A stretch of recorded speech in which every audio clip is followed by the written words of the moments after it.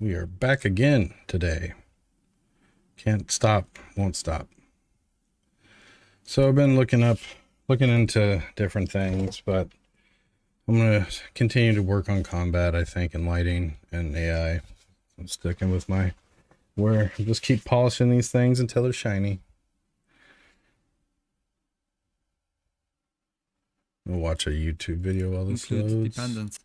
A few years ago, I found Bracky's How to Make a Video Game series, and I instantly fell in love with game development. In the first episode, he introduced the rigid body component, which is a type of component in Unity that you attach to any game object to make it respond to physics interactions. It gives the object mass, drag, gravity, etc., allowing it to be affected by forces to behave realistically when it collides with other objects. And I was amazed how can it do these heavy calculations in real time with so many objects.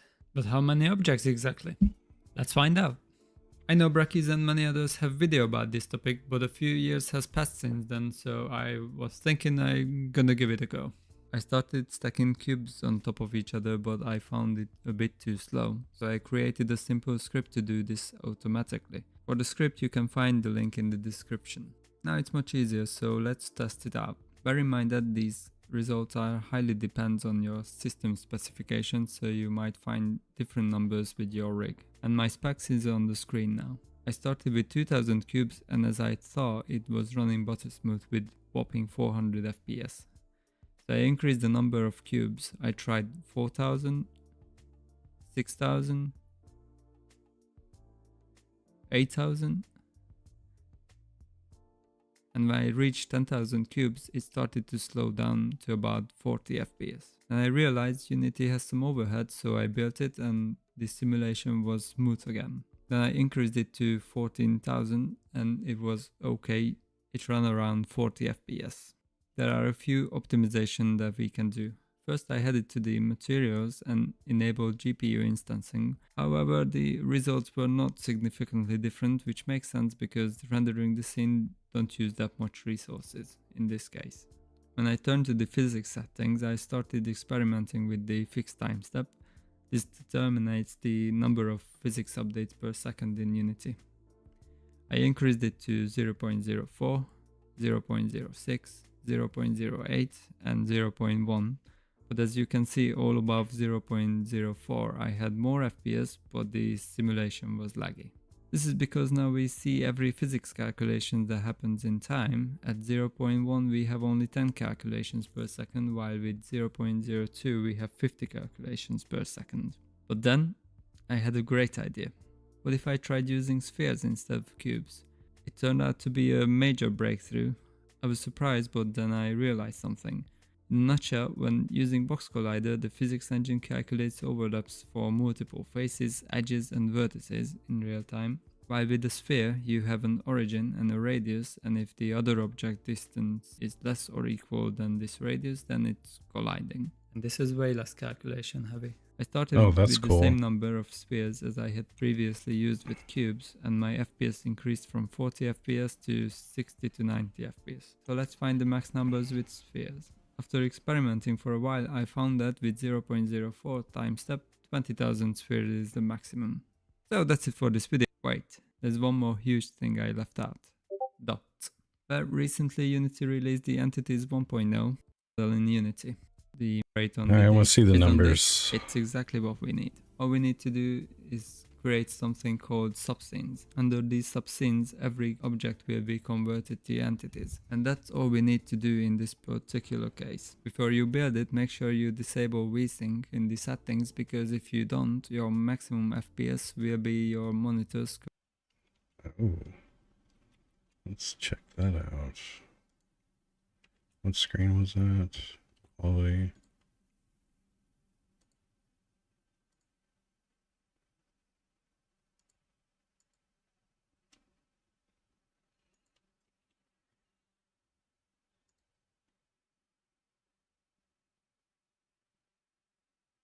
So we got 20,000 shadowcasters.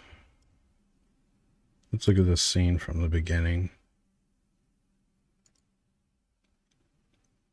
So I'm trying to get my lighting right and also kind of push the envelope or use the best that I can.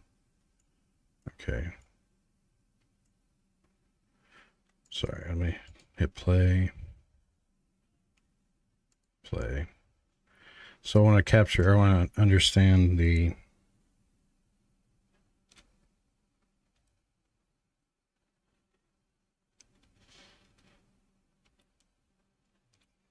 zoomed in.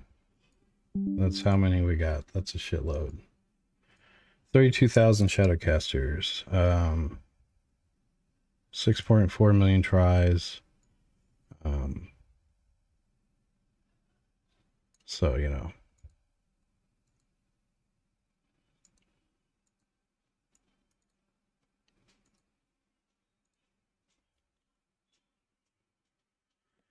So that's what it was. And I've hit static. So now everything should be.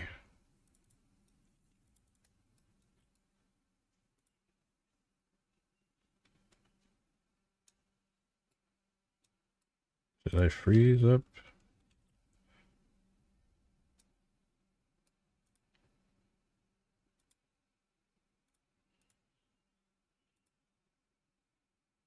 Static combined mesh. Okay. So that's that.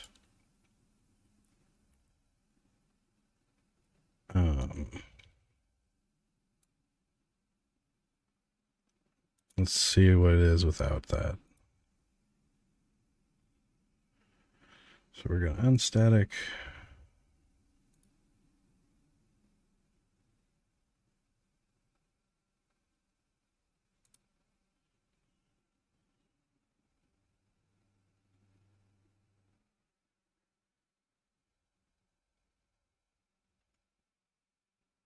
$32. Saved by batching, 36,000. Saved by batching is now 9,000.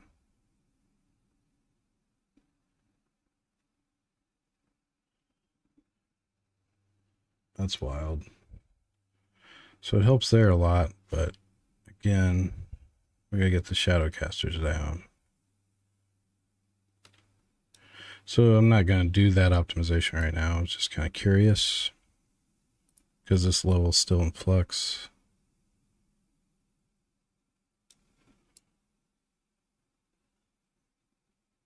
What did I click? How did I click over here? No idea.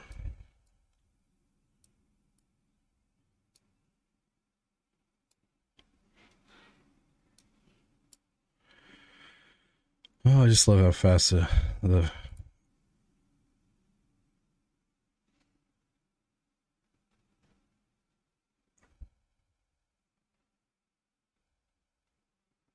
they've caught me.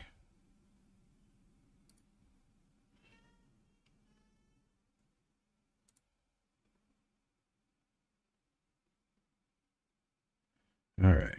So now let's get it. Okay, not worrying about that. Because I'm still shaping and molding this. So for combat, we are going to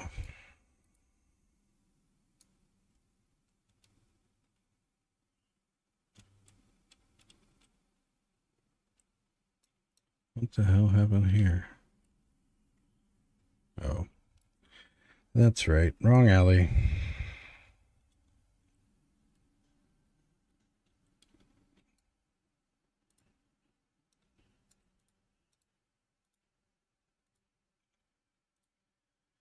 Oh, let's clean this up.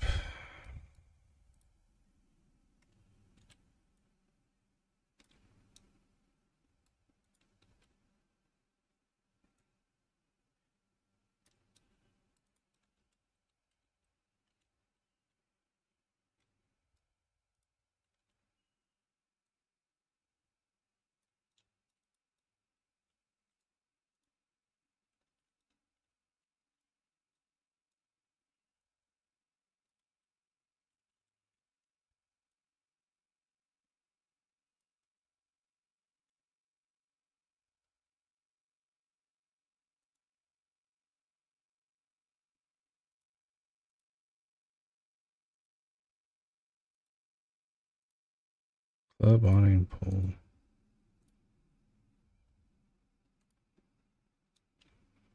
How's it done over here?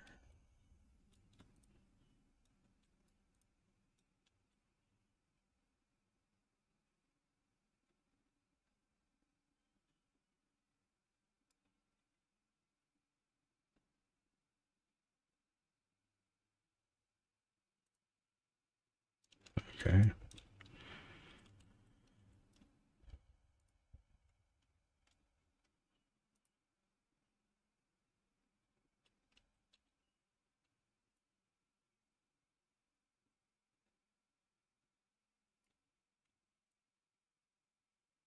Why is my brain melting right now?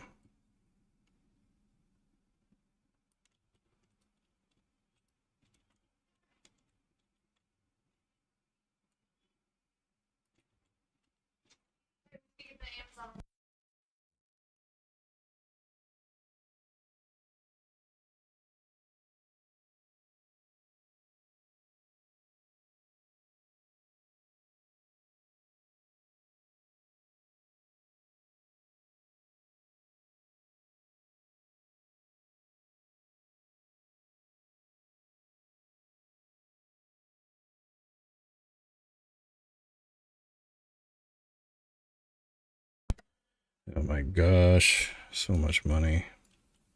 Fucking Christ. Why am I having a malfunction?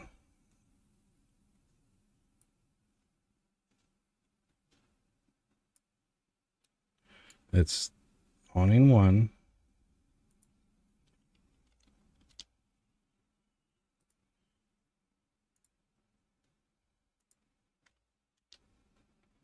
They did it over here. Like, I don't know why my brain is having this shit fit here.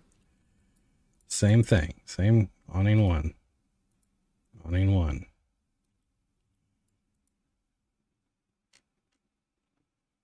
Is there a trick here? What's the difference?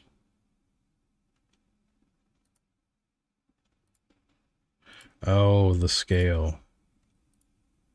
They negged one the scale. Okay. I get it. Again, I'm not using that here, so I'm just going to delete it, but I know now how they did that.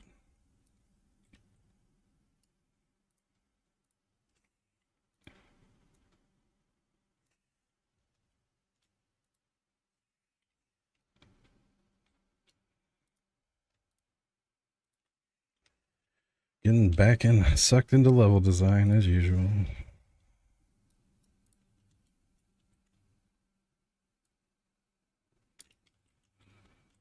Trying to just spruce this guy up.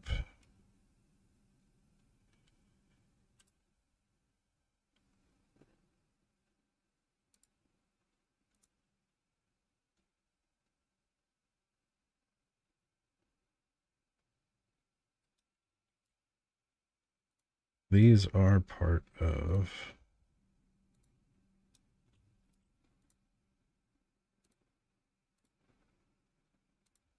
Yeah. So, let's...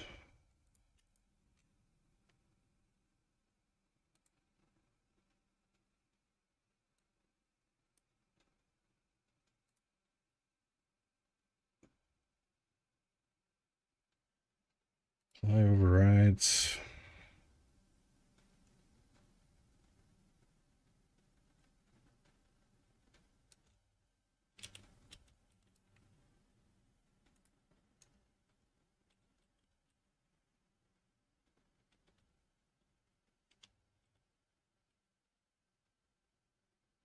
Okay, cool.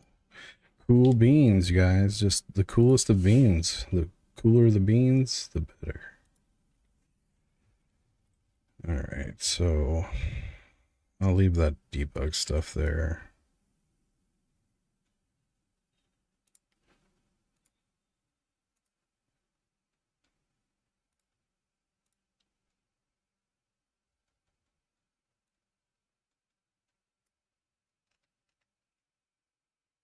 All these particle effects and bugs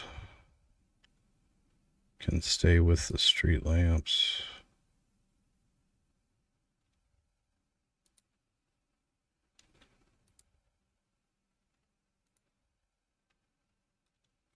What the hell is this?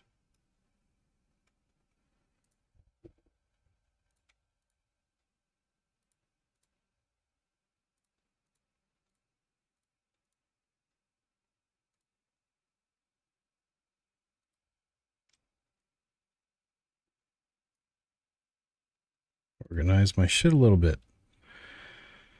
All right, so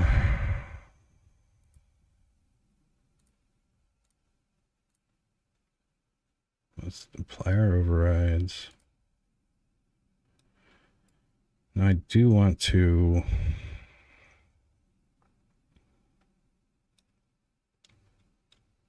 eventually should cut this in half. But I'm not done, so I'm just going to leave it be.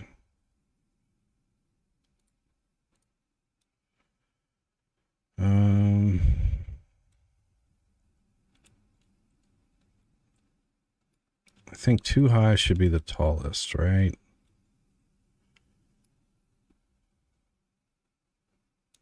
Let me see here.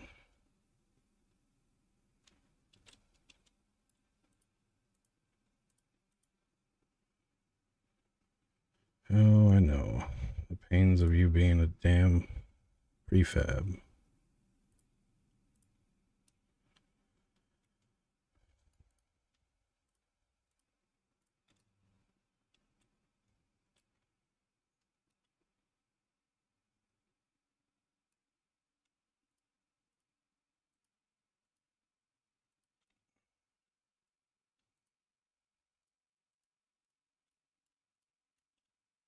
Taking the third levels off. One, it's less geometry I got to worry about.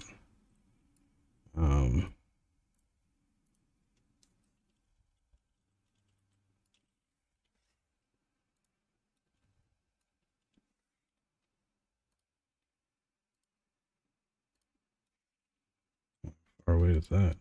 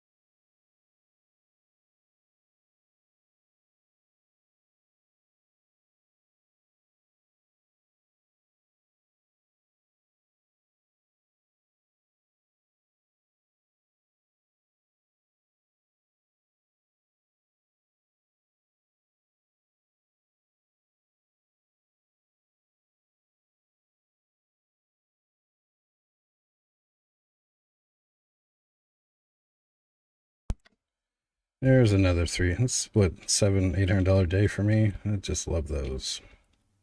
Don't you?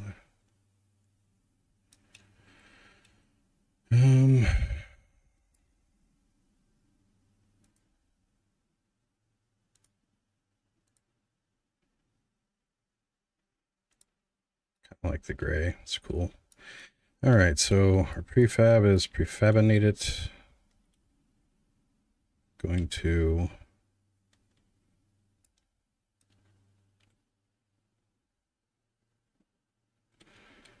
pretty much think I'm gonna chop off this back side that got duplicated. Save myself some geometry. Let's knock off the 3rd floor everywhere first. Hey, Shogun68K, thank you for the follow. Much appreciated. So appreciated. Getting close to that 200. Any questions about the game or anything? Life? You know? Where do babies come from? Because I kind of want to know.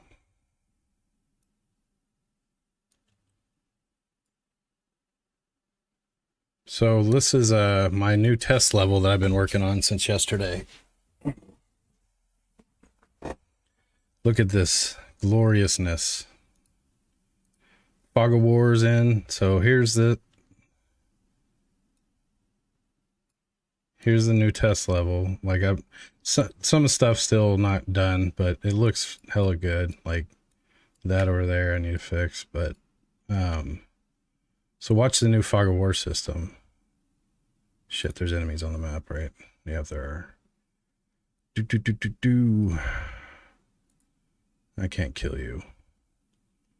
Or we can't kill each other fast.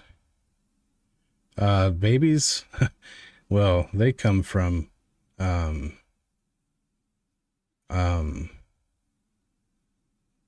forest. So the Fog of Lights system's in. Let's go to the strip club. So think, yeah, like it's like XCOM, but I'm trying to keep it a turn-based extraction shooter RPG thing that it moves faster, right? So it's just you. Let me show you the bunker. So this is like your home base. You go out into the world and you have different areas that you're going to go into and try to get stuff and extract out. It's not, it mostly won't be about like going in and kill X number of bad guys. There's no mission objective. You can exit several ways off the map with or without anything, fighting if you want, or kind of sneaking around. So this is the bunker base. It's kind of like the home base, and how you access the rest of the world too. Let's save. Oh, shit, I was on prefab, wasn't I? That should be fine. It's fine. So here's your bunker. Like here's what I call the war table. Serves as kind of like the world map. It'll look a lot different from this, but this is, the concept. You can pick different areas and they'll have different resources, and you can go in, try to loot and extract and get back out. So that's the war table. Over here is your hydroponics or your agricultural area. You'll build this up and grow things. Oops. Here's the communication room, server, intelligence kind of thing. Here's your vehicle bay where you can pick different vehicles, work on them, mod them, fuel them up. It's, whatever you want to do. And then like here's water purification and storage. There's going to be a kitchen area. There's going to be a gym. Whoops, I forgot that. It's not wired up. And so now, yeah, this is kind of like my current concept of the home base right now. And then, yeah, you go out into the world. And it's sort of like a quasi-more for roguelike. You see how long you can last and how much you can build up or complete. Or, there'll be stuff to do. Oh yeah, here's the weapon modification screen so far. So you can, if you're in the field, right now it just lets you toggle all the things. But if you're in the field, you have the proper tools, the actual attachment, you can take a turn or how many turns it's going to be to modify your weapon. And then at home, you can also do this, but this is like the in-game or in progress one. Let me take the enemies out and show you this map a little more.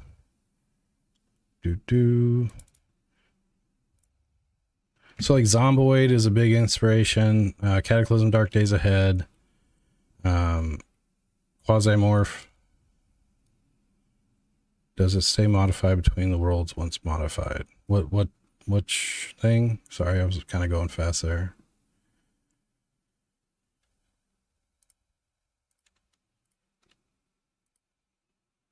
Oh yeah, it will. Yeah. I can save it out. I have a save and load system for gun configurations. So I've disabled the bad guys. I'm zoomed all the way out, zooming in.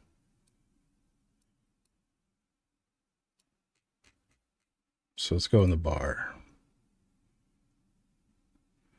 So the bar has a roof in it. While you're above it, the back faces aren't drawn, but when you go in, boom, roof.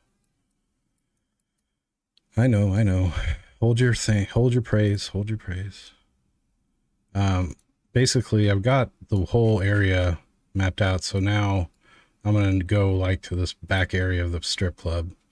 The pathfinding is just,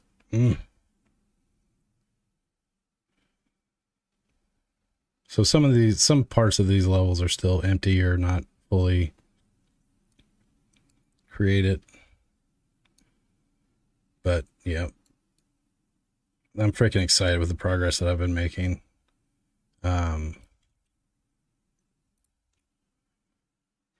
Change log.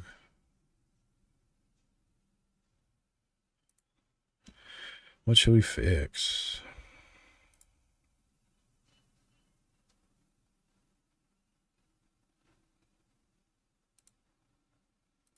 Prevent other menus from opening when it's active. Need a window manager.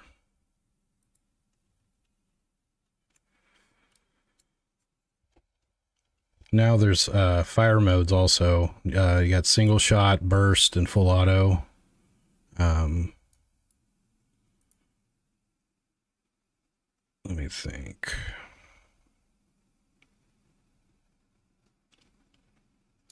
Been really just kind of working on the ambiance of this little scene. Most of the work's done over here. Or got some particle effects.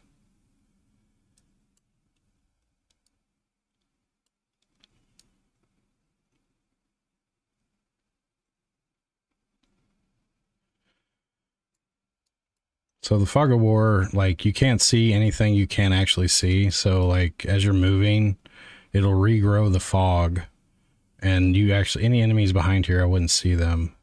But like here, see the fog is not uncovered yet. The wall, the boundaries of this building aren't right, so I can step through the wall.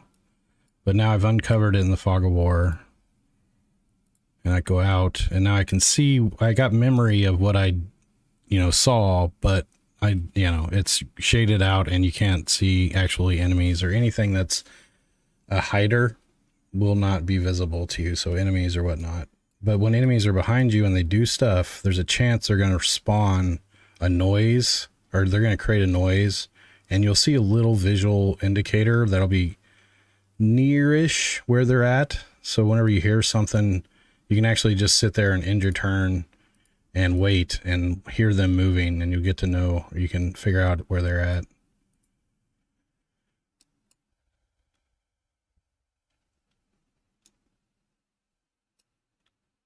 And then, so for combat, for me to continue combat, I want to make it to where everyone's shots can be missed. Right now, everybody shoots and hits.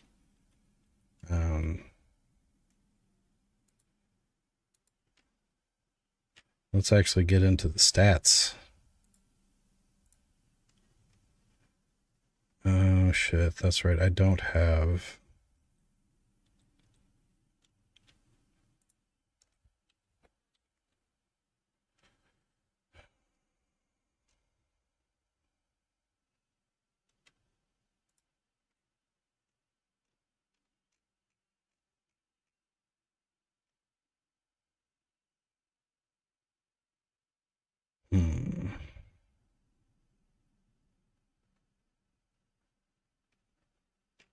So this is just for the stats, which will factor in, but I need to have a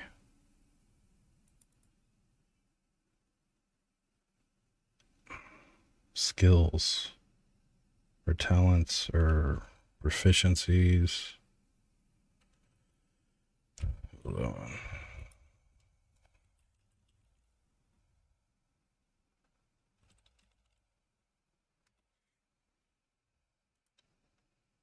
Kind of want to do it like Cataclysm Dark Days Ahead, so I'm going to look at them.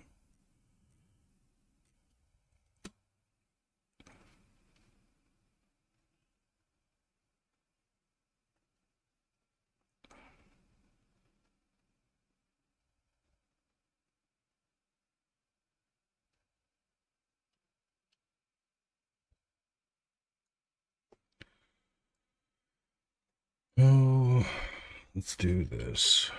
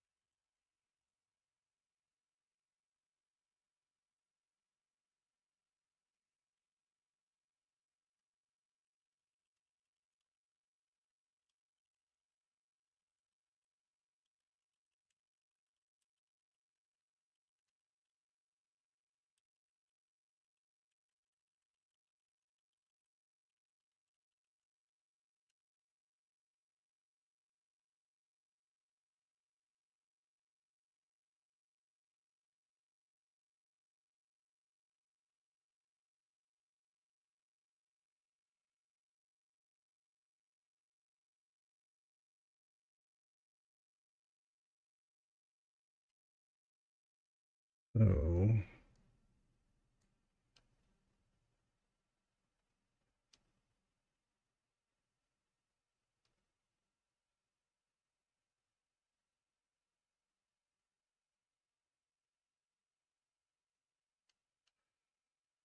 oh, do I want to get into that rabbit hole?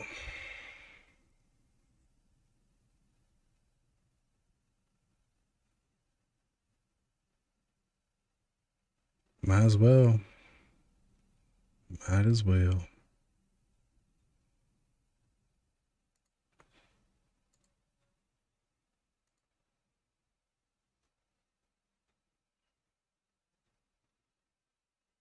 Um,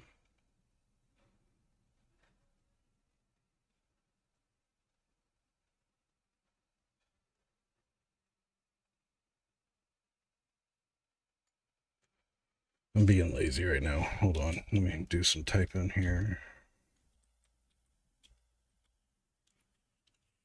New.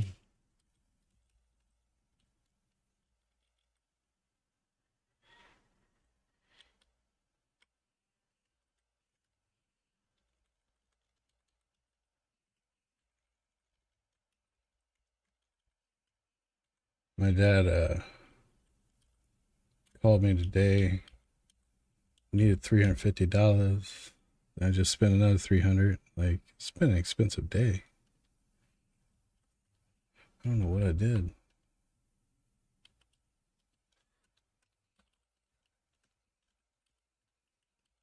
Making a list.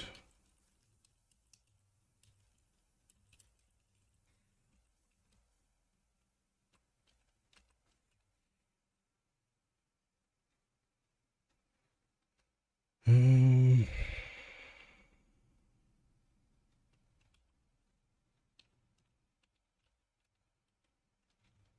we'll start with those.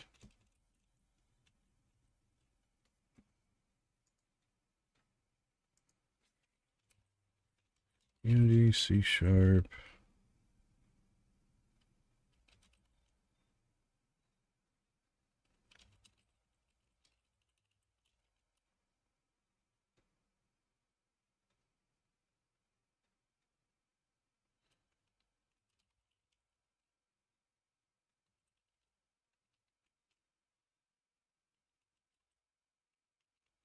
Hold on, I gotta get my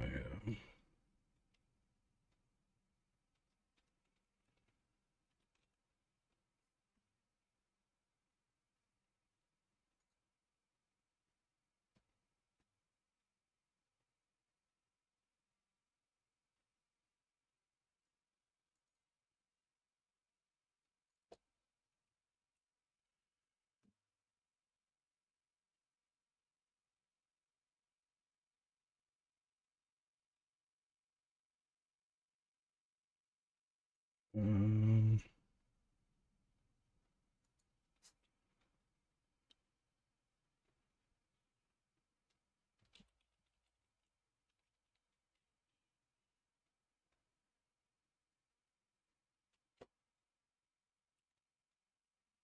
I'll call them that.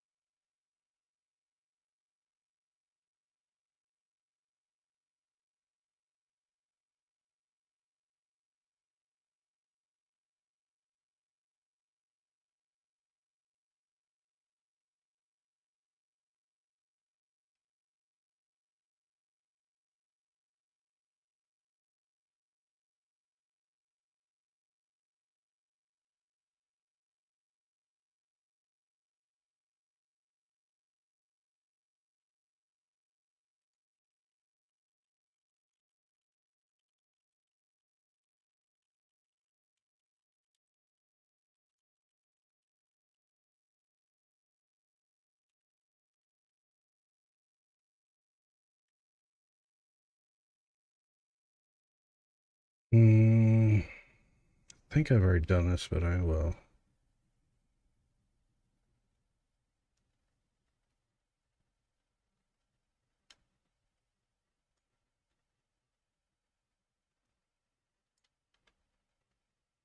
Name, experience, blah, blah, blah.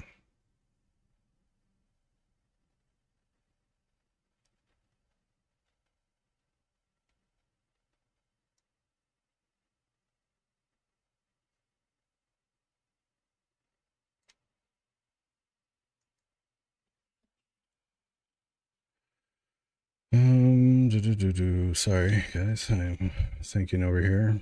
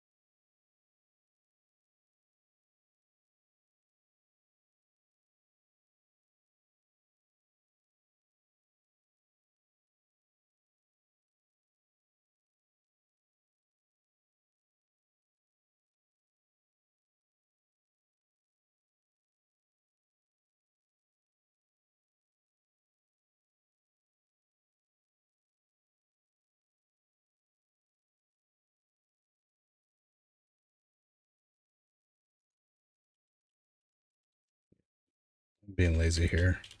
So I want my skill system, but I don't want to have to write all this code, so I'm blocking it out real quick.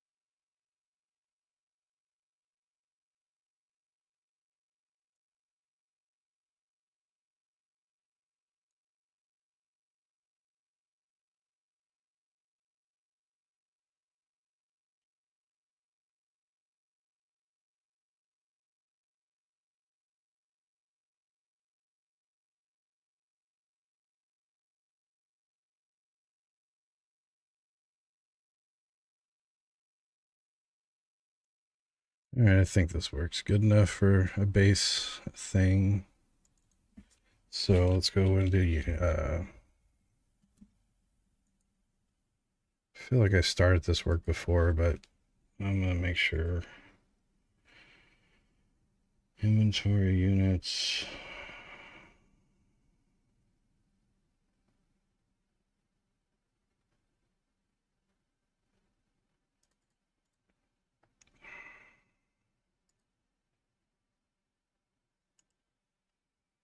Keep it with the units for now.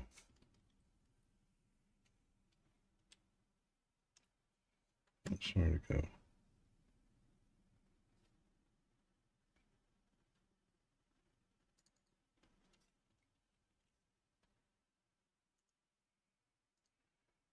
Sorry, I gotta get this figured out. So, all right, so I can put this away. Okay, I'm back. Oh, sorry, I missed the chat. Yo, what's up, Zone?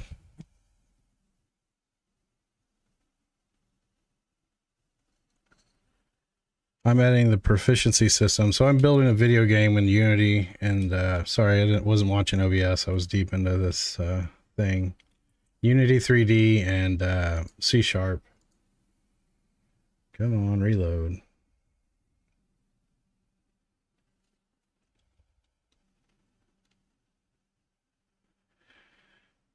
I was deep into the creating the proficiency base class real quick.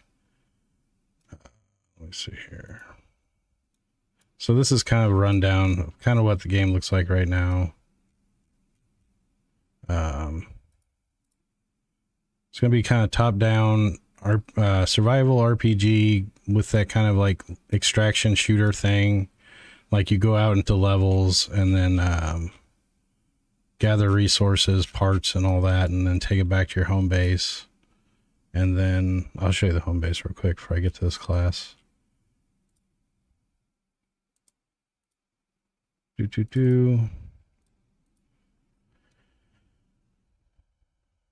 This is the current implementation of the home base. So here's the war table. You'll kind of pick areas, see what they got, resources, all that, and then you go depart and then come back from them. You got your agriculture, hydroponics here. You got your server, communication, intelligence kind of area. Your water purification and storage systems.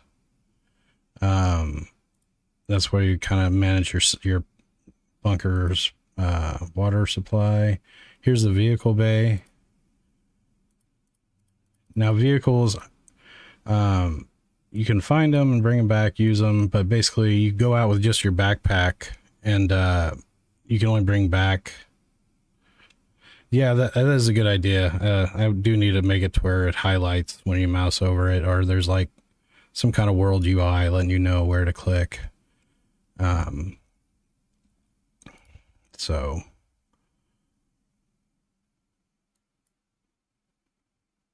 let me get back to the other one.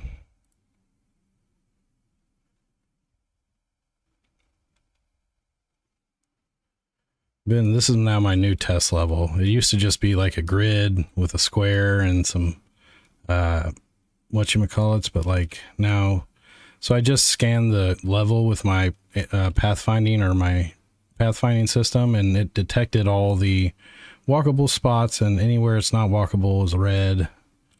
So that's what I've been working on. This side of the road is incomplete. It's a copy pasta of that side, so I'm reshaping it, emptying it out. But over here, it's fully functional, pathing wise at least, and all that goodness.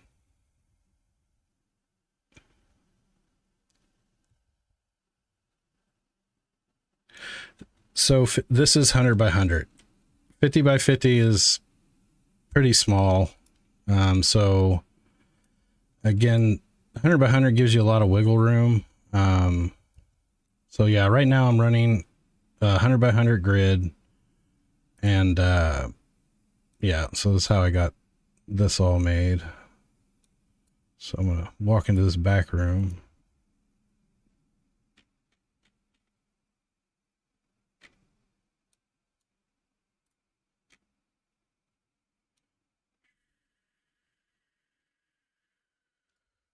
I'm going to wreck stuff and like knock over tables and grunge it up here soon. But for now, it looks pretty clean. Like just another day of the week.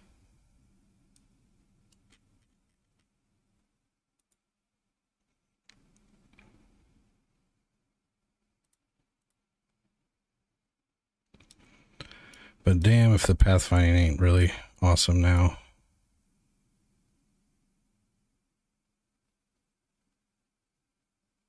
No, I wish it was procedurally generated. I'm in the learning experience of building this level out. It helps me think about the procedural generation and how I would approach it, or the rules needed, by my grid system for the procedural gen. So what I think I'm gonna do is cut out these POIs. So these are different sections can be here. So this will be like a 25 by 25 POI section. And then I'll take this, prefab this guy, make variations of it, of the same theme, and then create more 25 by 25 POIs. And then when you come to a map like this, there's a chance the buildings will change or something. That's a real bare bones procedural system there. But I also have other tools that I've been playing with that I've been plugging in the assets and trying to procedural gen. So right now it's all bespoke, hand made or whatever. Oops. But yeah.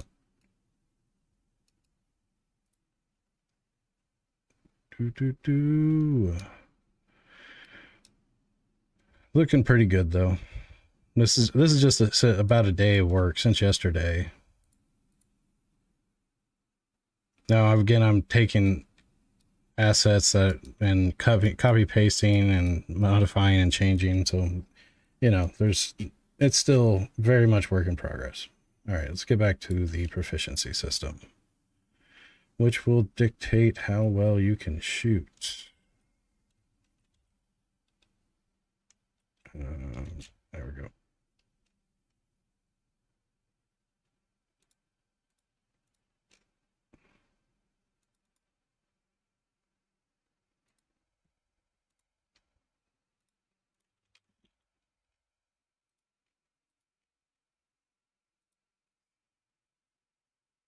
All right.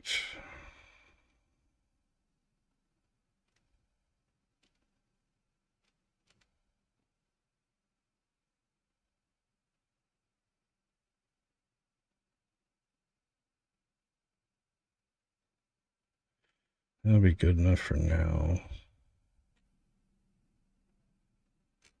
Wait, is there not a get method?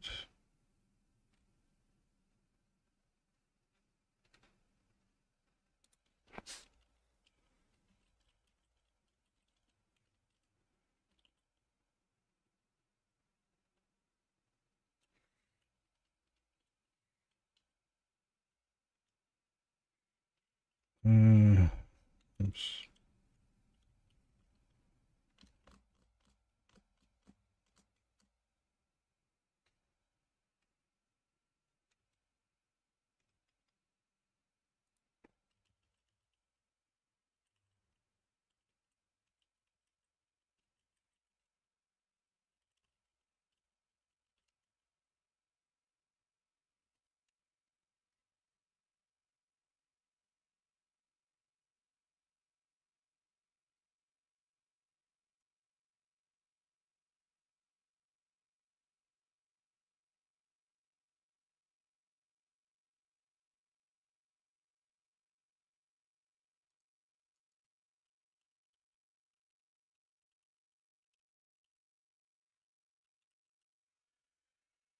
No, it's good enough for now.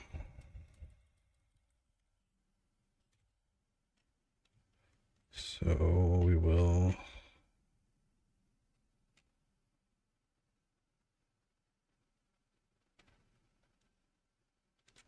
like that, but should get us by.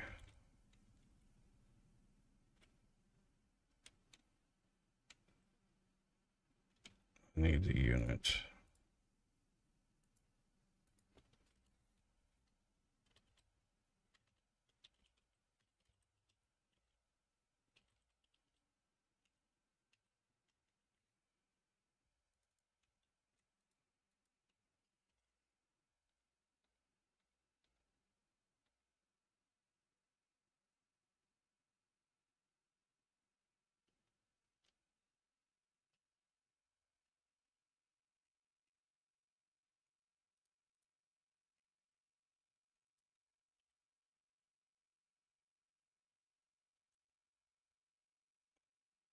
So the unit has.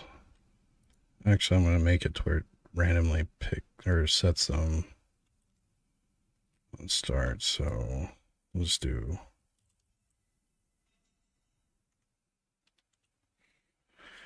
Oh, fuck shit. No, I don't like the way that's done.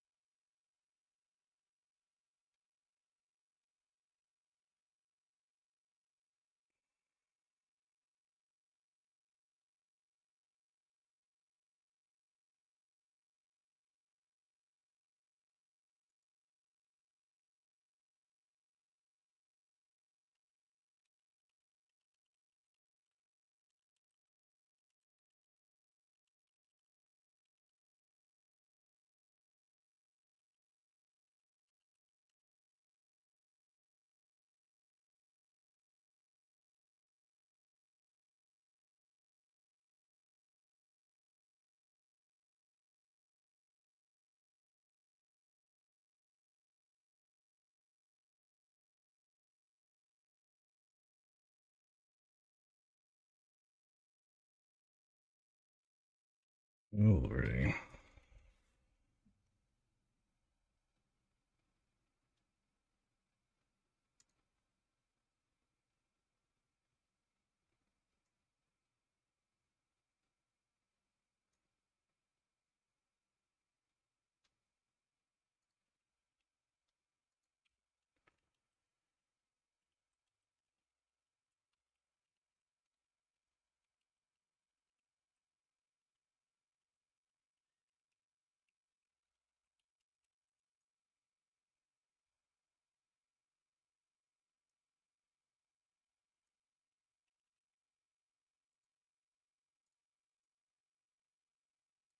Shit.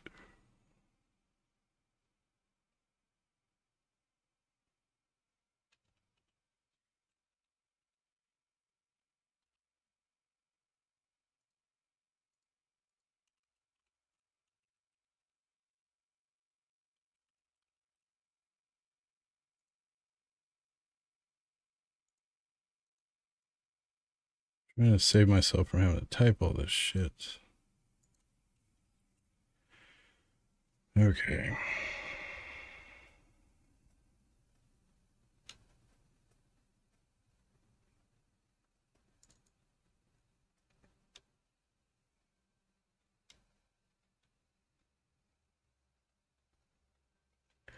All right, so now I can track that, at least for this initial first pass. So ranged level equals 3.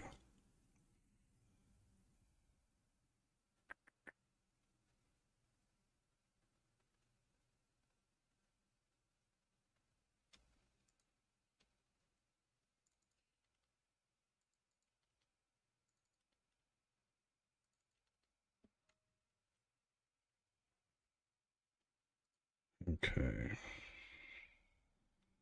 Now just attach it, and now I've got that stat I can draw from on top of the player stats.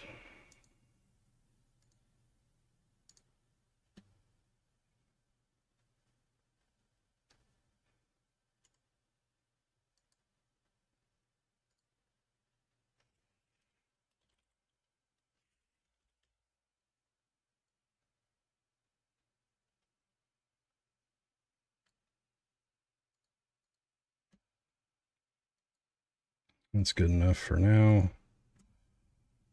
And now during combat, when we shoot, everyone will reference their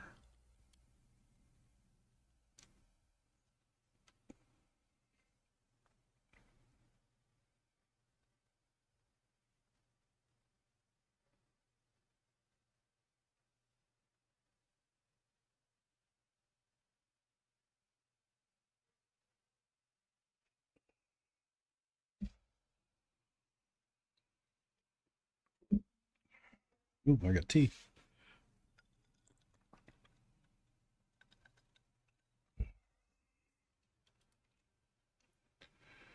Now, I don't know if I want to make it per bullet, or should I?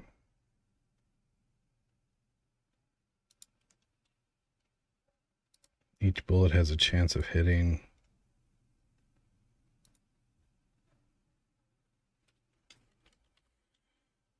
So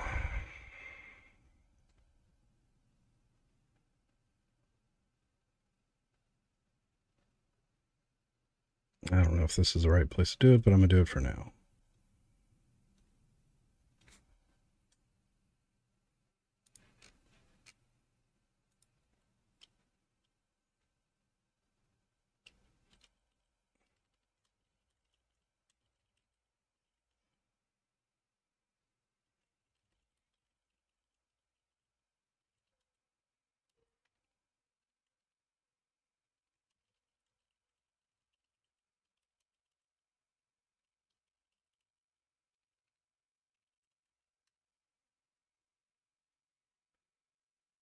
Doo-doo.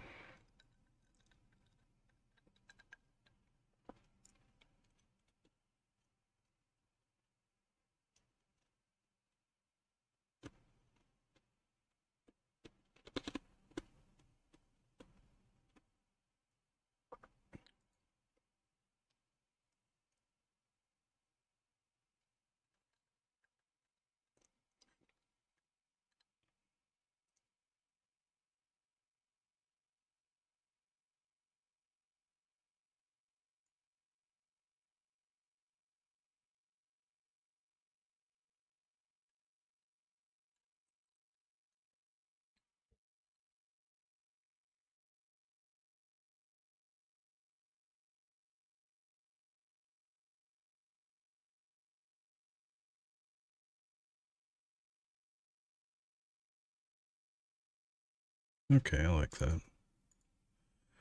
That's fine with me.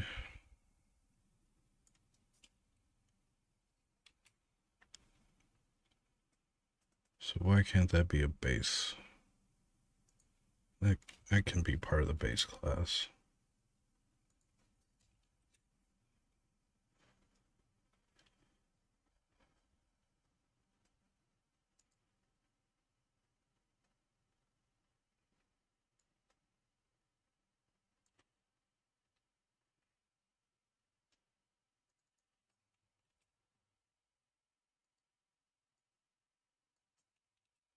Proficiency hit or check to see if it passes. For now, just a basic. You take the level times 10, get a random number between 1 and 101. And if that random number is less than your chance to hit, then it works.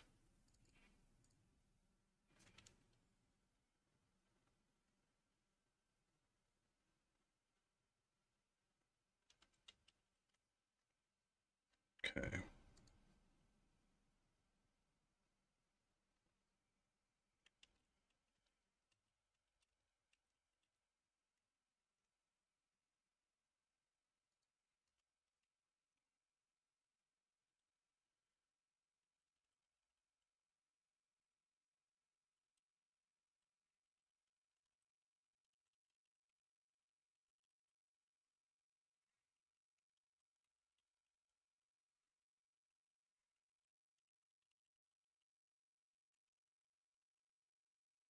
Needs more banana. It always needs more banana.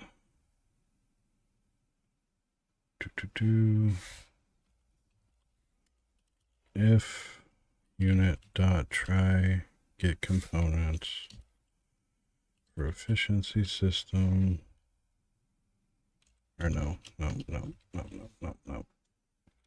We're just going to go ahead and add those methods.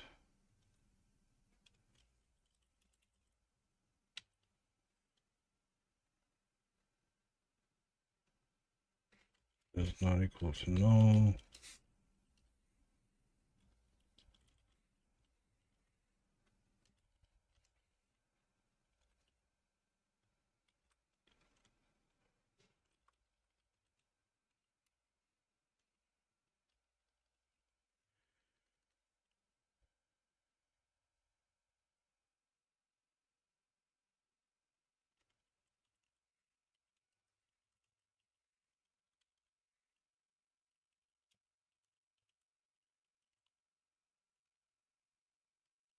Oh, damn it. Did I not?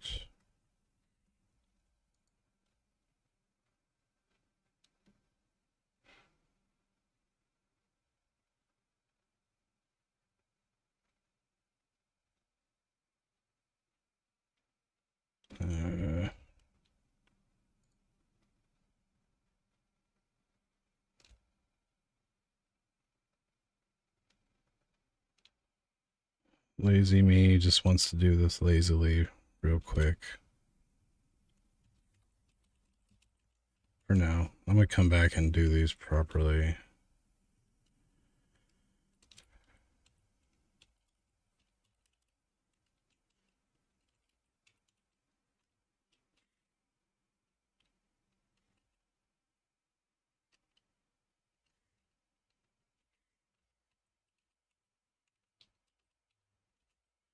Just want to get some variance or make sure, like, not 100% shot. So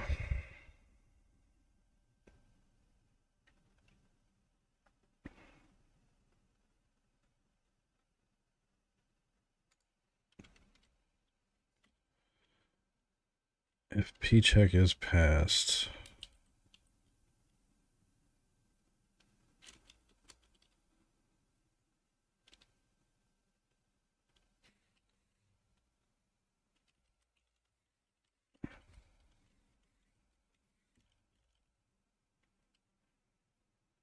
vector dot 0.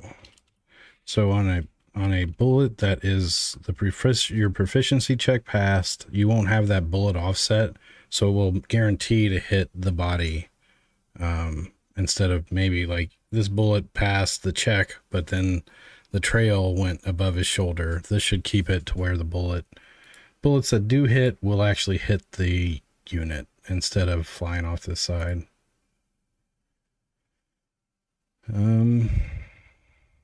That's it, right? That's all I need. Oh, no, I don't. I need to...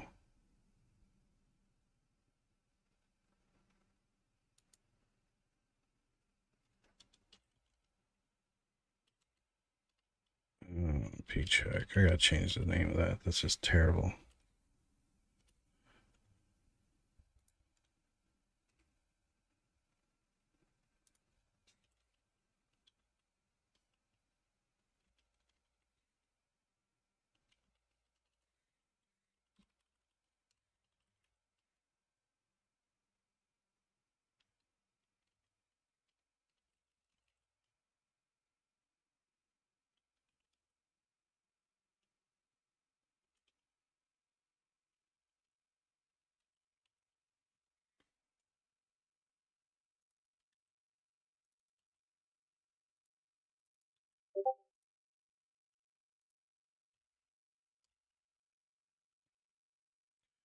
All right, if the bullet hits, when we get here, we will destroy the thing, destroy the bullet. It should be projectile hits.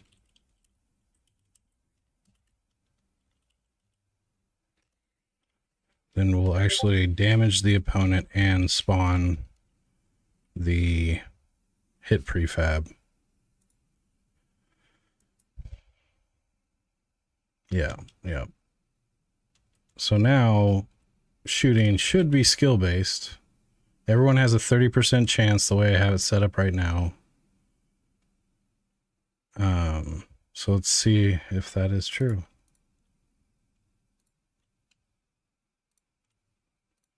I need to factor in dexterity too, but I'll do that later. Or the actual stats to the proficiency and whatever they're doing. So there'll be stat modifications to the proficiency check and equipment, and then status modifications maybe.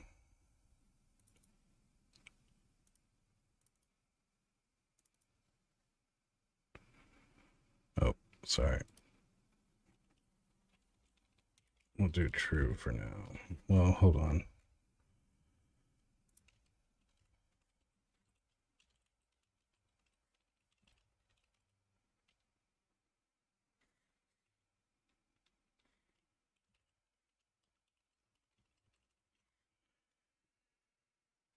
That makes more sense. Copy this up here.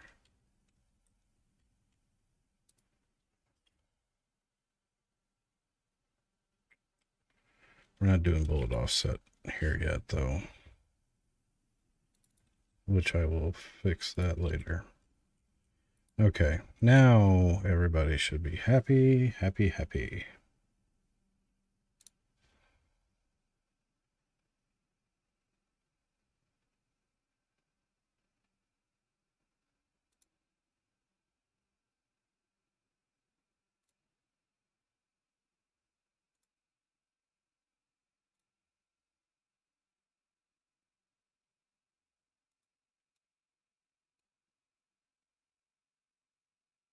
He missed every one.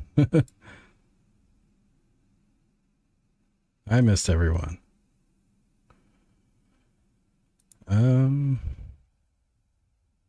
We both suck. I think I got that logic backwards too. All the bullets are just dead on.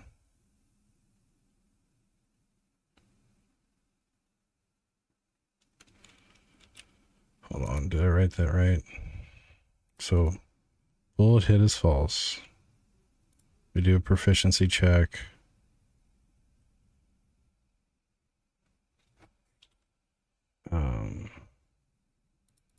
So if the bullet hit, projectile hit target. Oh, I do have this backwards.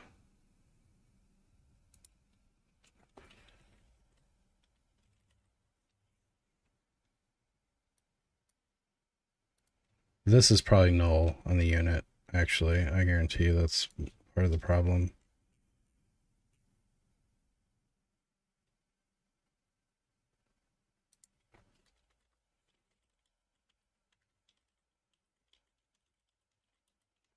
Okay, so now got the booleans flipped. The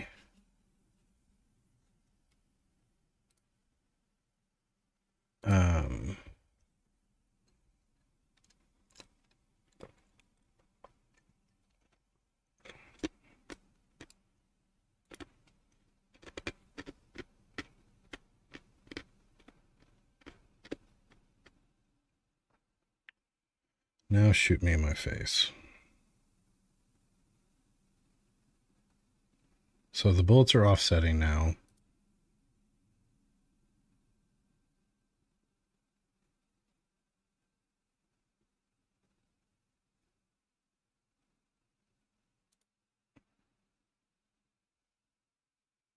Not one check has passed.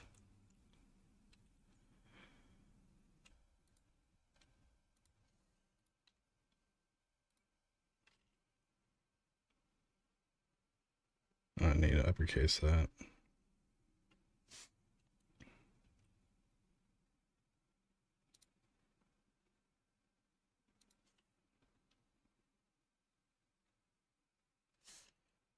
Interesting. I'm not getting into...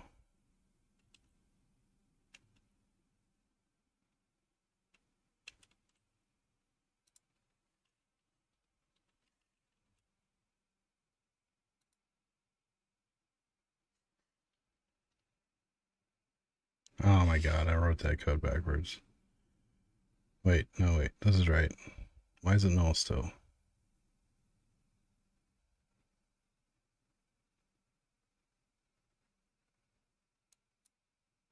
Did I not save the unit?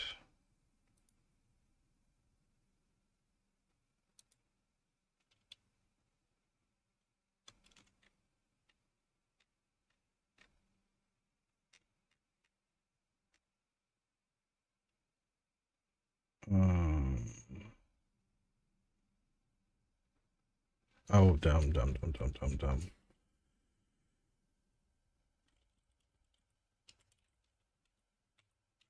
There we go.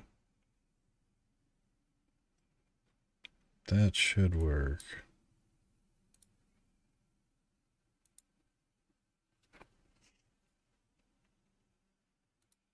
I do have bananas. I think I could put a big ass banana somewhere.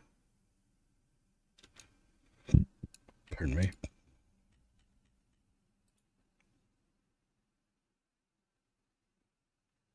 Oh, one hit. 2, 3, 3 hit.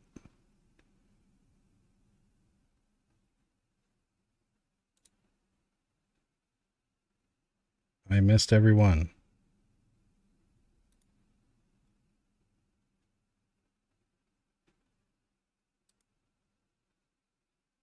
I got 2 hits.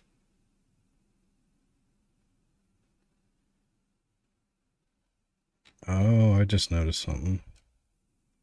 My damage text is no longer there.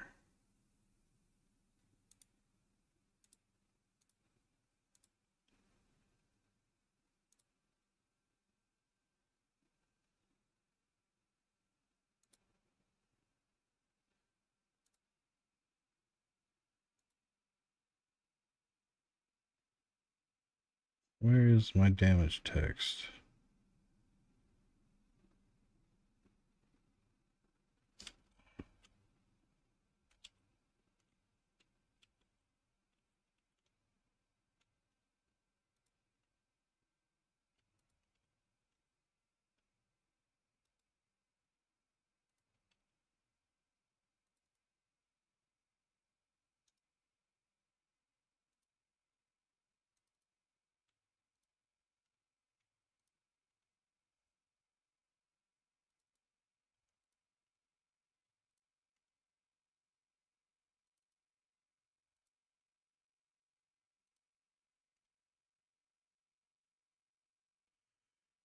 Unit World UI is responsible for that.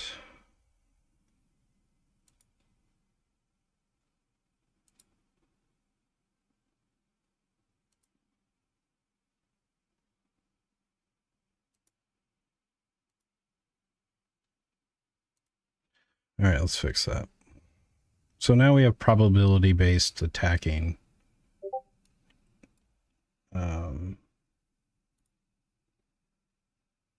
Next, I want to, what was I doing?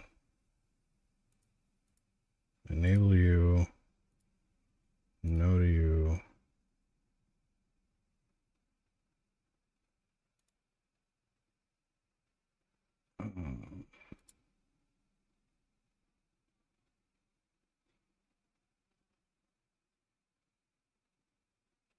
Is it the one doing it? Update health bar.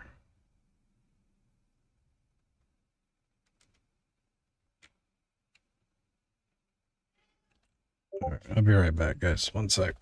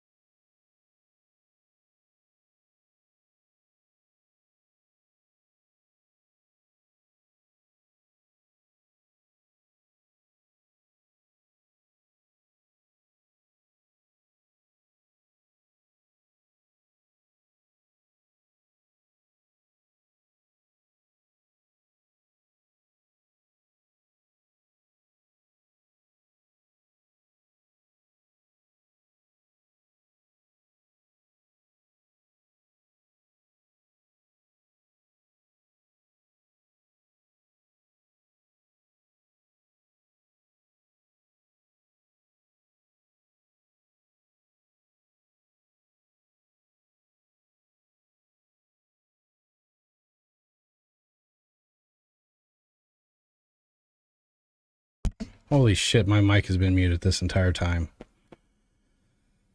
Holy shit, I'm so bad about that. Alright.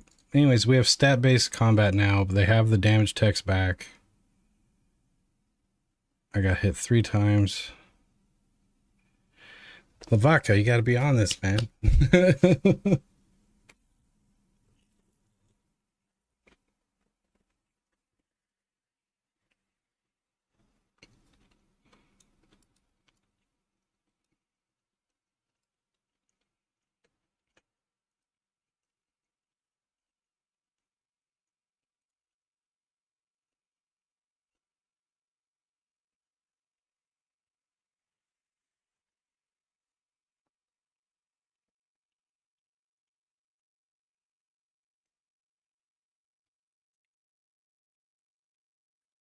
So, at a third level, or level 3 for range combat,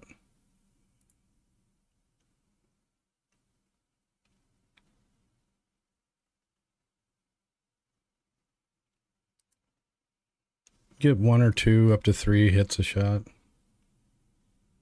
But now it's not every single bullet's hitting the mark.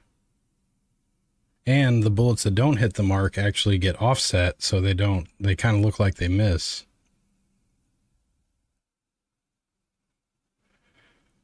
And I need that offset to be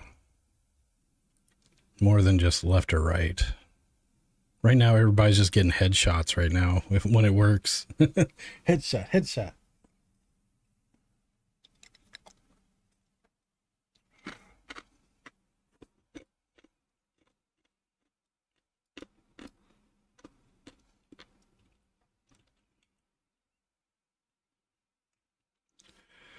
All right, so we have skills. We have a very hacky proficiency system that I ChatGPT'd just so I could not have to write a bunch of code, but I don't like the way this is newing up all the classes right here. Like, gross.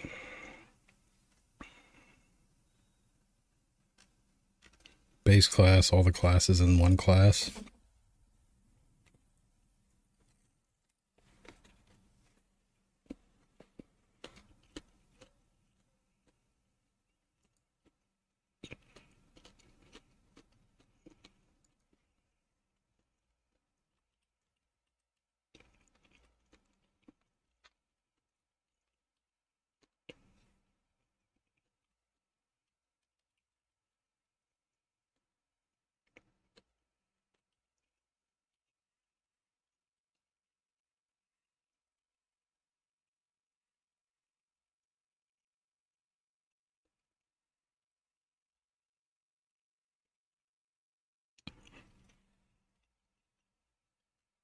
Oh, fuck.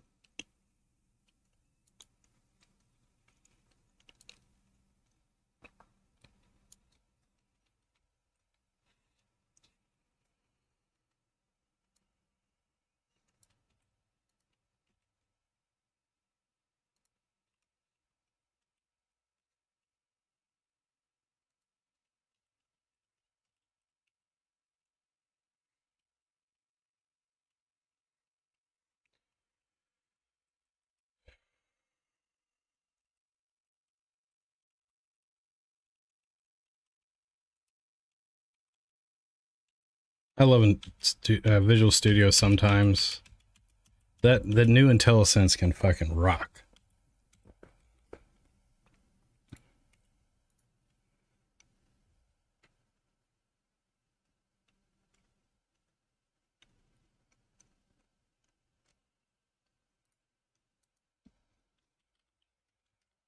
Let's do range combat at 5 so we get more hits.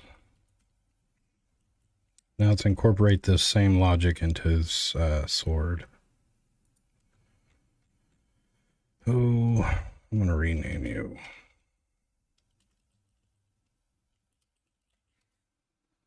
It's been a long time coming.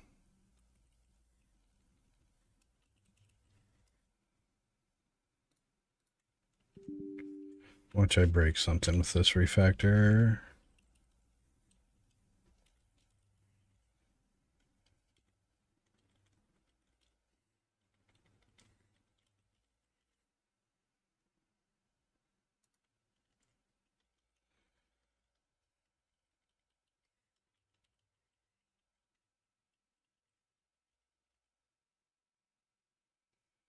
Getting ready to tell me I'm silent.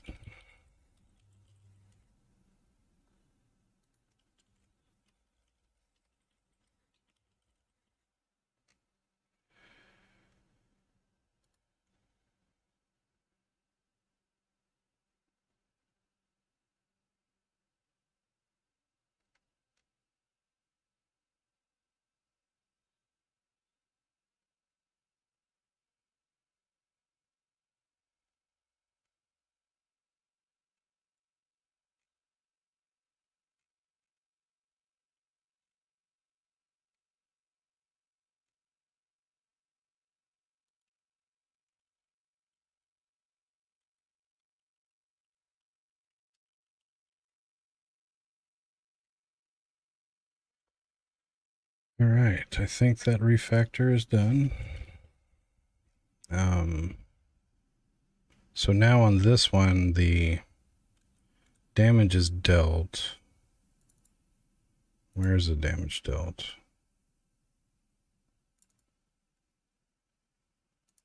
Swinging before.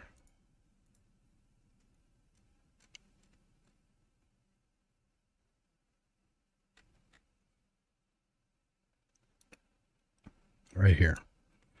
So the damage is done here. So just like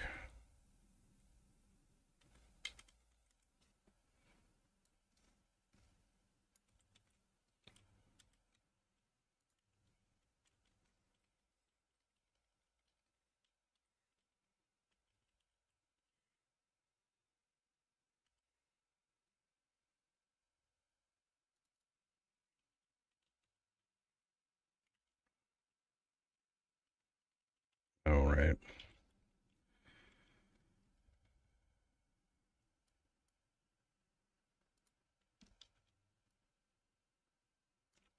Again, I'm gonna come back and refactor this class. I just don't like the way it's coming out. But again, for debugging purposes, this will be handy. But I'm breaking my usual pattern there.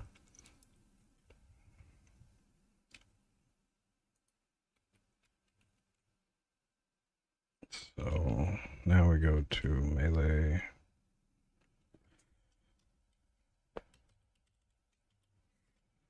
Proficiency check.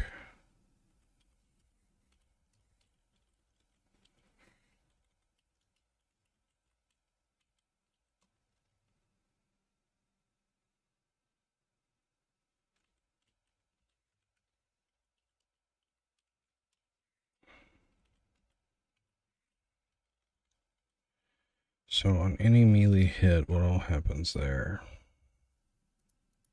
We shake the screen for 2. So for a miss, you're not going to get no screen shaken. I might cause like a missed graphic or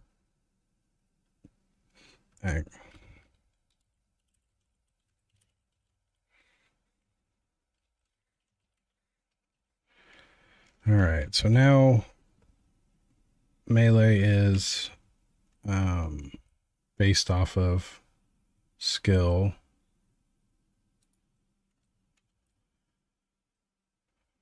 Which I think I gave everyone 2 melee.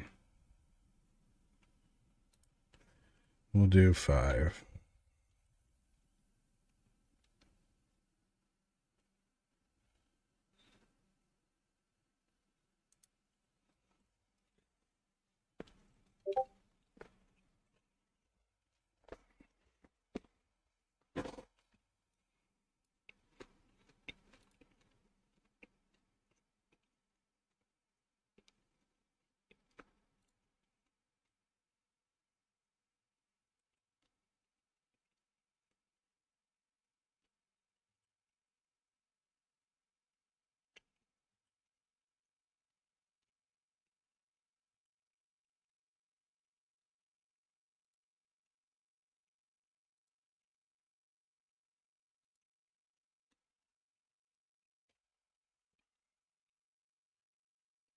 Now combat is skill based, essentially. Letting my dinner get cold.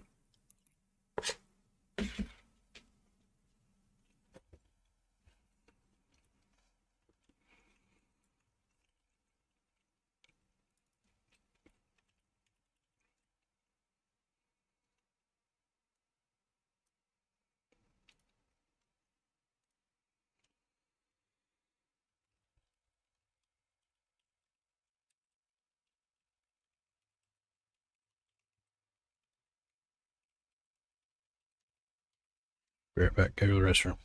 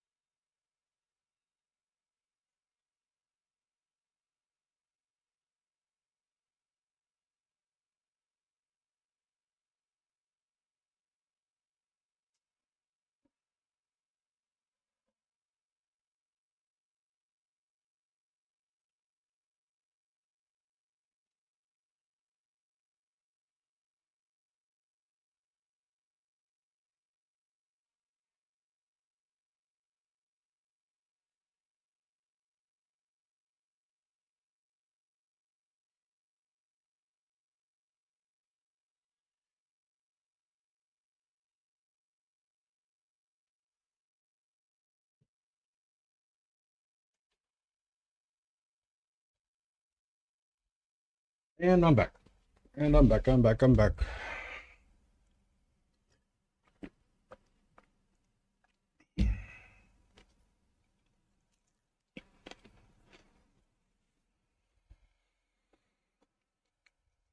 All right.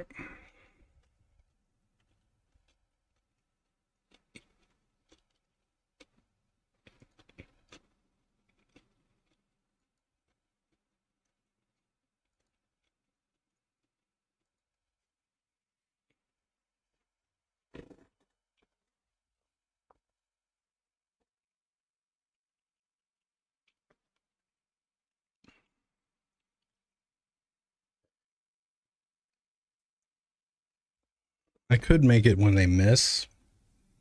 The action camera doesn't engage and it just auto completes the action.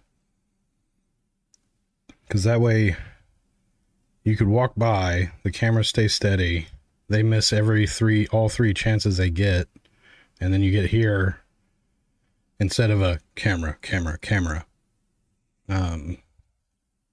Because they missed you every time. So misses, I calculate the miss prior to the action camera starting up. And this would be pretty fly.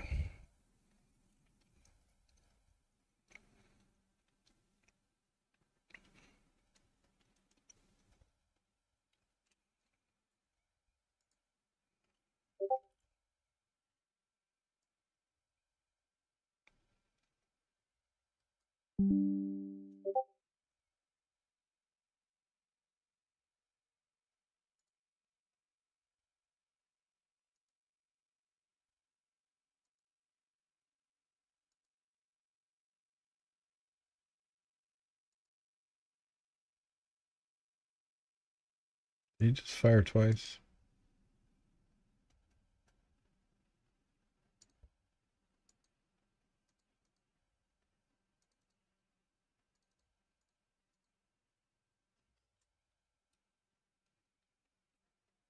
Just looks weird, I guess.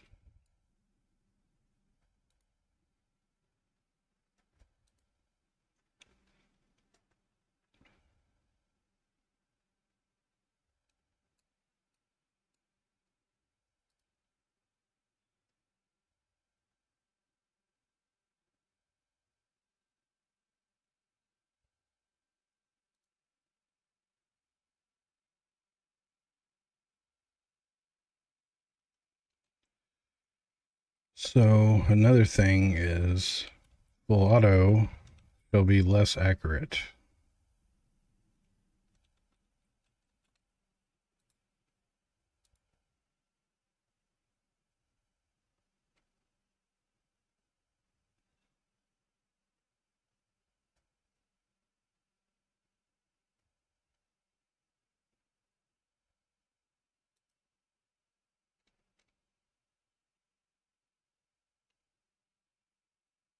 So I want a proficiency check where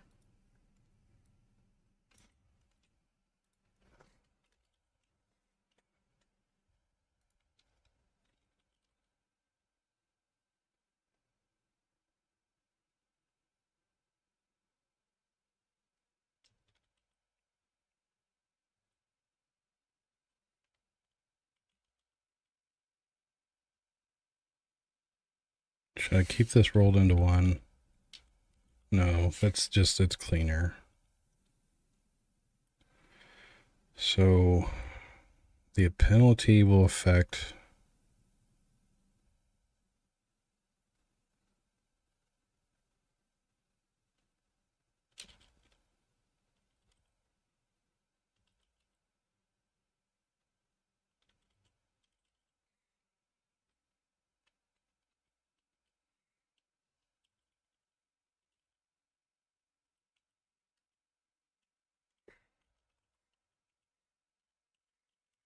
chance to hit.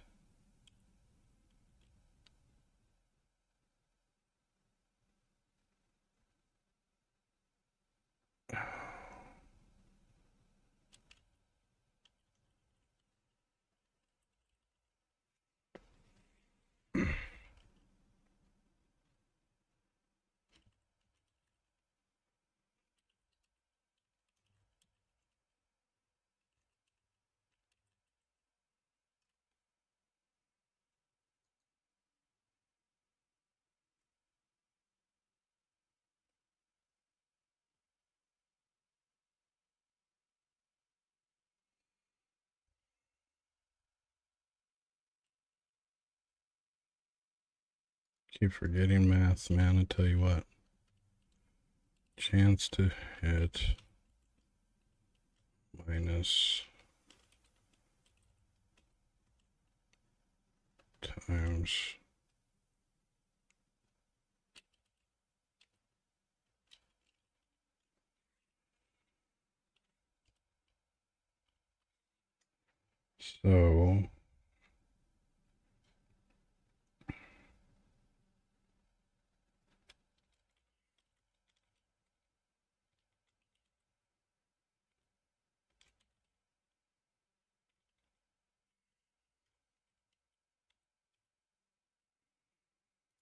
so we can't get an over 100% penalty.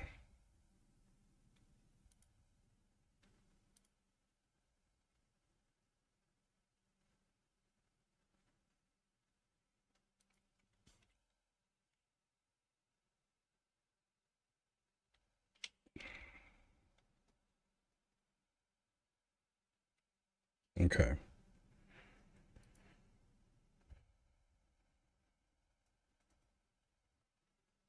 So the penalty percent, we'll test that out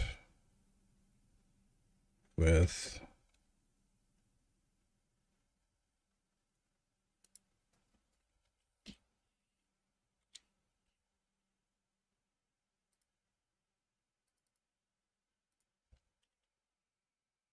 this will be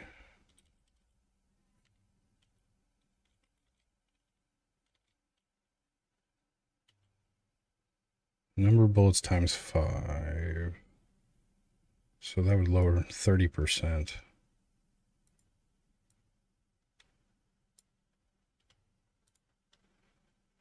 So now you'll, in full auto, you have 12%, you're 12% less likely to hit. And in burst mode, you're 6% less likely to hit. And then single mode has no penalty. Okay.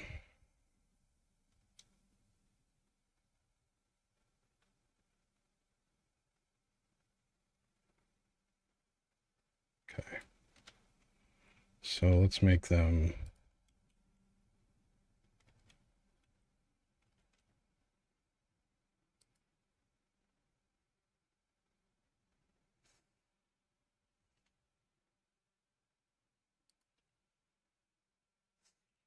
let's test that out. Now fire mode affects your ability to shoot.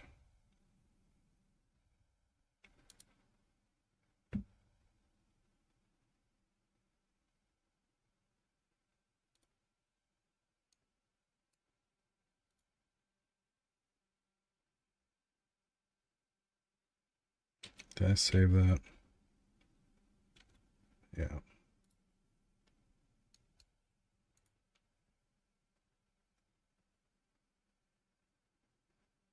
Looks like it's working great.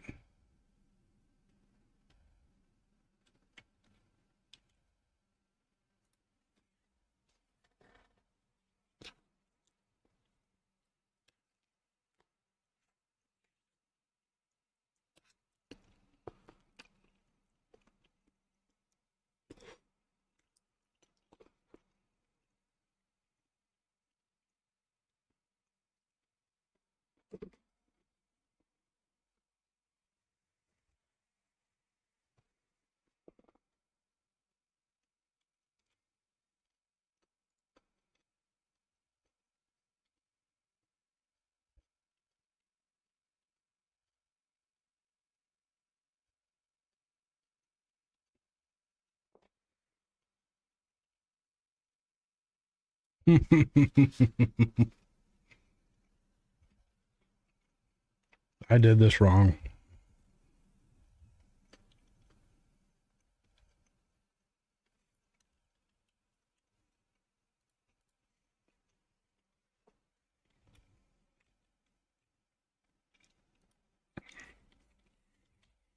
Greater than 100.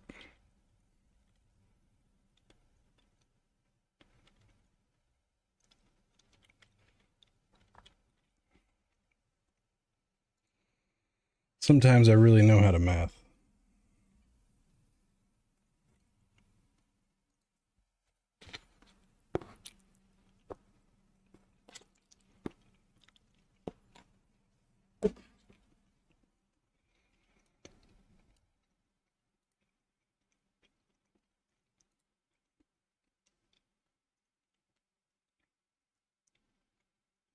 Thank you, man.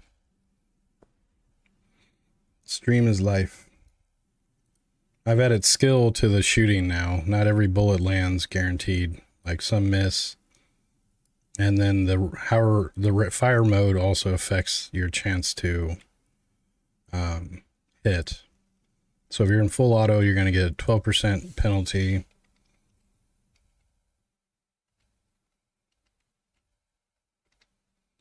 So chance to hit is 50. So this should go down by 6 points, I believe. 44, yep.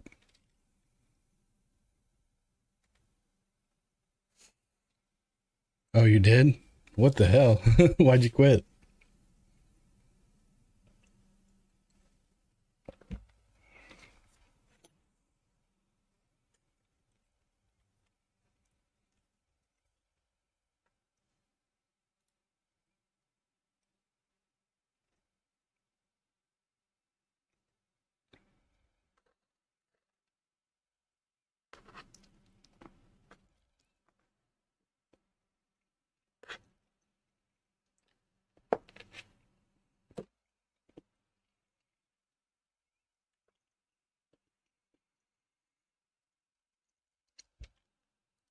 Yeah, I feel you.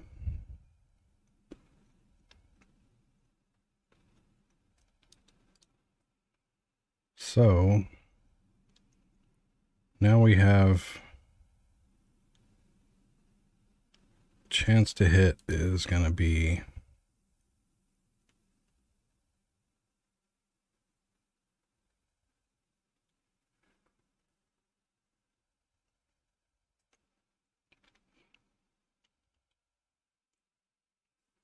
do I need to implement penalty with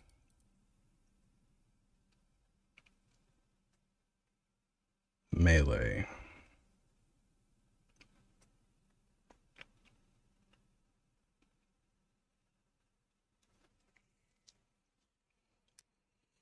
Not yet.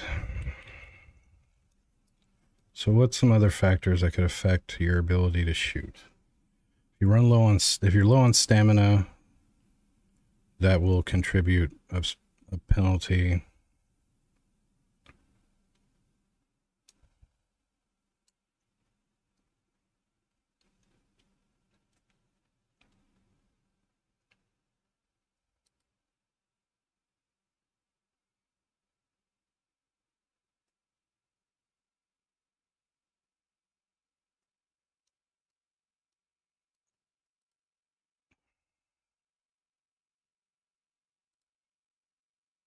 Come on, let me go.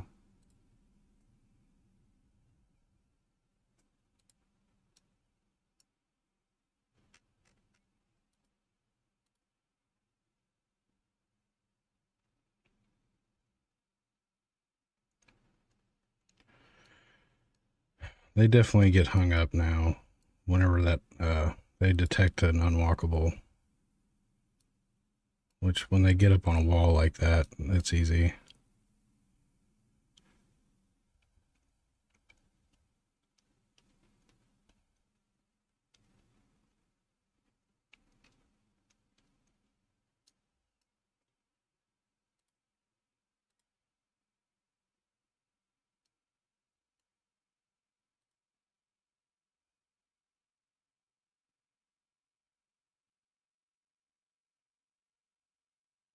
Distance is another factor. For every however far away you are, without a proper scope, you will suffer accuracy.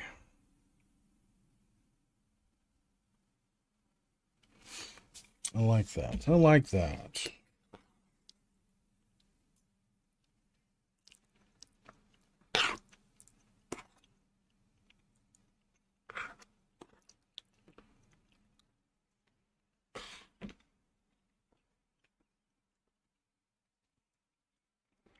So I think I'm fatigue and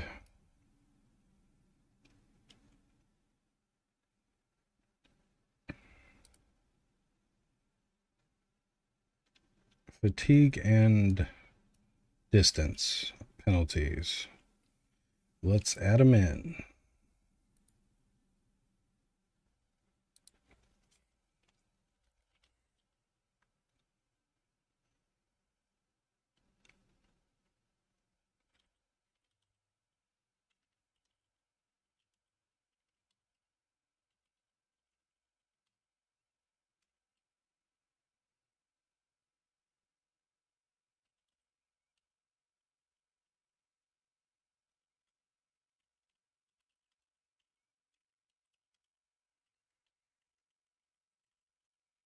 Two penalty unit dot get health.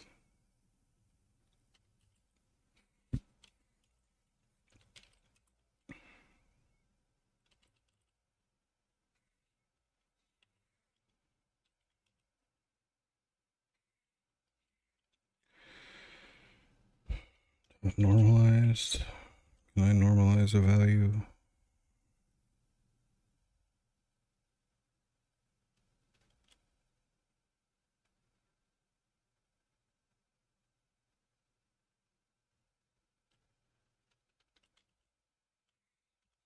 Ether normalized. There we go. So that will be times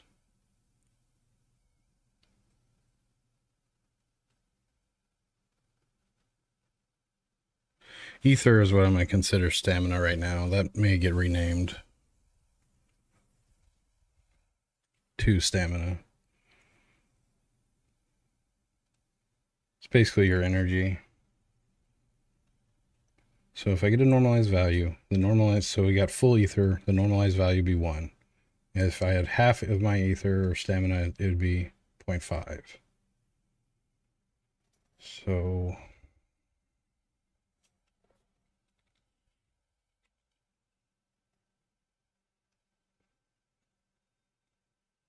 if it is less than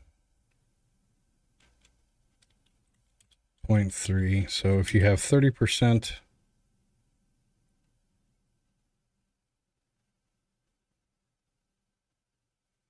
of your stamina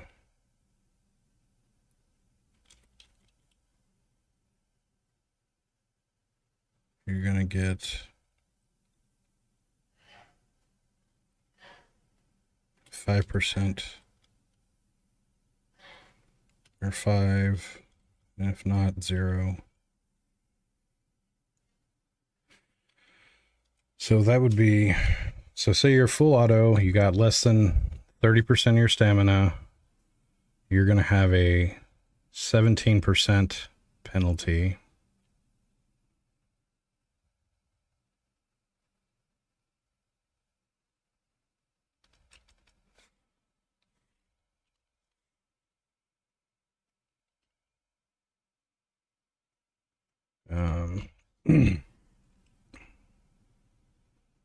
So now do I have the distance here, I think?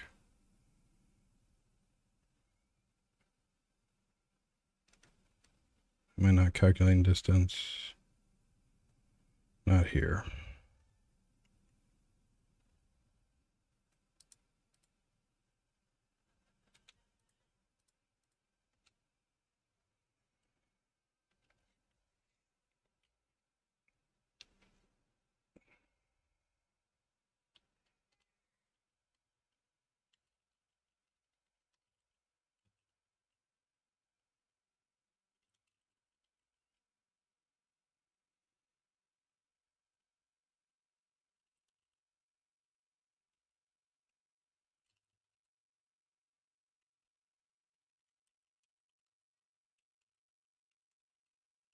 So the distance from the unit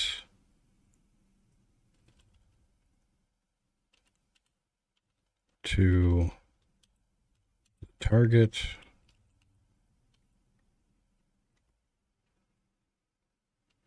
which curious to know what those numbers are.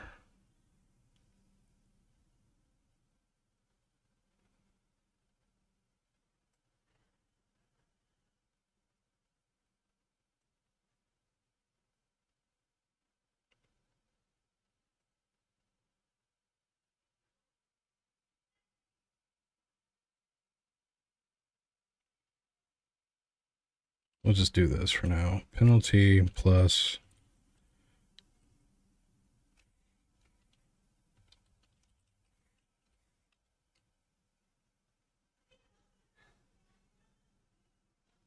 so the greater the distance, the more the penalty, which could lead up to like maybe 7 to 10%.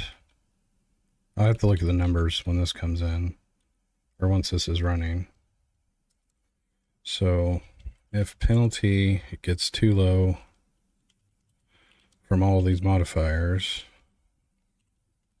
less than 25%,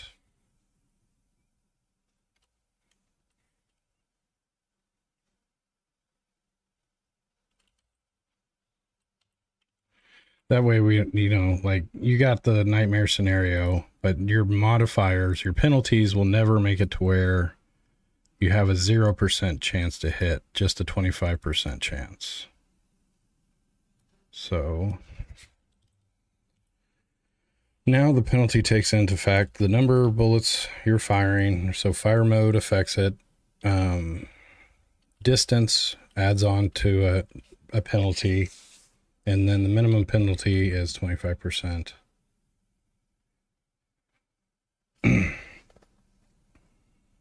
But that also means, yeah, that's fine. We'll play with that and see how it plays.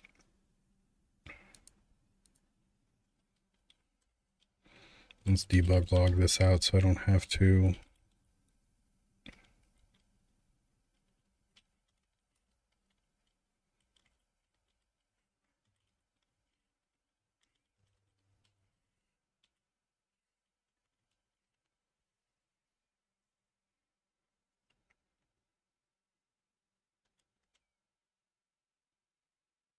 Okay.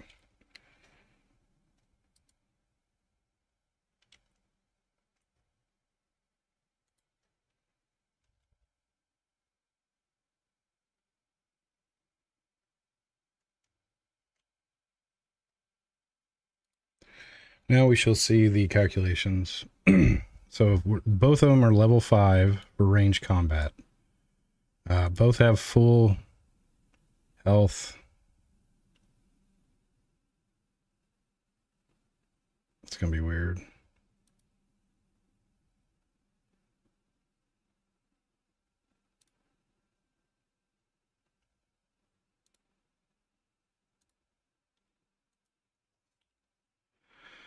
Distance of 12 right there. So that number is 14. Oh, wait. I think I'm increasing. No, wait, that's right. I wanted to increase. So let's see what the penalty's like right now. I guess it sold me. 26 is the penalty.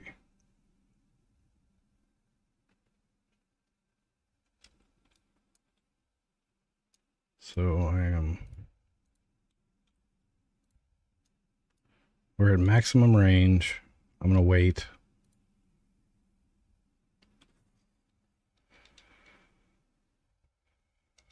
Penalty of 12.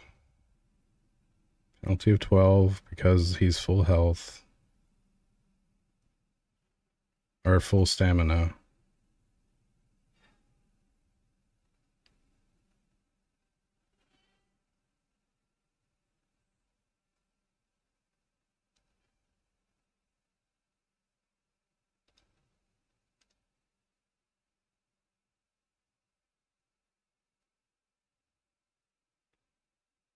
Oh shit, this is wrong again.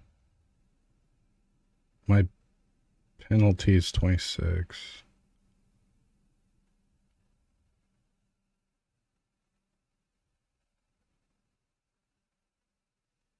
I'm always giving a penalty with this.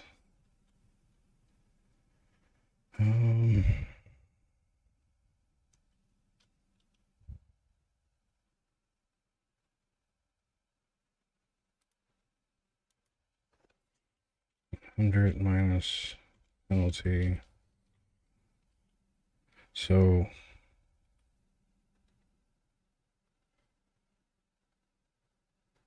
I think that's what I want.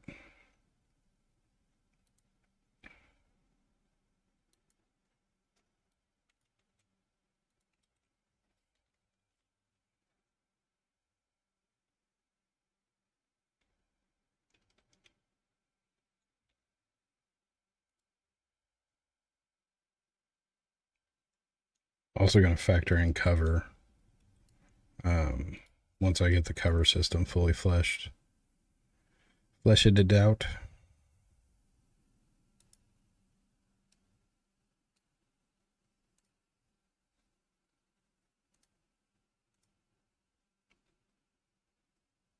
Max range 26.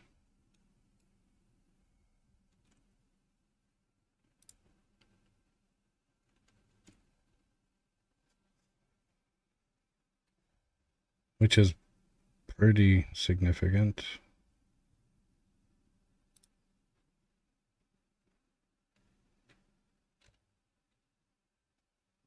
$24 because I moved up one.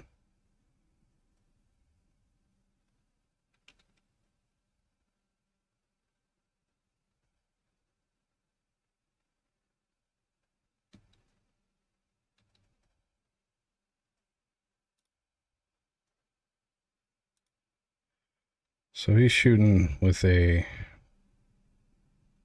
26% chance of hitting.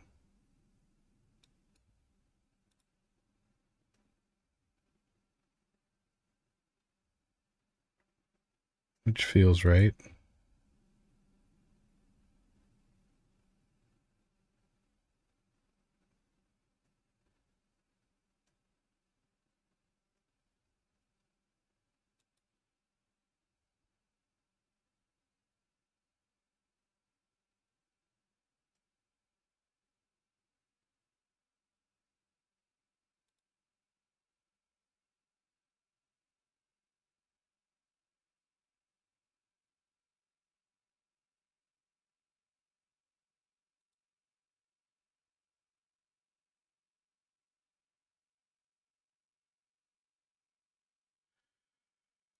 So we officially got some RNG in this biatch.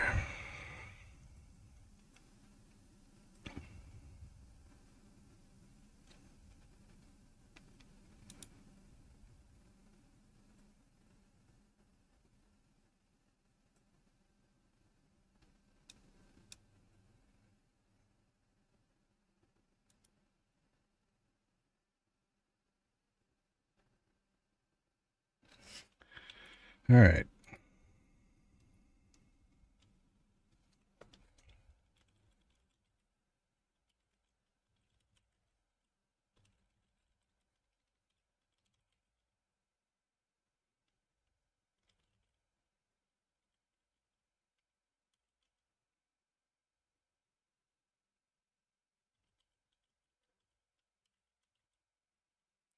Fire mode, fatigue, and distance.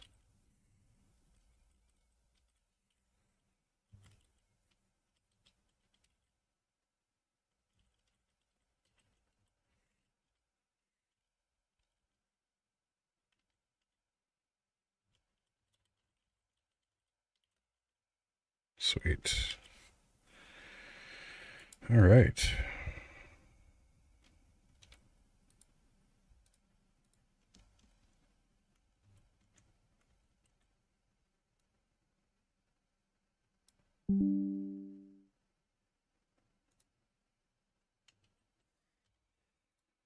All right.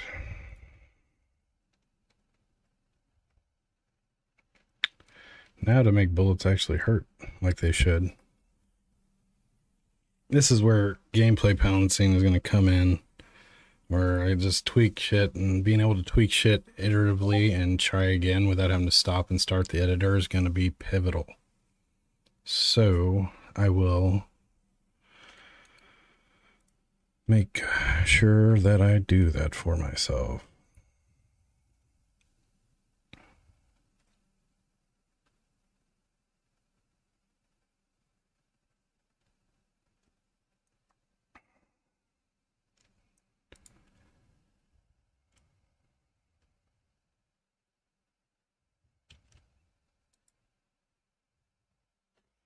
I will be right back.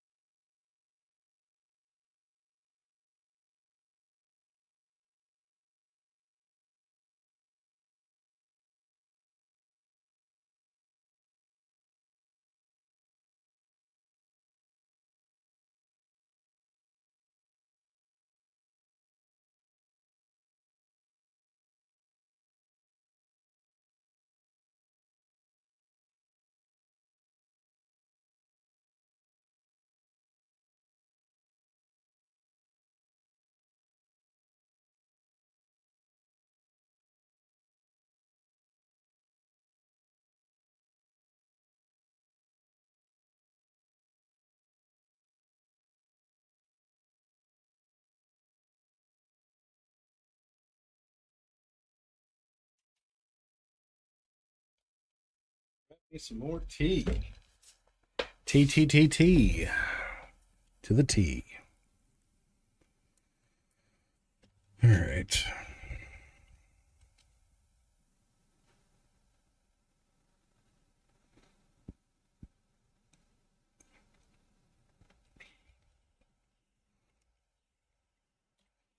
let's be a little crueler. The minimum penalty or the minimum chance to hit is 20%.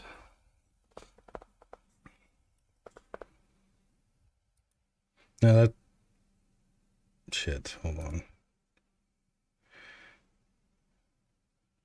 No, the higher the penalty, the worse it is. So here I'm got this wrong. I checked 100% there.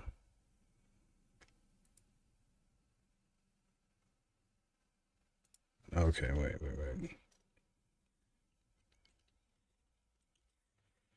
Is greater than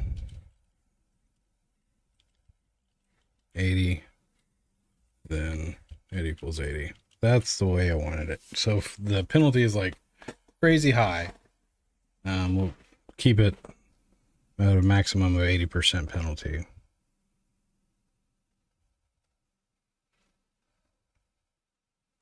Maybe. We'll see. Again, this will need play testing.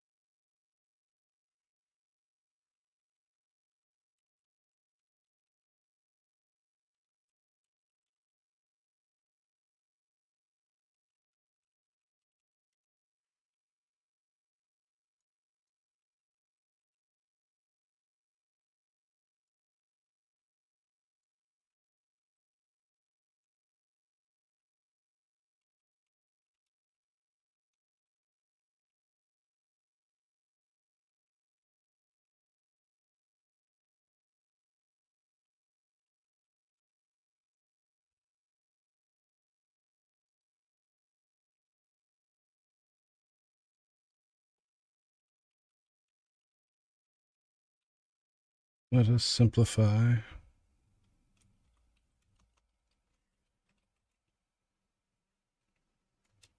Whatever.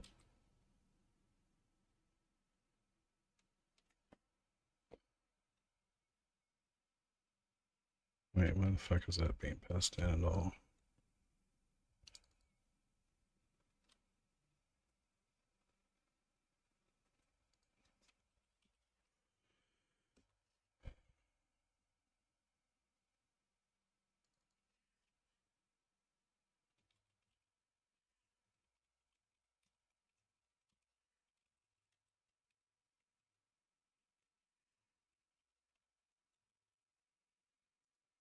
Okay.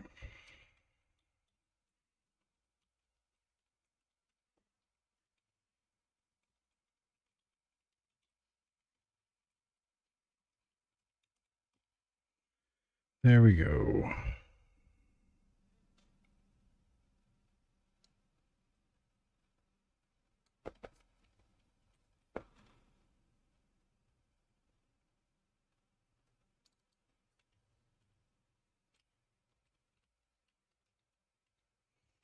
Singular line of code.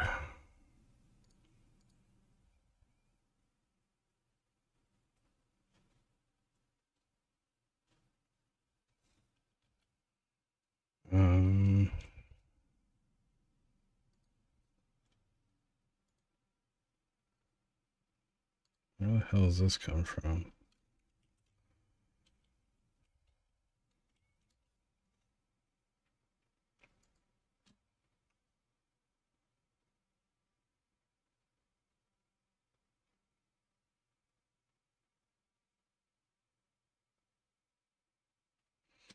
Is my memory really that bad? Yeah, it is.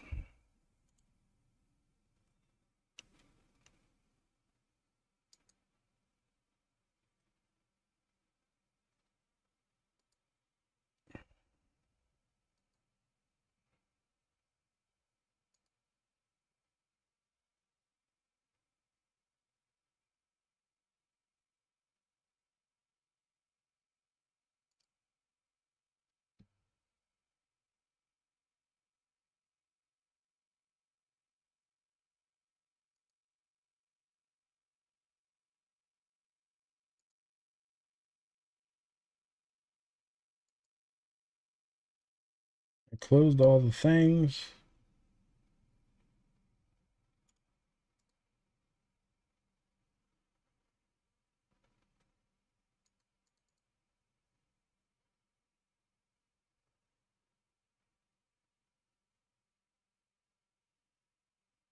Weird. Oh well. So now what do we? So we've got penalties or proficiency checks for range combat now being made.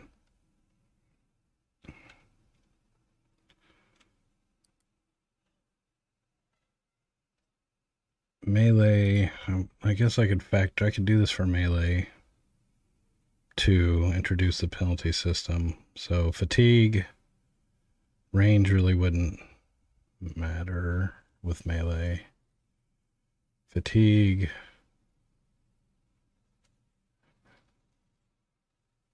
Injuries too. Eventually I'll factor in injuries.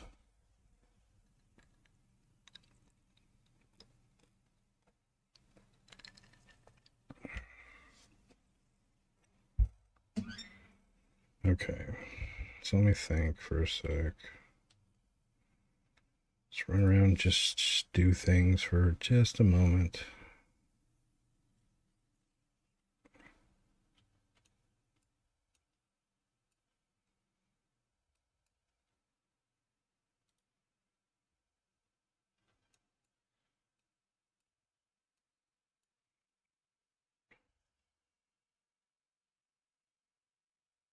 I thought I got rid of the health bars.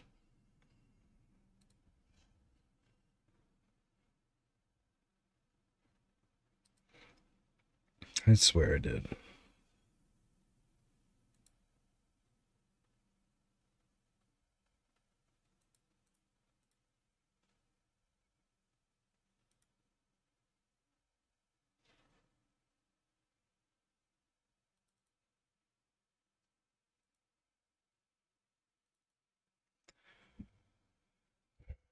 Really got to rename that.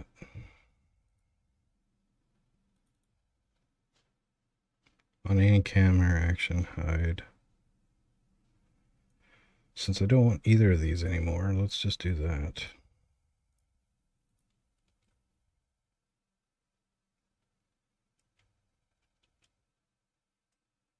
Hey, what's up, man? Shoot away. Shoot your questions.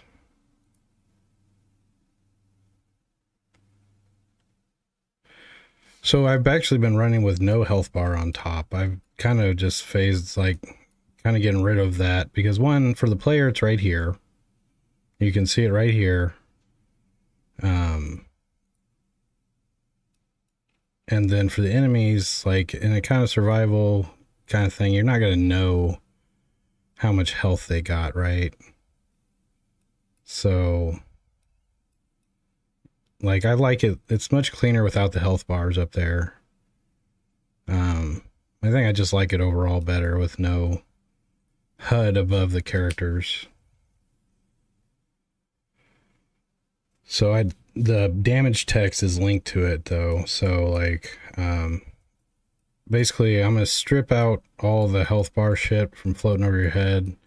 Eventually maybe you'll get a skill. You can like you can tell how much health someone's got left or something.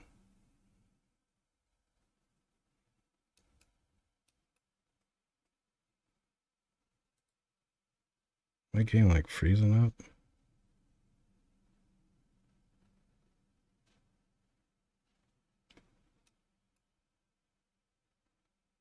So weird.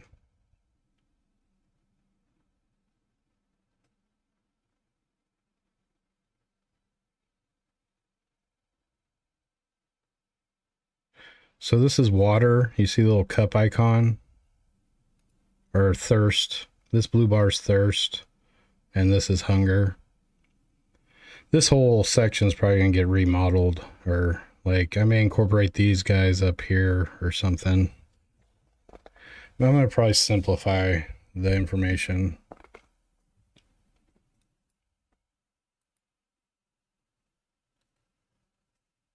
But so far, health, energy, well, I call it ether right now. Health, ether, which again, I think I'm just going to translate that to energy or stamina. Health, stamina, thirst, hunger are the bars. So health.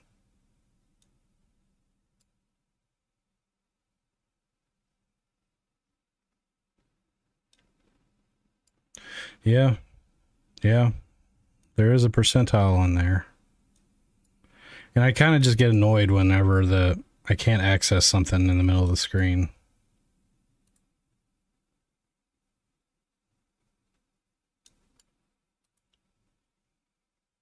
I'm getting a weird pausing now all of a sudden.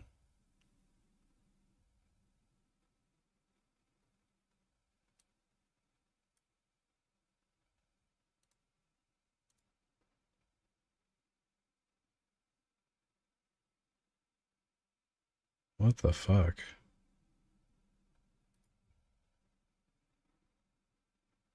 It's like I'm losing focus. Let me relaunch Unity real quick. It's been forever.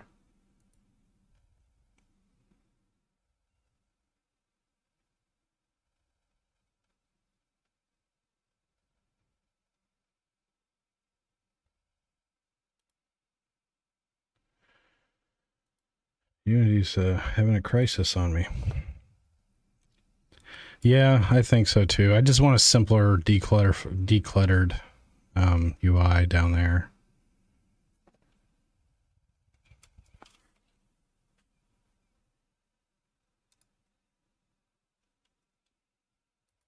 Let's do a check-in. It's been so long. Actually, let me see if this isn't bugged, and then we'll do a check-in.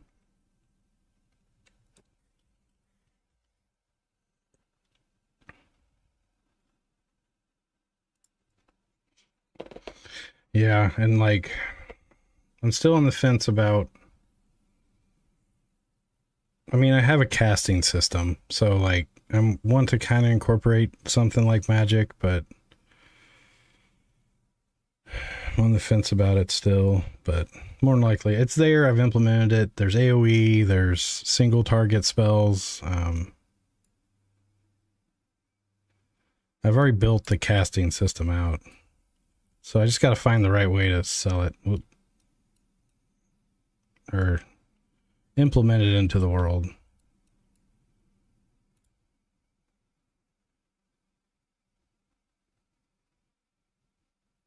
Yeah, all the spells right now are just kind of debug test spells. What the hell?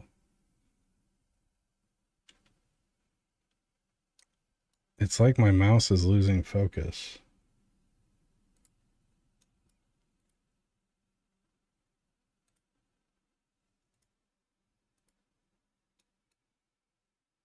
What did I just change and why did it break everything so bad? Oh, that may be it.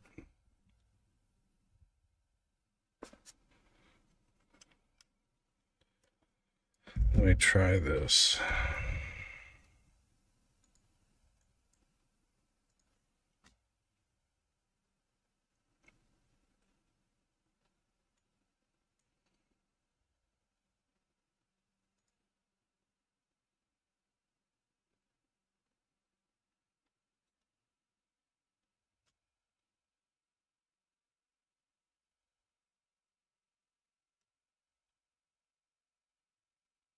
What the hell, man? Oh, it's each time.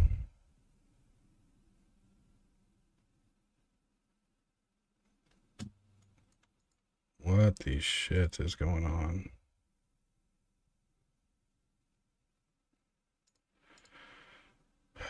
What did I do to hurt you?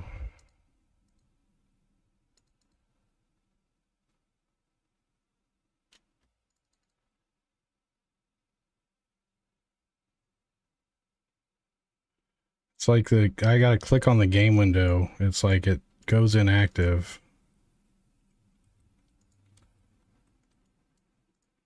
Oh, I bet you this does have consequences. But I don't know. I don't feel like this has anything to do with it.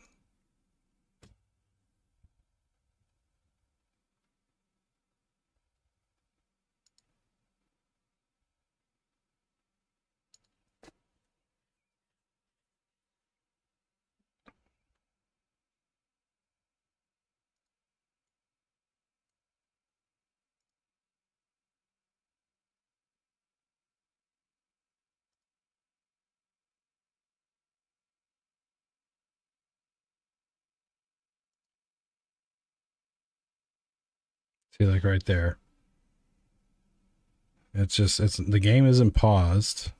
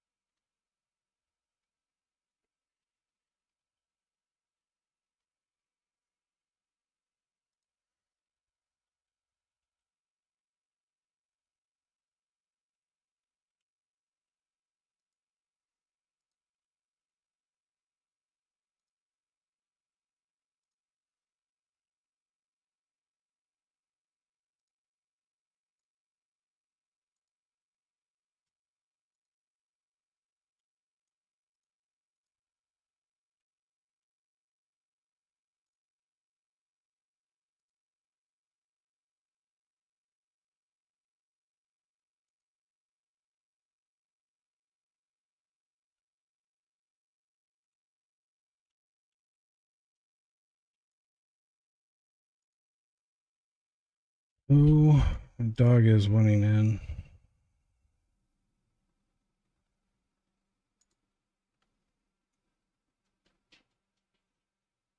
Am I gonna have to whip out the profiler? Yeah, Copper. Posted a picture of him a few days ago on Facebook. Analysis profiler.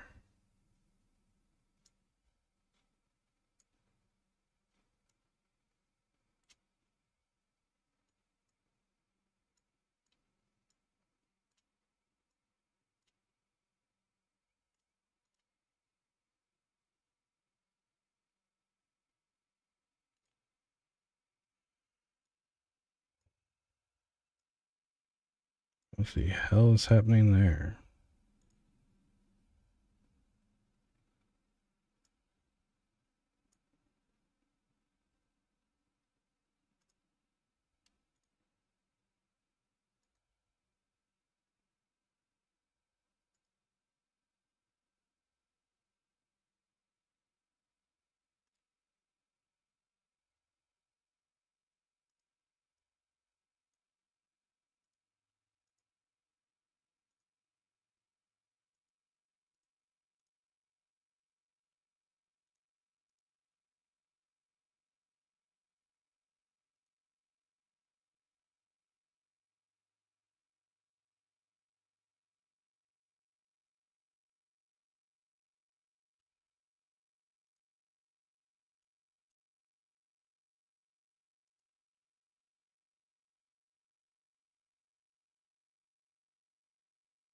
Frozen.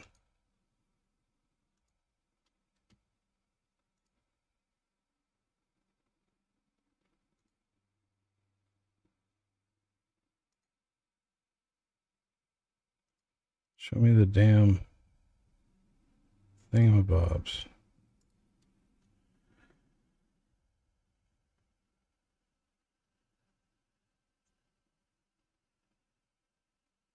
So we're live.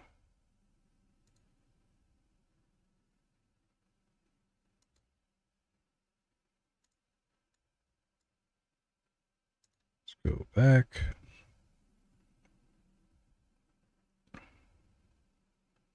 I think deep profile is what I want.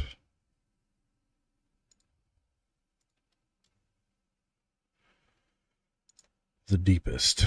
Give me the thick.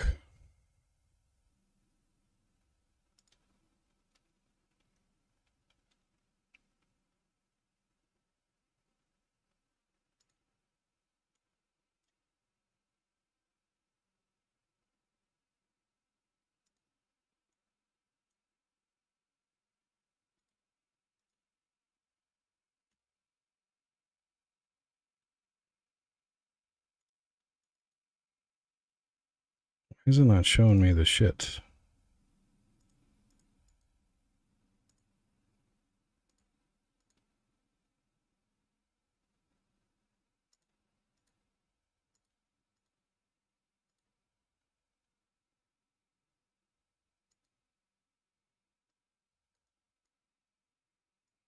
Okay, we're in the player loop.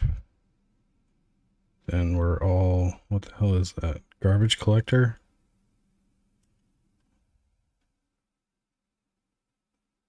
I don't understand.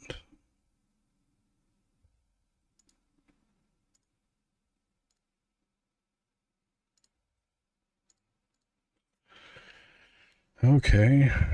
Fun. Mystery problems just popping up. That's cool. I like that. I respect it. I don't. I don't at all.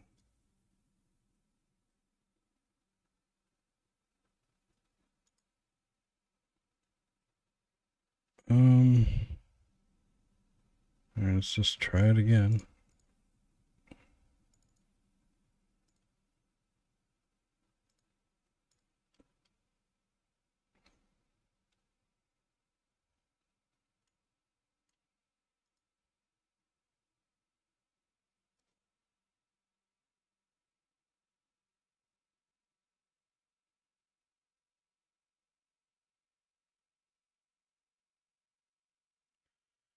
What the hell did I do?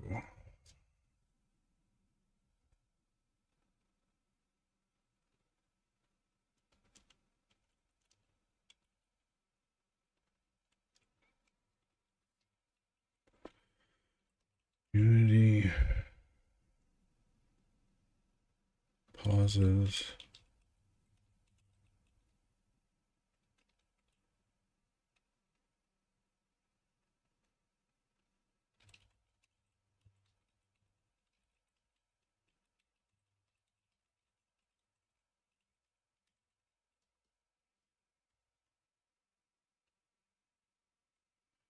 Oh, wait. Do we have errors? No, that's not it.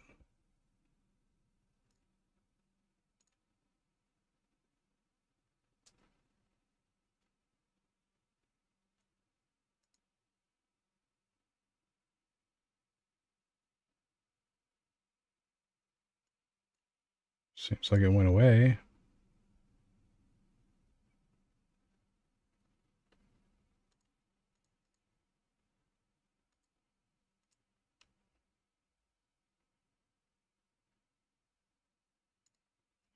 Maybe I was getting some silent errors because I had pause on error. I bet you I was getting some errors that were happening and were just getting swallowed.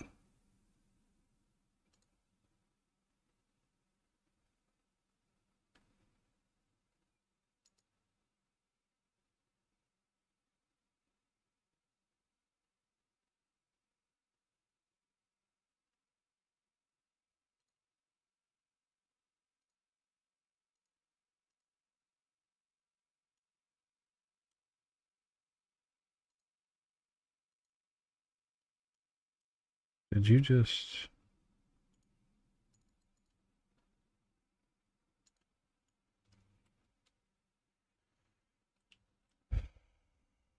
How the hell did you get there? You're a special kind of dumb, aren't you, sir?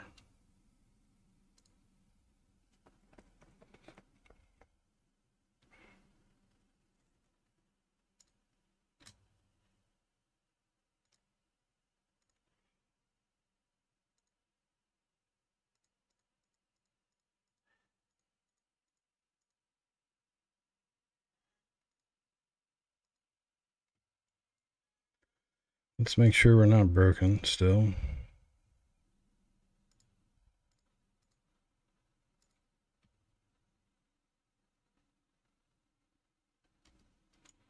Okay.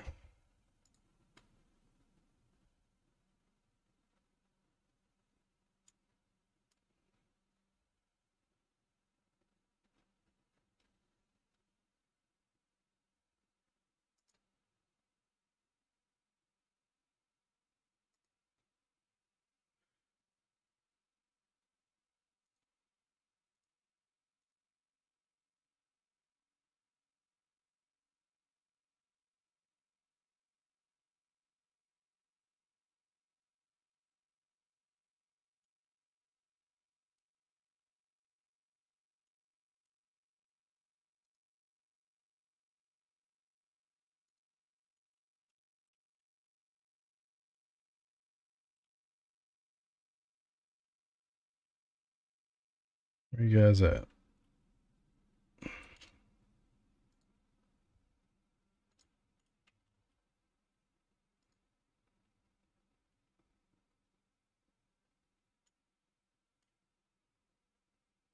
Figured they would have found me, but now.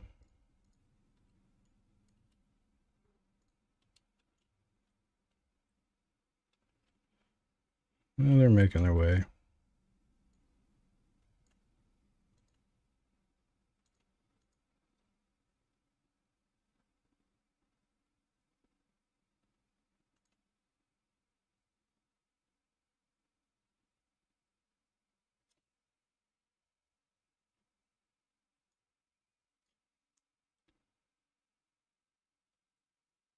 Um,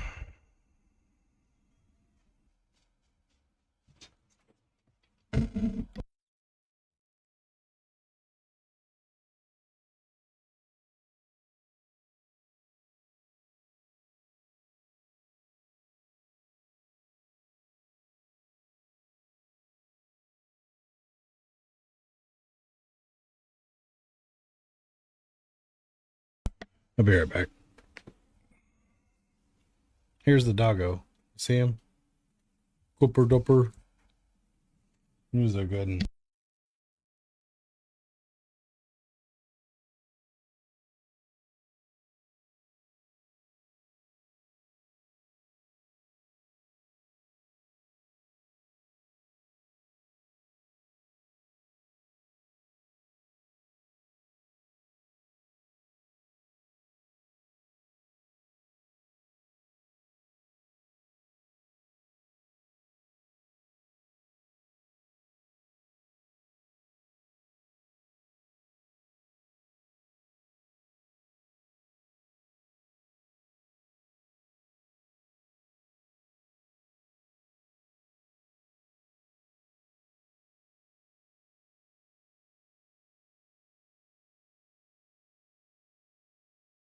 Alrighty. Let's see if I can replicate our issue earlier.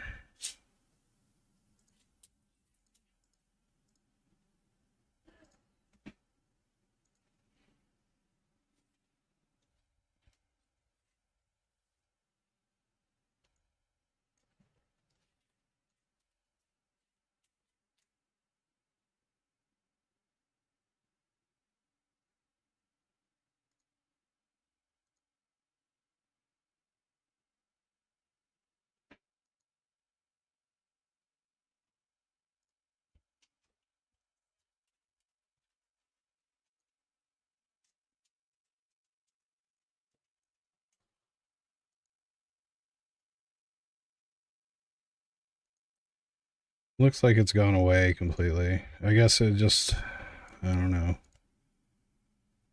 what that was, but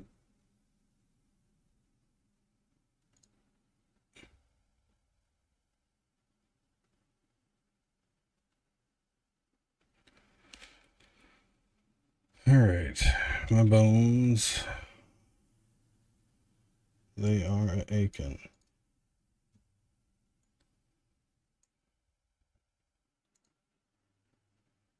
Alright, so I'm gonna do a check-in. Just too much going on. Disable and edit more drawers. What?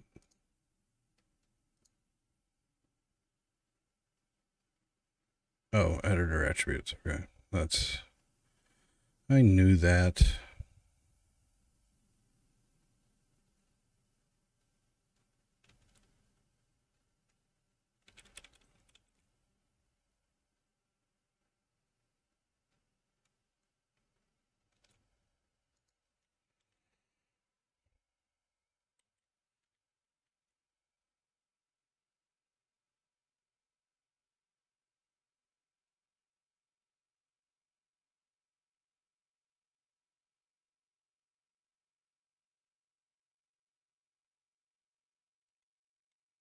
Combat, camera, pathfinding, skills, and more.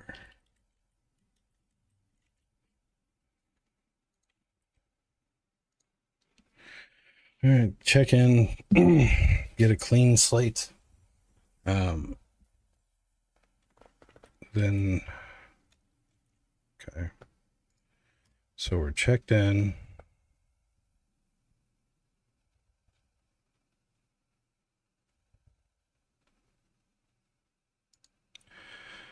All right, so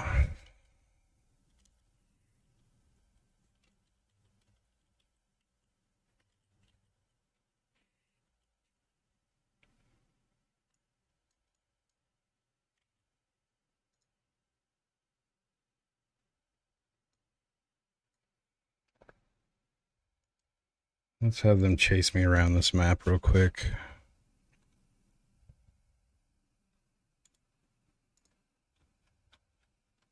Just gonna pick some bonkers shit. A lot of the collision over here isn't set up yet, so I can walk through walls and whatnot. Now see, the second they both step on each other, well, one detects that it's gonna attempt to step in a spot where the other is, they get kind of stupid. I need to correct that. But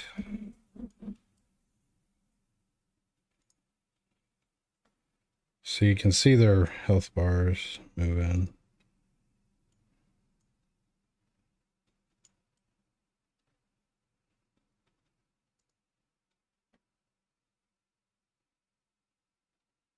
He missed every shot. Again, the collision isn't perfect on this side of the map yet. And there's some ghost walls.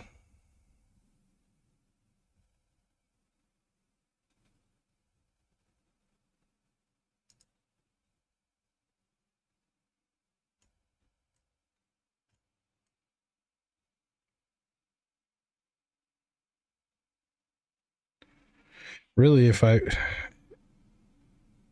think an easy way to address some of that BS. They should have been able to catch up to me by now, but I think they're canceling the path they had and recalcing too much. Like right there.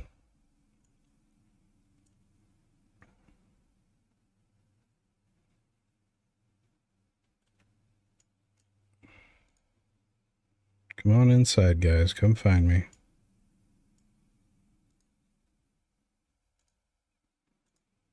See, like, what are you doing? Why are you walking this way?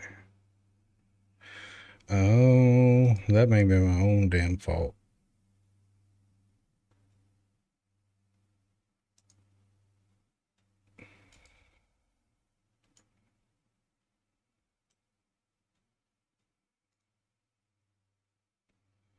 Yeah, I'm pretty sure that's my code. Fucking that up for him.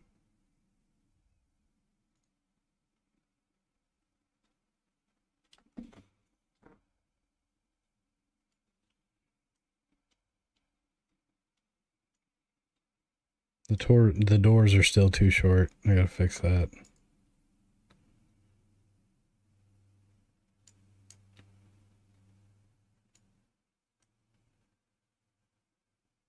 Um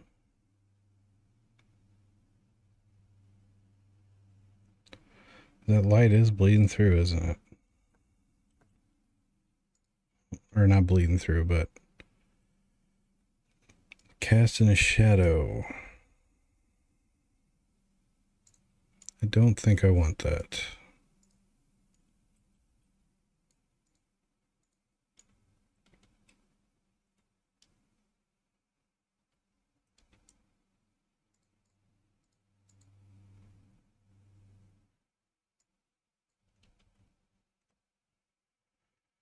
So for all those pieces, they have cast shadows on.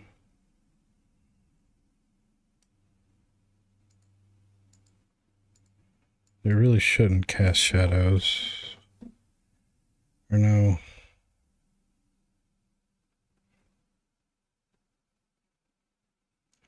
It's these bars, these black bars shouldn't be happening. I do want them to cast shadows, but only on the inside.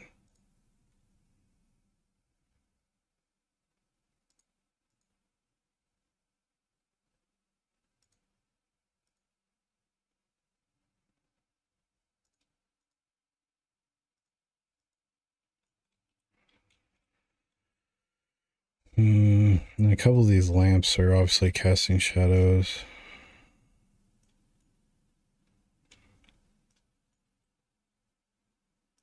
Is it because it's back faced?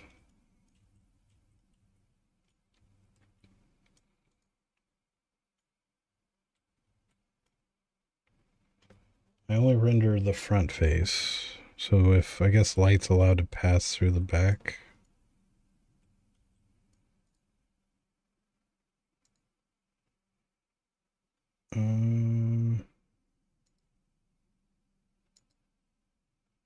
There we go. But this has the downside of that. So I need to find...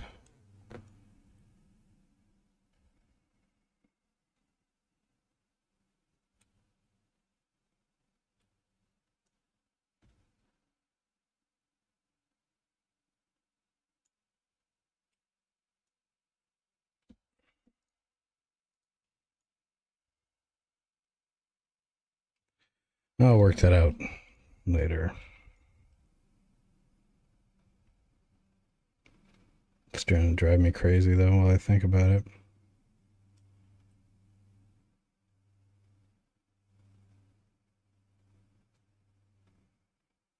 So we're at a clean slate.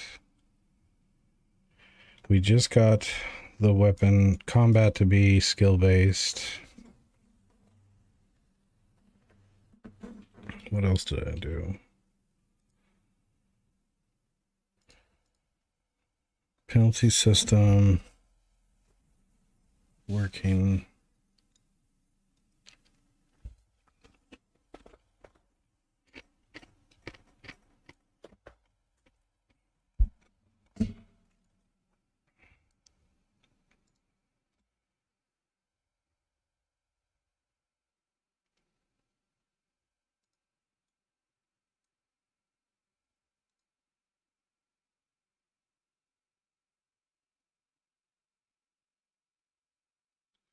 No, let's cut a build. It's been a while. I want to see what the build runs like.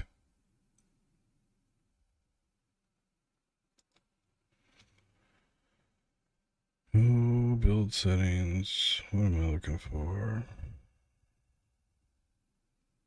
That's it. Player settings.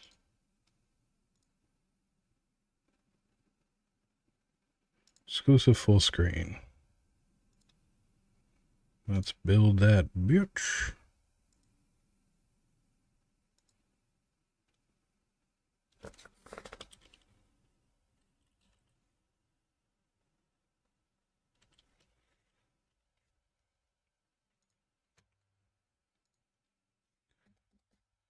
All right, so I'm kind of build a copy of the game now. Like I could send this to you, TJ. You can actually play the game, and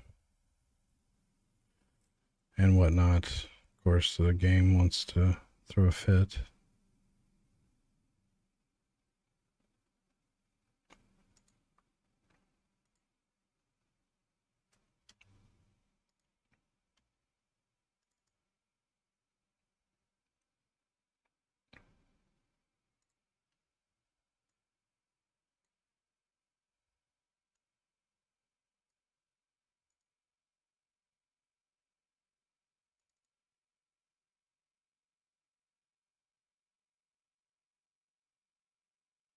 You what?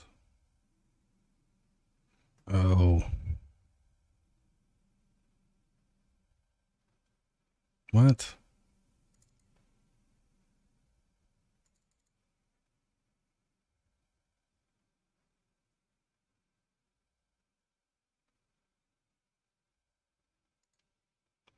Let's try that again. Because that's complete bullshit.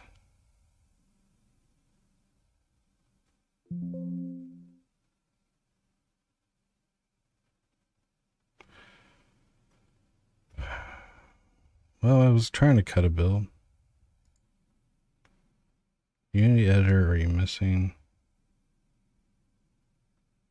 a reference?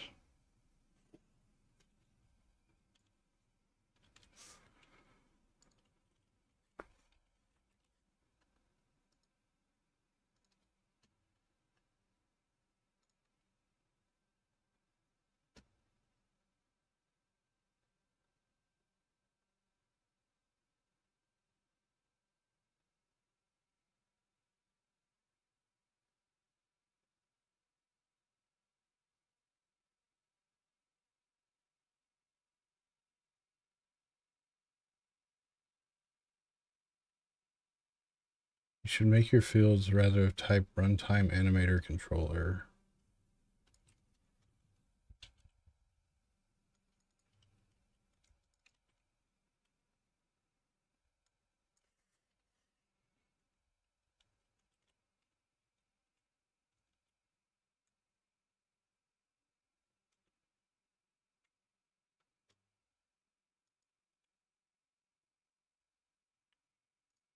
Weird, I did not know that. I swear I've cut a build with that class just the way it was.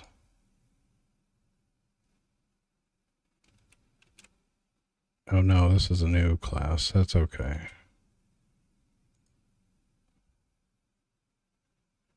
In fact, that's logic that I'll probably jack out or take out later. Okay, that's not so crazy now that I think about it.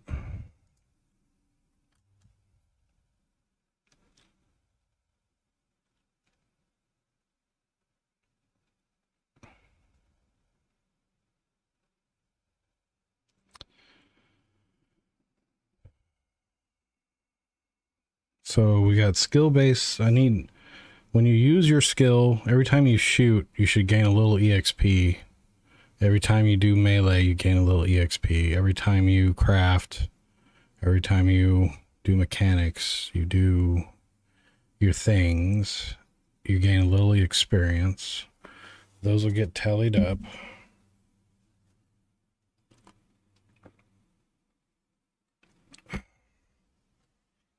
I've got to get the saving and loading system going sooner than later too. Like, I really need to get that ball rolling. But sometimes that's just the way it rolls.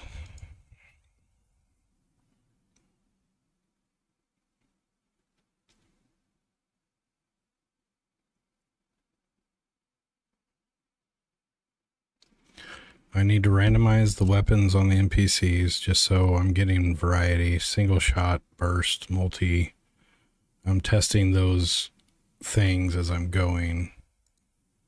Because right now everyone just got a full auto, which isn't right. Well, I mean, that's fine, but everybody's shooting 6 shots every time. Oh, the reloading and ammunition. That's another system I need to start implementing.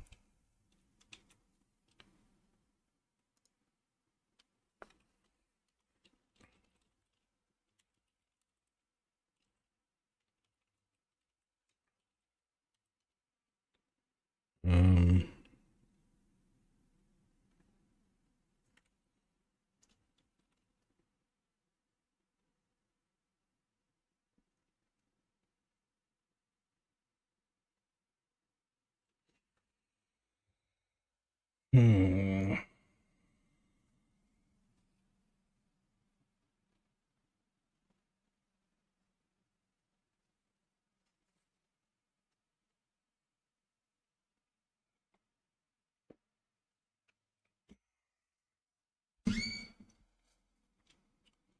What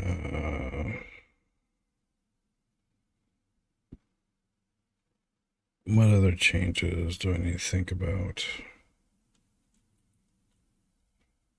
Weapon and ammo.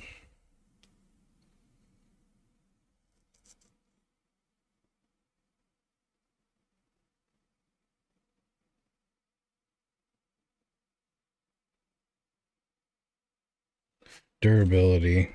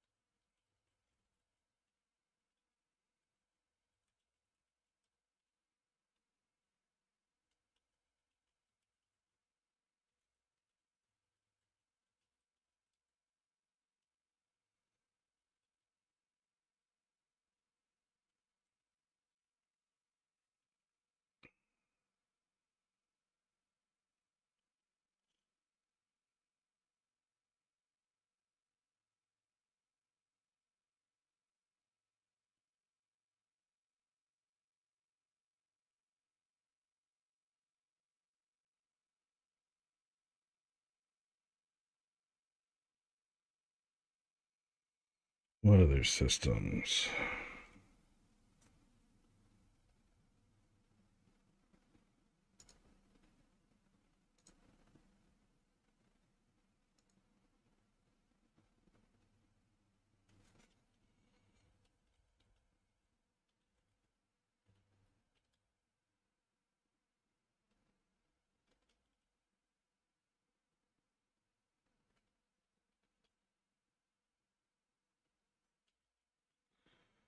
So the crafting system and UI elements.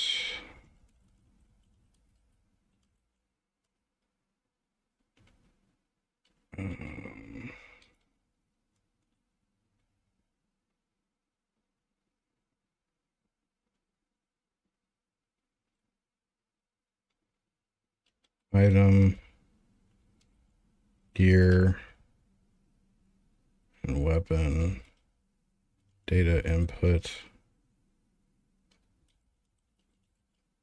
goal 30 items.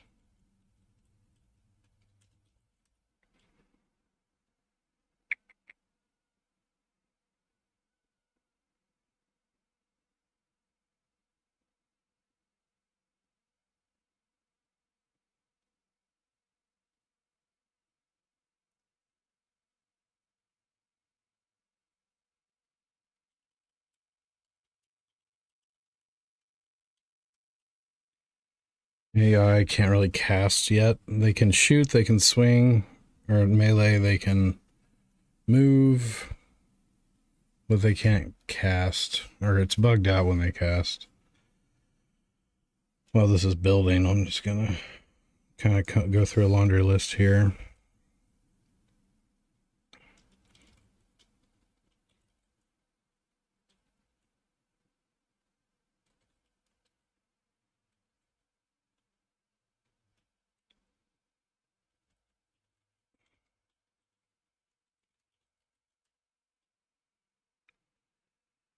Um,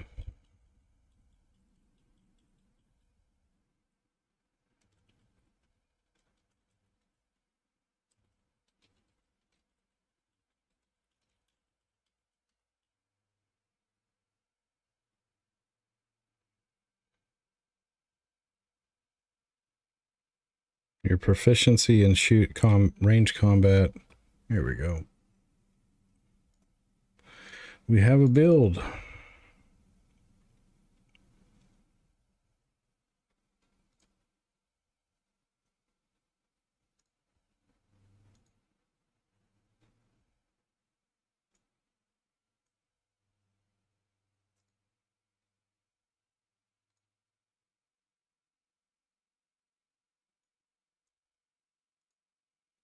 I should do more regular build tests. Like that whole hiccup I just had a second ago probably would have made me realize it was an editor thing. So there they are. It's like right here, boom. They get hung up because they can't. I invalidate their pathing because they try to step. Their current path that's cached has a position where an enemy is now sitting, and they just quit, essentially. When that happens, they just, whatever. So I got to prevent that from happening.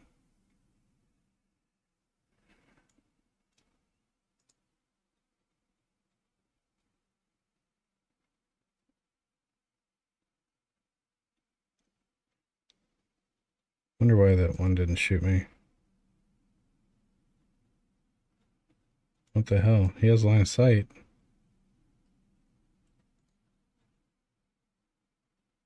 I can shoot him. What the shit? Shoot me, homie.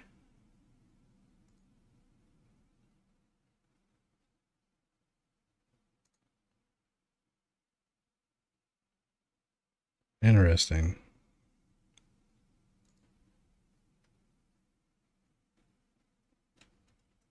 Is that on my list?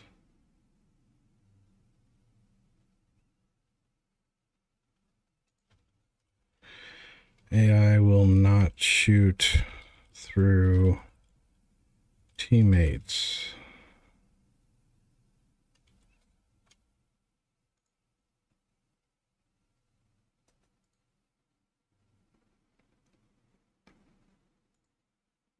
Why is he the only one shooting?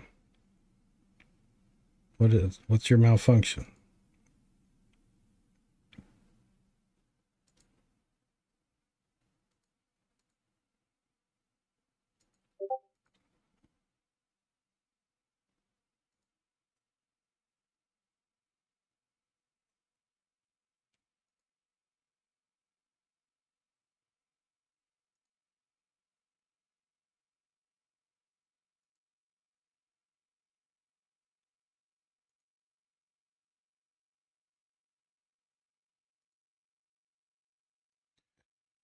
The shoot logic too. Again, they just got. You can tell when they got hung up because all of a sudden it's just me taking my turn real fast.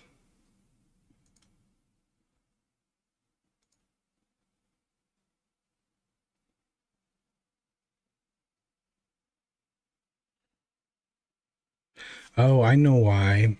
Only one of them shooting. Oh, I know exactly why. Okay. So I made a change to the shoot action.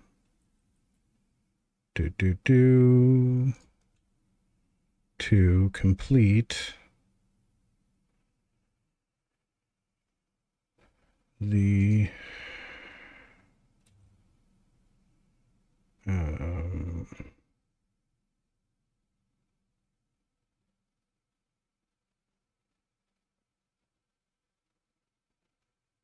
that's in the update. That's right. Can shoot bullets.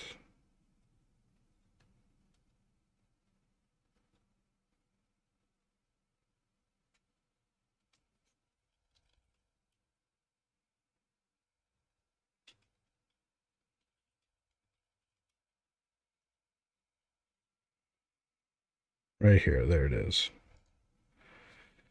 So if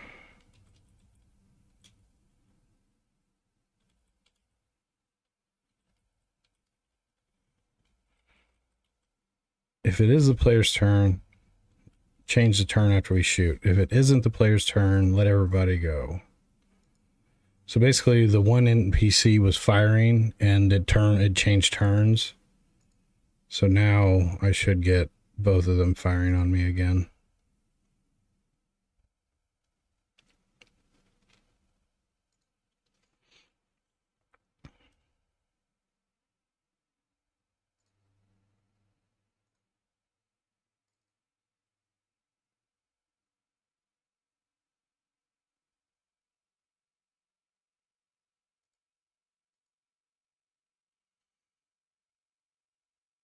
That might be a race condition, that error right there. Something I may have to take care of.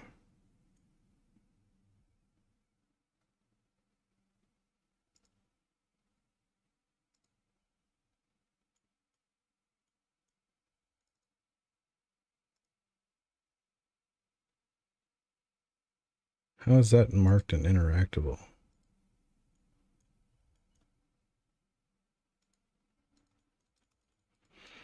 Well, I found a new bug.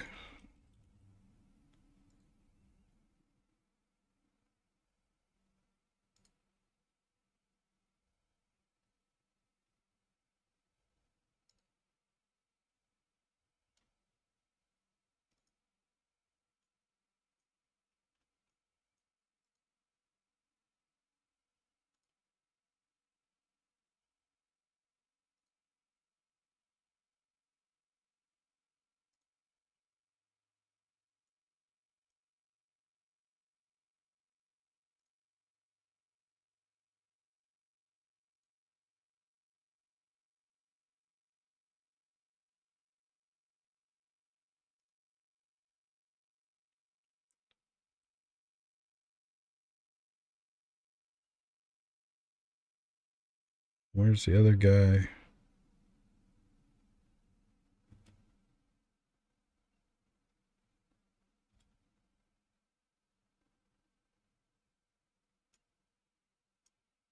He still hasn't made his way out of the bar?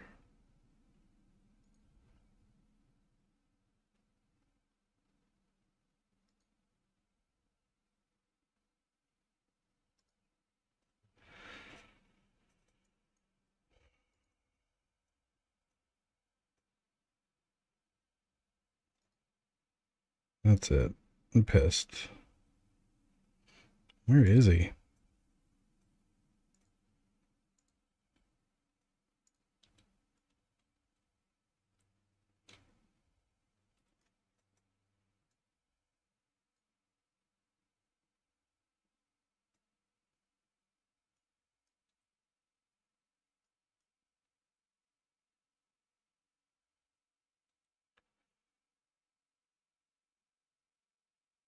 Yeah, that's my code.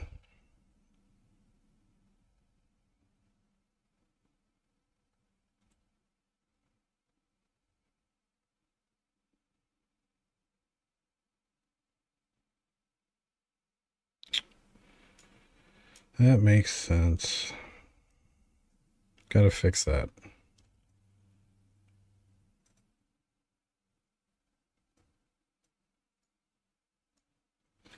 Let's retry this test.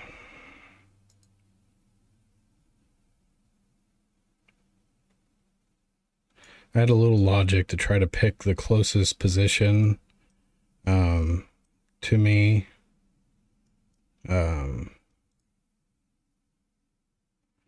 But what was it? It's conflicting with the actual pathfinding results, I think, is why we're getting hung up like that.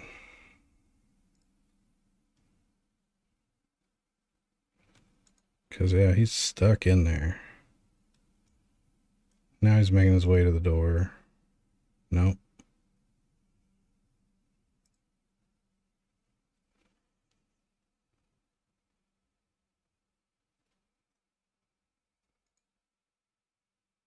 Holy shit. Yeah, I know what code is doing that. That's bullshit. So instead of trying to get him to come out, let's just get him to be out in the yard.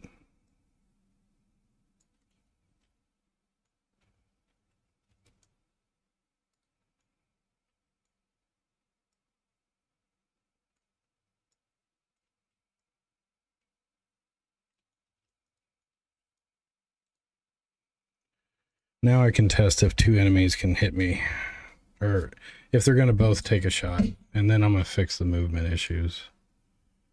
So he's now took a shot.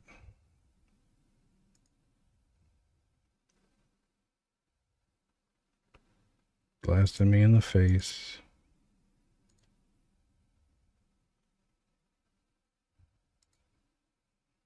I gotta hide that stupid indicator.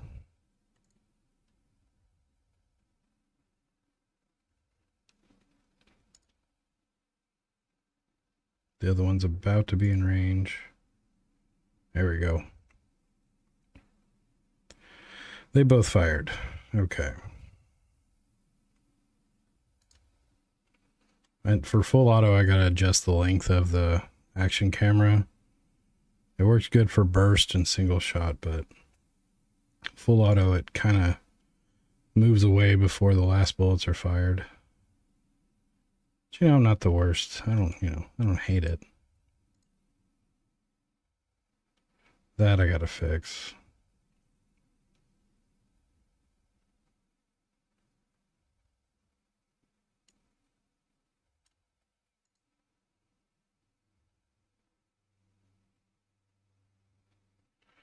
It looks fucking good though, man. It looks so good. I love it. It's like a little child I've been nurturing.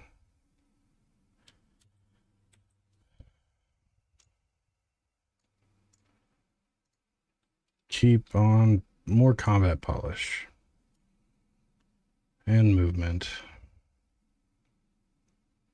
So for the AI, what I do is enemy AI, there we go.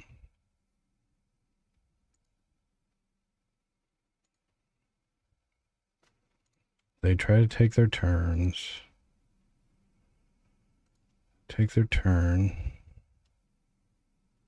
Then for each base action, every action they have, they determine which one is the best. And this is where I mess with the damn pathfinding.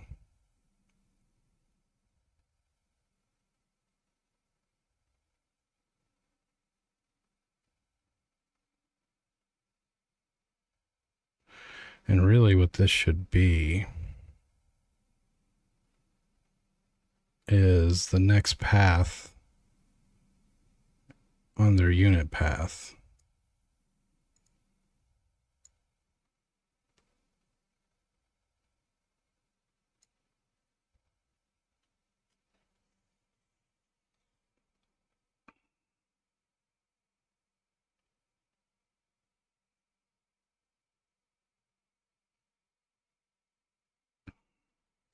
I'm going to be in this section messing with their pathfinding, like, because right now they just are trying to find the closest path. But what I need to do is every time the AI sees the player, they need to log that position. So, oh, you're in my sight, I can see you, and store that last known position. They will calculate a path to that last known position, cache it, and then as long as the no event, as long as the player is within X number or a few tiles of the last known position, no need to recalculate path at all, unless you're melee. No. So they'll constantly work towards your last known position, which they will be updating as they see you more. They stop seeing you. You take off around a corner. They will now path to the last known position. Every time they see you, last known is updated. When they can't see you, they move to that position until they get there. And if they don't see you within X number of turns or whatever, they'll wander. If they get to the last known position, they don't see you, they'll wander around that looking for you, and they'll have like a searching icon on them. And then after 2 turns of searching or something, they will go back to not knowing where you're at and just doing their own thing. So let's implement sight for the enemies. So my Fog of War system pretty much handles it for me.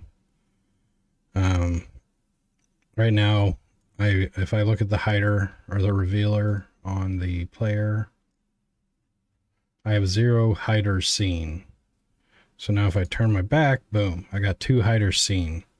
So I can tell very easily right now, does the player see any enemies?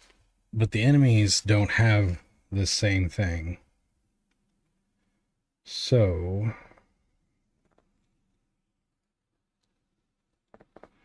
I'm going to give it to them. But I don't want it to affect the fog of war.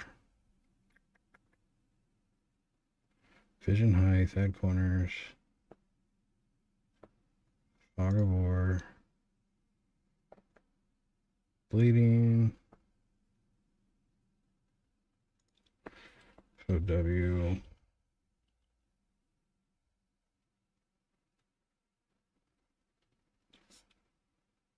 I'm gonna go look at the Teams demo real quick. Because I know the Fog of War system supports sides, basically, or factions.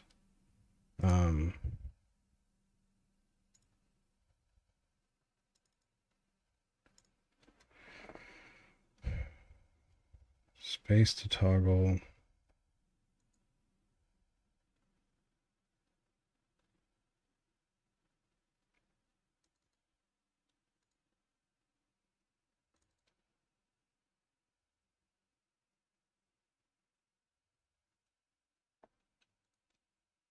Change teams.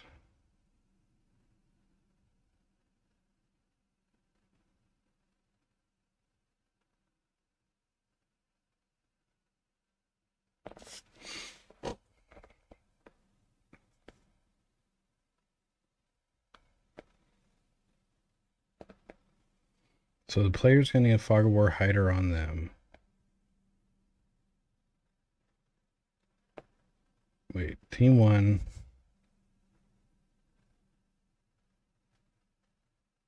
Yeah.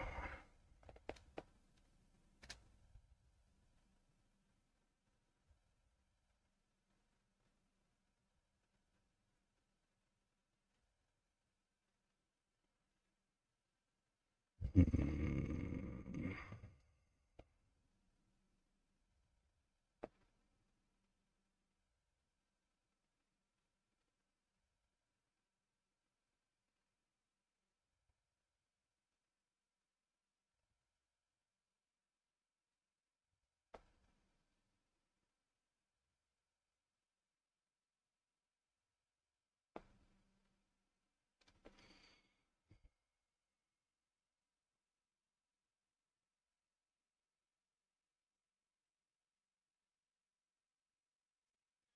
I'm going to put a revealer on one of the units and see. Essentially,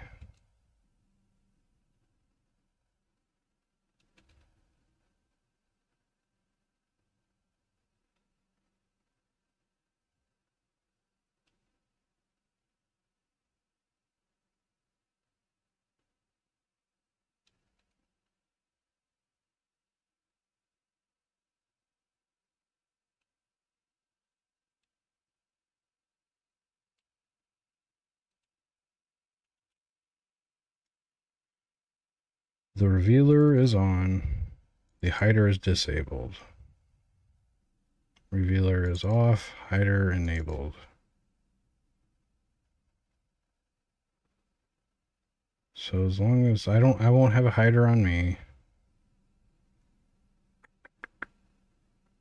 How can I keep the revealer from revealing? I don't think that the team system exactly is what I want, because I could try to repurpose this as a AI vision system, and the logic's there. I just gotta probably make some tweaks. So let me think here.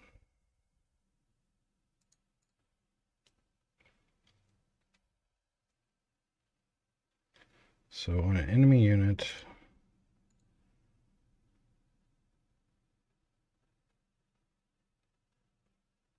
we got the hider. Now I'll add the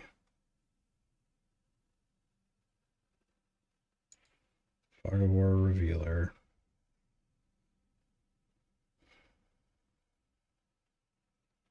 Copy this from the player.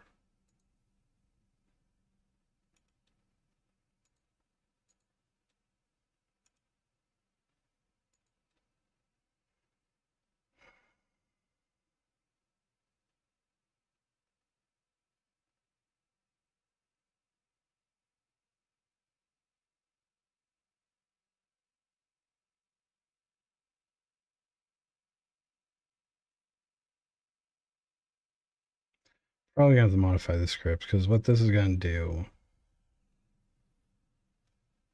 is reveal. Yeah. So if you look at it,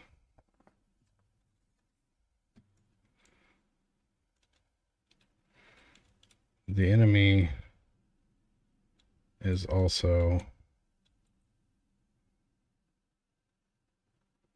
seeing. Which one did I put it on for?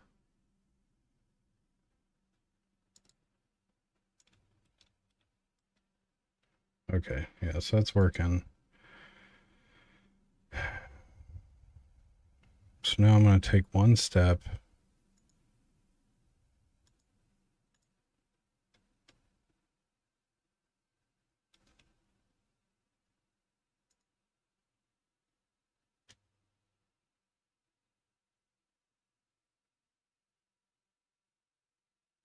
Unit 4 can see.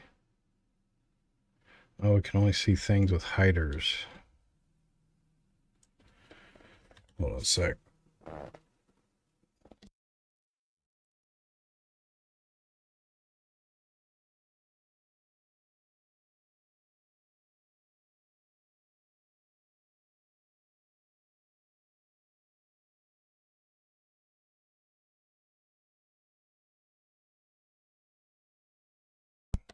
They're getting tomorrow off at schools. Well, these snow days suck way less than when I was a kid.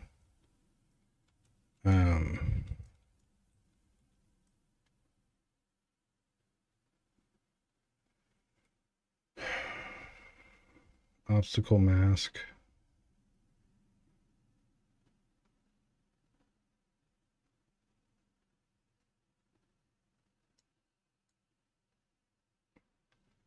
So the enemies.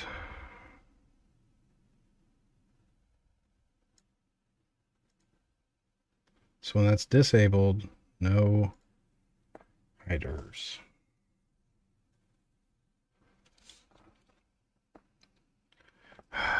It's like perfect system. I just need it to work the reverse way. Like I want a revealer on him, but I don't want it to reveal his actual vision. I have a revealer on him, and that's the only one I want to work. So let's see here.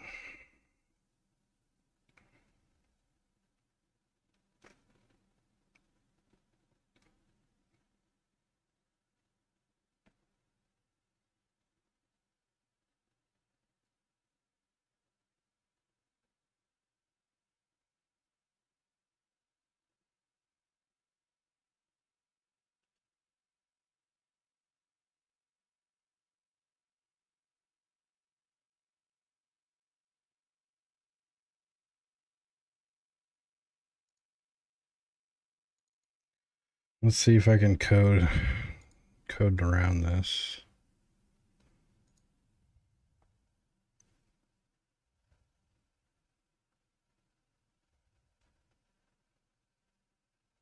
Although this is using the job system too, so init revealer. Angle between cleanup dir from angle, get Euler, iteration, raycast, set hider position.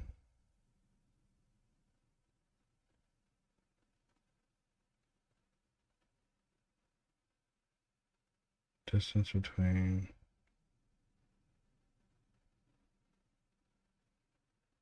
And reveal hiders.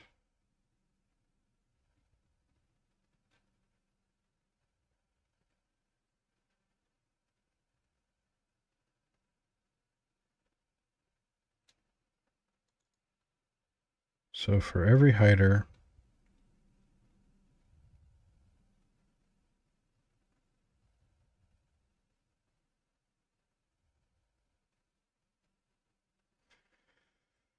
oh,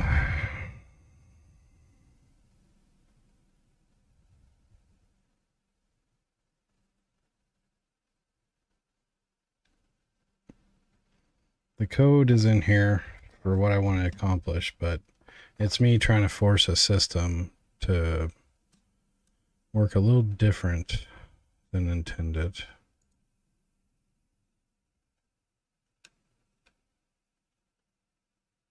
What I want is, let's edit this bad boy.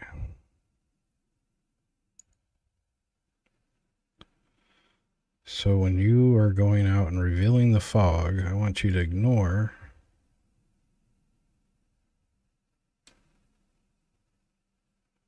set bounds, fog of war,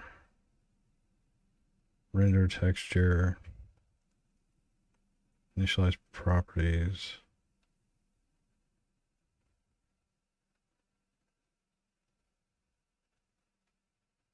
Set fog shader.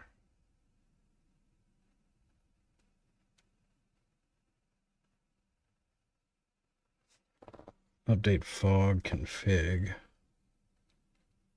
Update circle.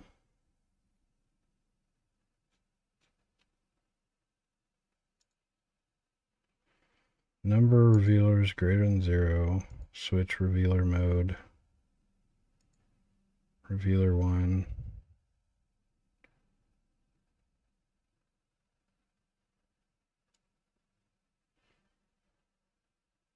Line of sight phase 2.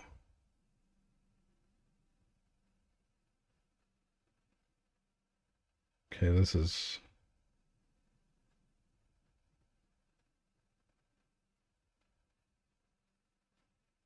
use regrow.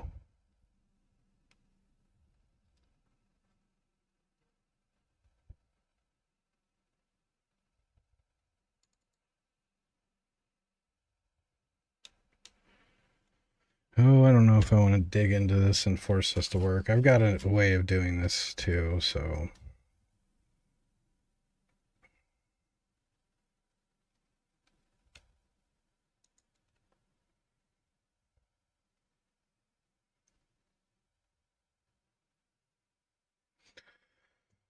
Oh.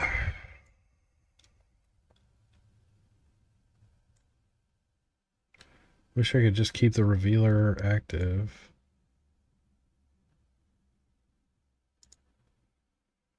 But then I'm going to need a hider.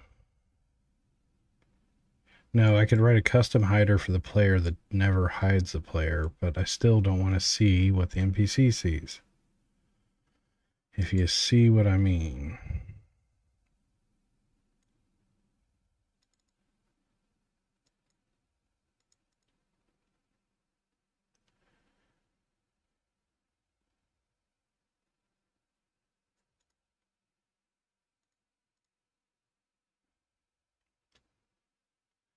Yeah, the system isn't quite up to what I'm wanting it to do.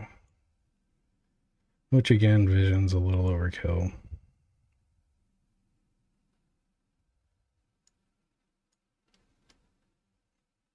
It just makes sense. The code's there.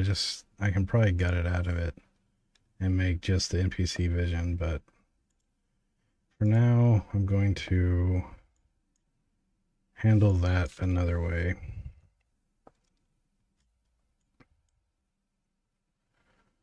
I'm going to handle that a lazy way.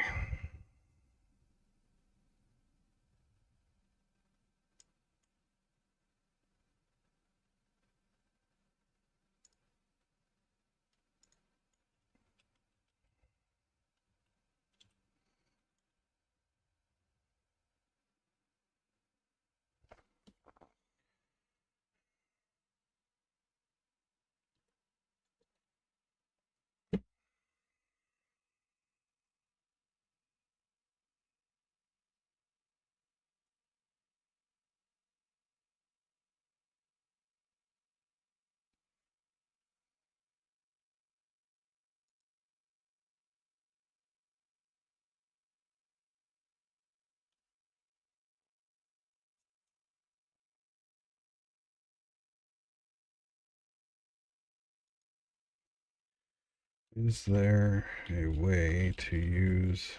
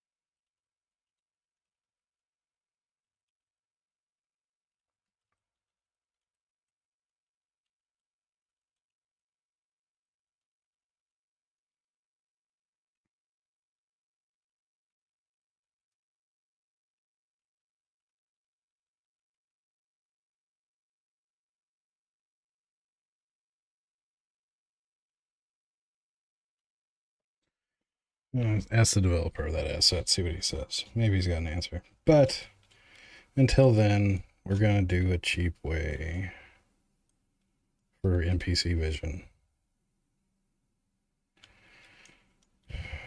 What is the cheap way?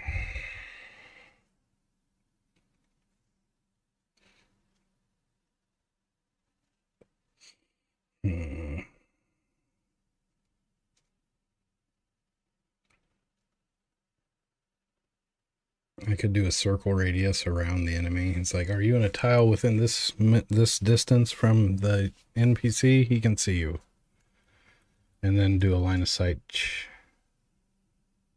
Oh. Oh. Well, I only want to shoot line of sight in front of the player. That's right. If I do every tile in a circle, so he could line of sight well directly behind him as long as there are no obstacles.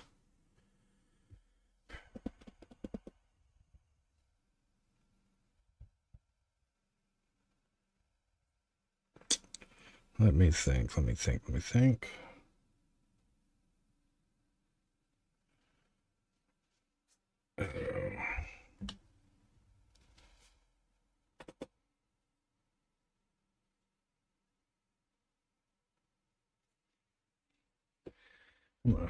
I'll be right back.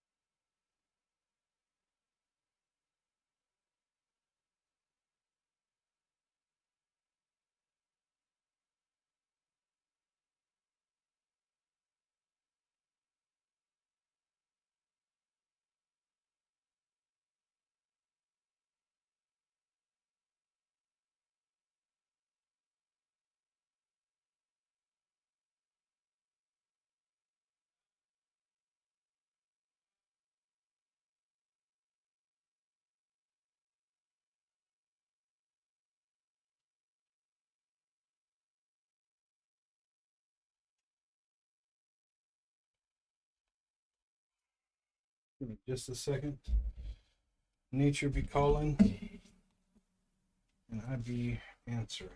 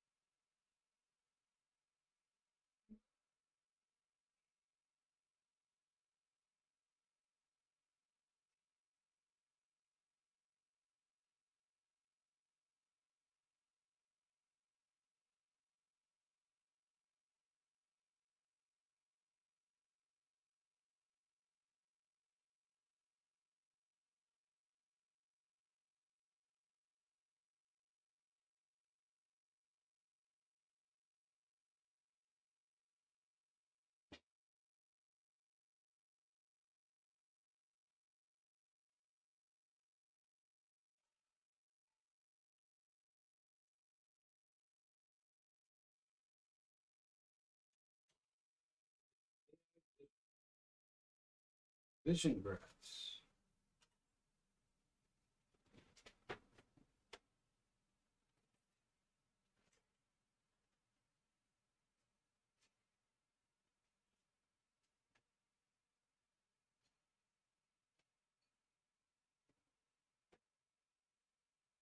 Hold on just a sec.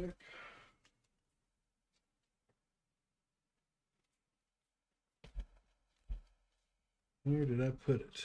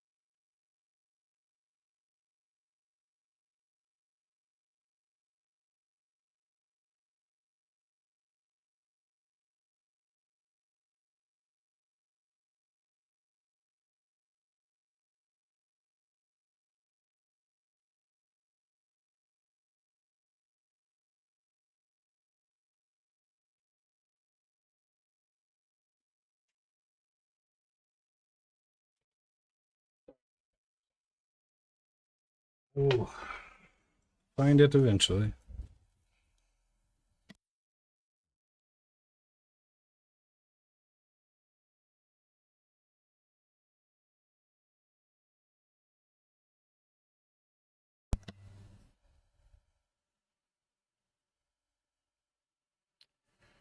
All right, well, we'll think about that in a minute. So, AI vision, how would you implement this?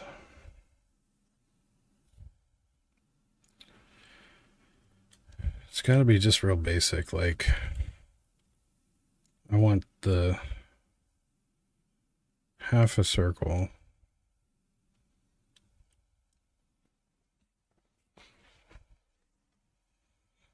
But I want it to also collide with obstacles like the walls and not be too expensive.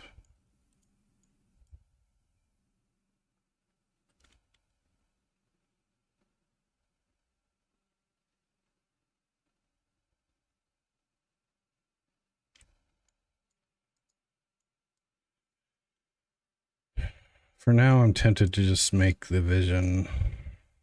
Let me just go look. Hold on.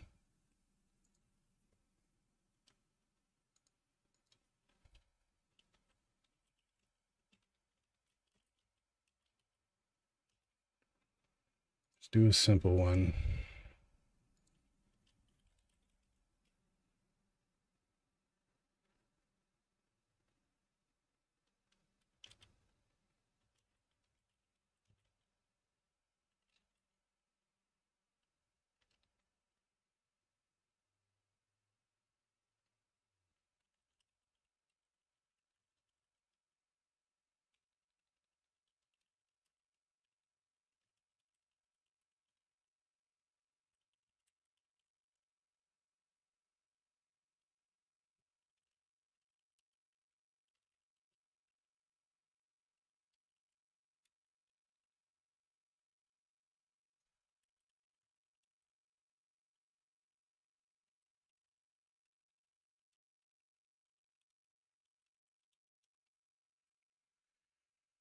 Mm,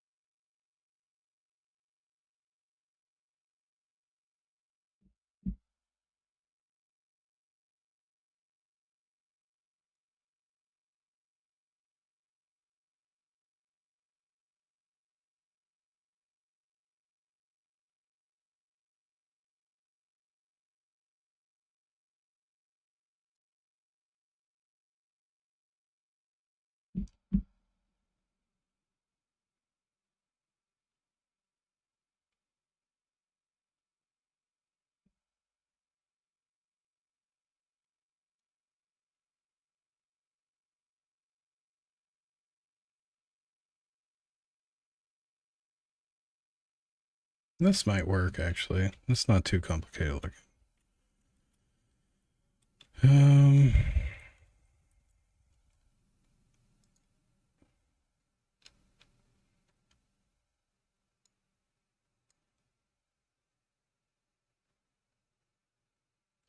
Hold on, I'll be right back. Someone's hollering for me.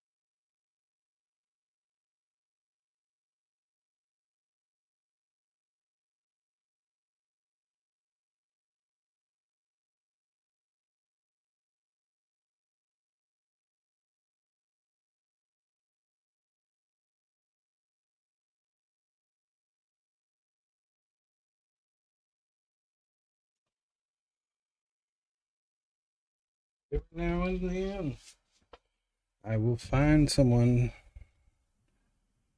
So if I'm getting ready to take a turn, I'll update their vision right here.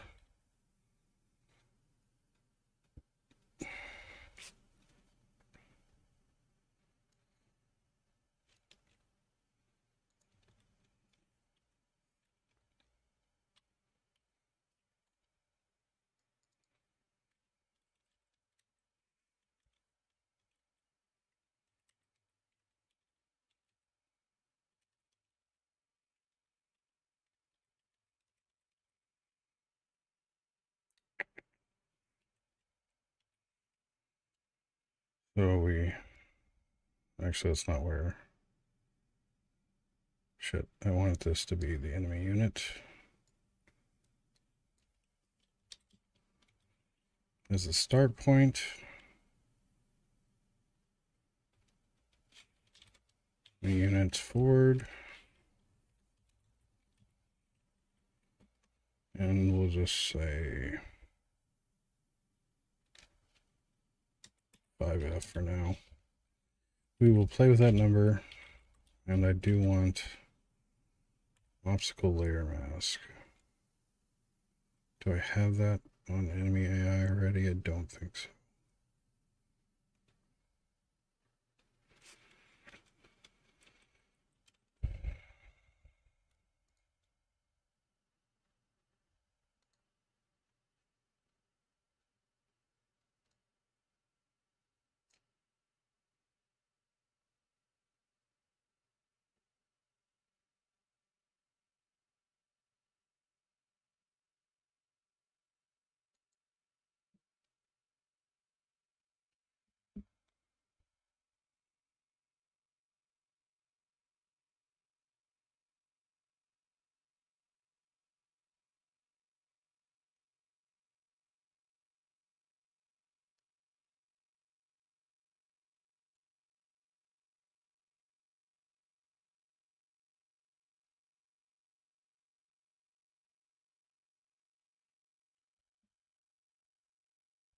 Blocked by an obstacle.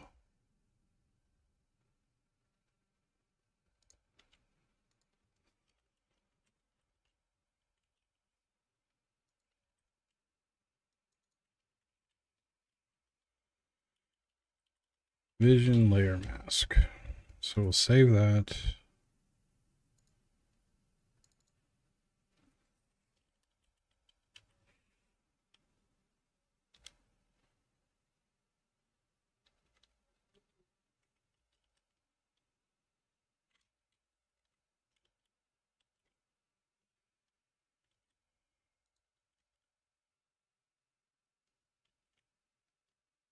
Let's go and set the layer mask for their vision. So basically, there's only one thing they're ever going to be looking at right now. So what I'm going to do is every unit's just going to do a ray cast to see if they can hit the player from where they're at.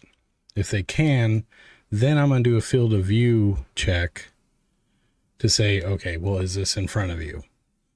And then that should be enough. Like, I don't need anything complicated.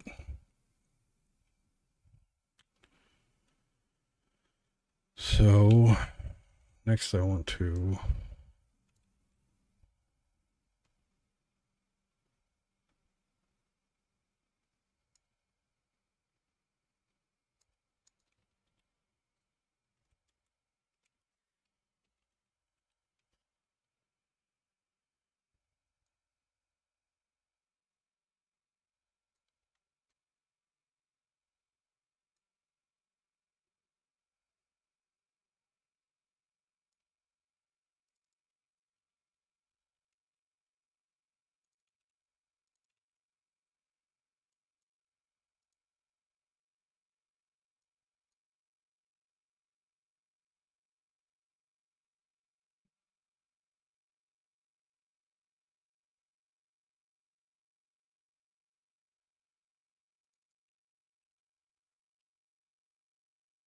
this I want to make public just so I can mess with it while I tweak this out.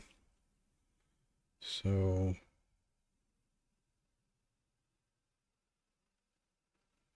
public int.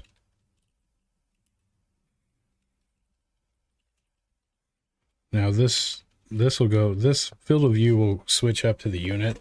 So different units can have different field of vision.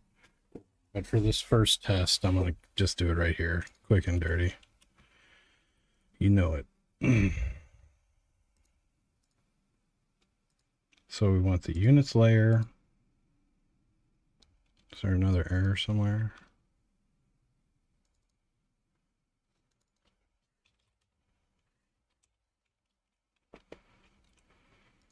All right, so I'm going to say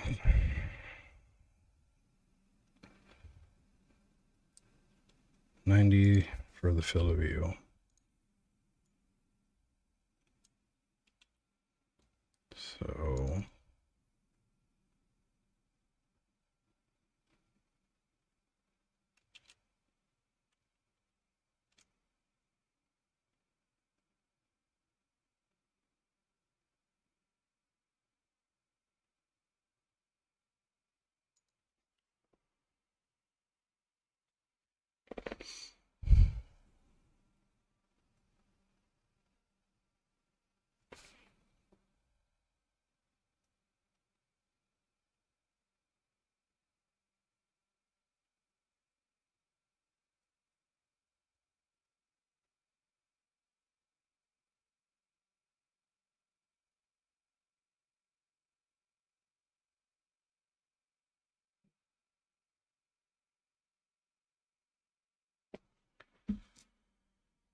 oh, how the hell do I want to do this?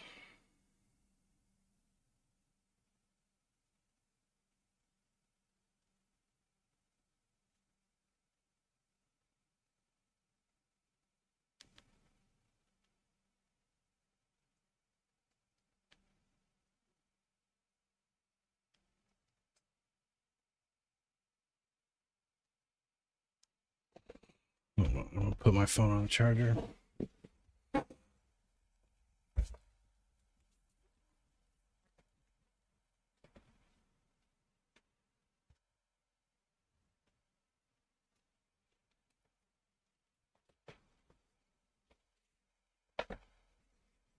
Why did my brain get? Oh shit! God damn.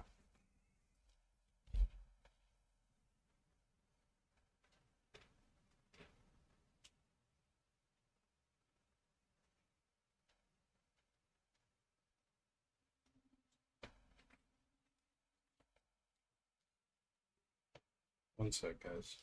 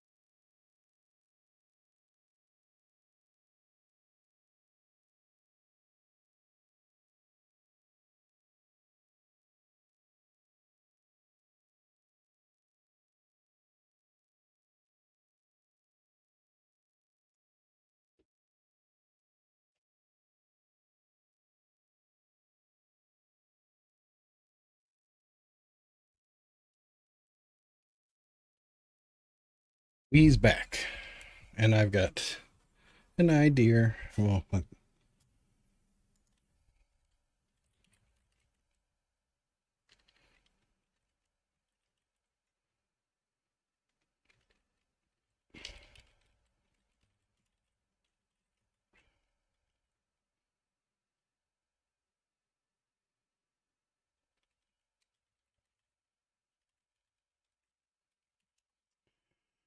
brain is thinking. I've done this before. I'll do it again.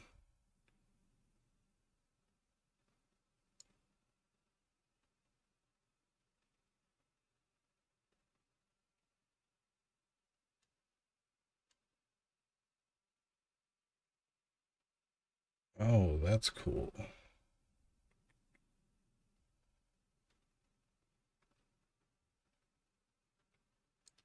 So I know the two.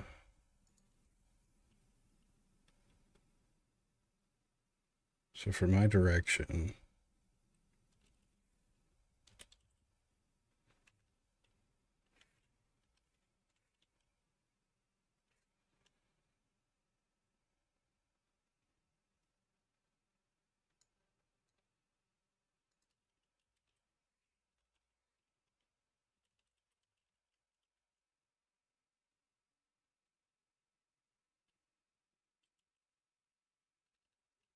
unit action system, get player, transformed position.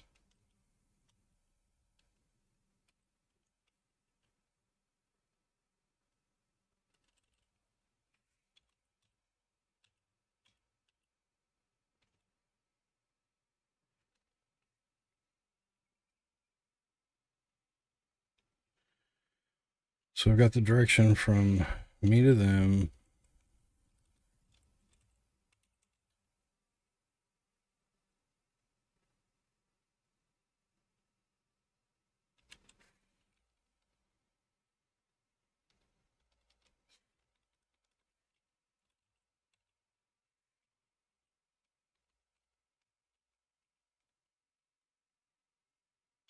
Now I know I'm going to have to do this, I think.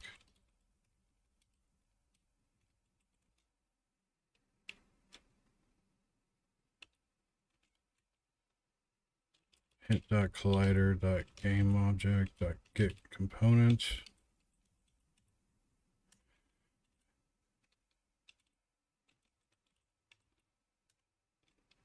If the unit is null, if it isn't null, then we have a hit, and then unit dot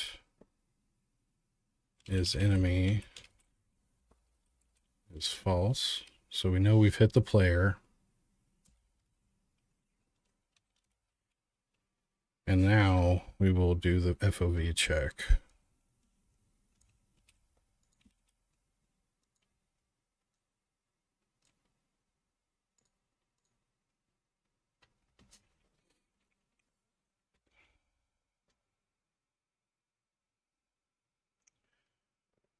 Now they're going to do this before they do their action.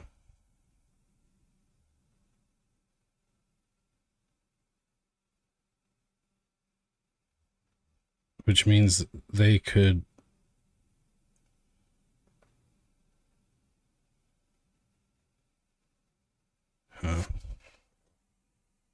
they're going to check to see if they saw you before they take their new action.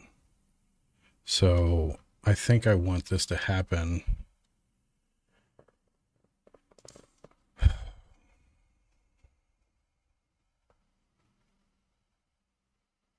Every time they move, and the move take action, I don't care. I'm looping over every unit here, but anytime a unit moves, anytime, I want to update.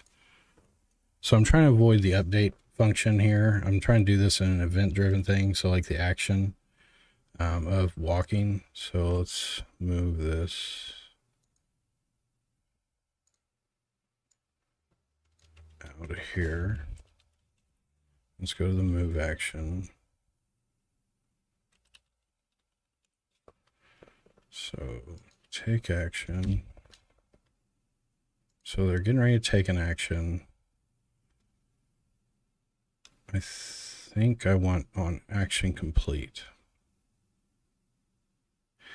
Because everyone's always moving one unit. There's no instance right now where a unit actually starts a move, moves more than one grid unit, and then completes their move.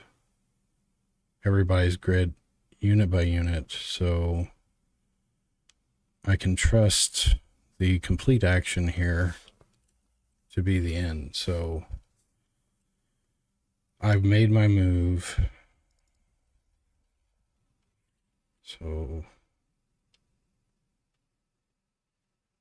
I only want to do this on the enemy turn also. Since this is a script attached to the unit now, we can just do this. We need a vision layer system. This is actually getting it back to unit based anyway, so this is actually a good thing.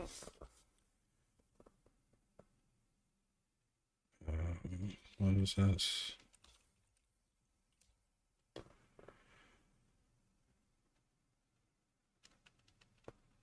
And then what else was there?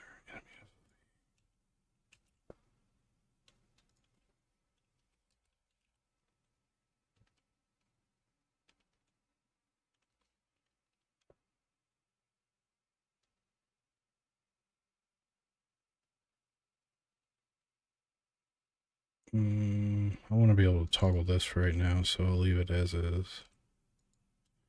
Fix it later, though. I say that a lot. I'll fix it later.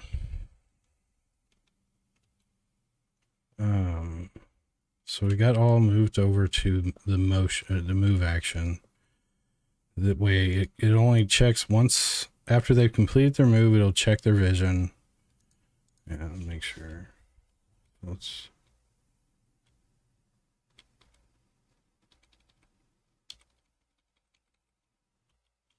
get this into a function.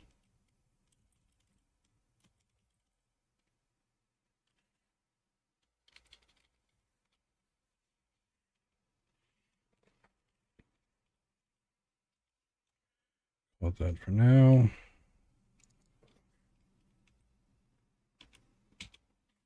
God, I love the new Visual Studios. They're getting so intelligent.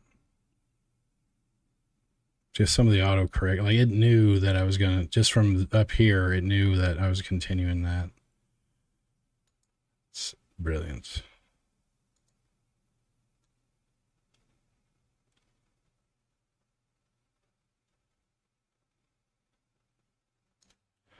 So we can check this earlier and avoid doing a ray cast at all, because now we're ray casting, then checking for the hit, then doing a get component. We take this out and bring it up.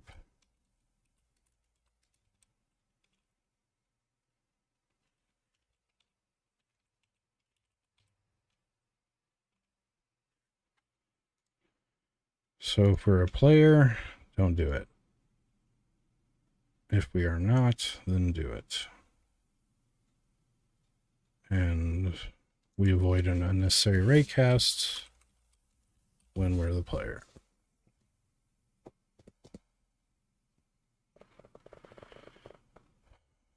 Object in FOV.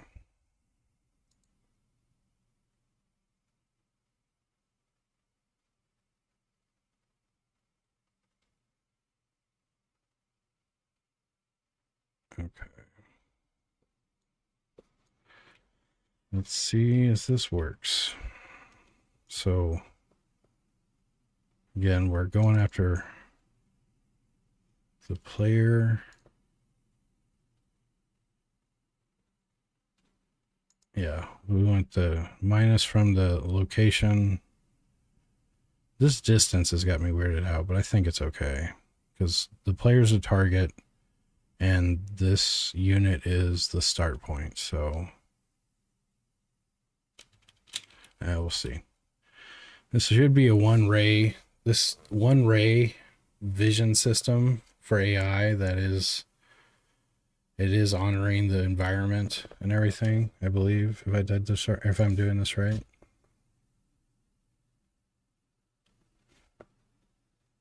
I really wanted to use the Fog of War system, but well, life, she goes on.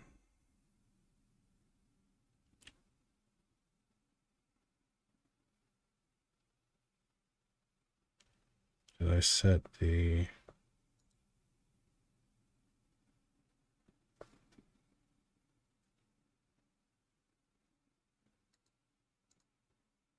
Weird. Oh no, this is on move now, isn't it? Shit. Hold on, I gotta set the FOVs.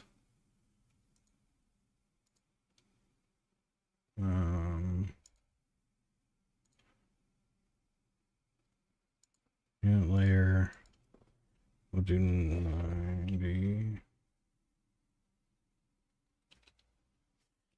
No, what?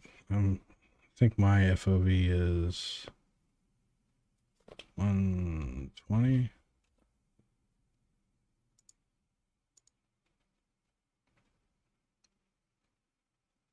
$160 divided by 2.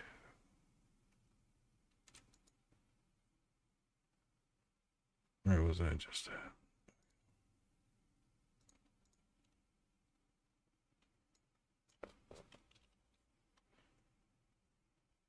All right, so everybody's set.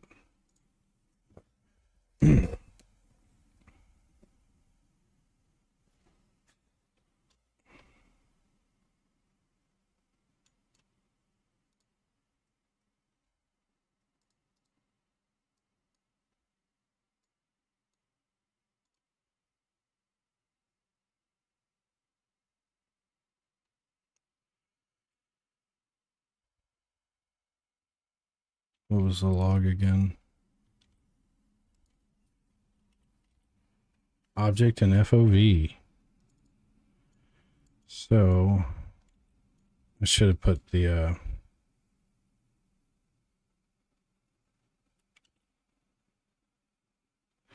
oh, I found the folly in my ways. This vision system will always have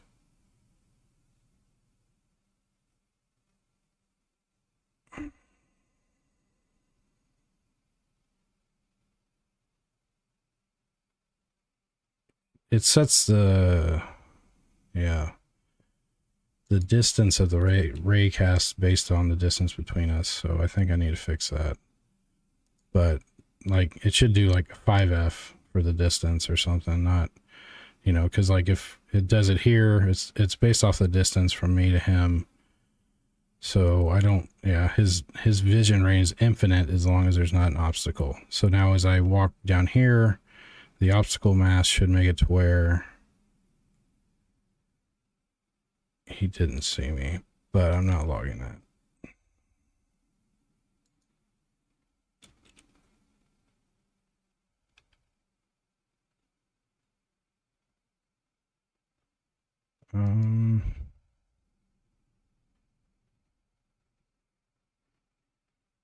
What can I do? This.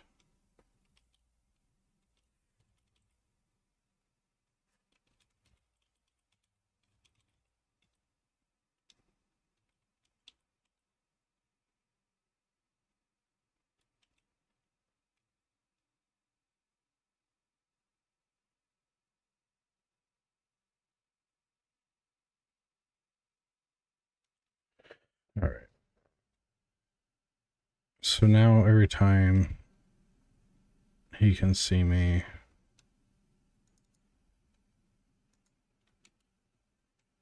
actually, I'm going to do something dirty real quick.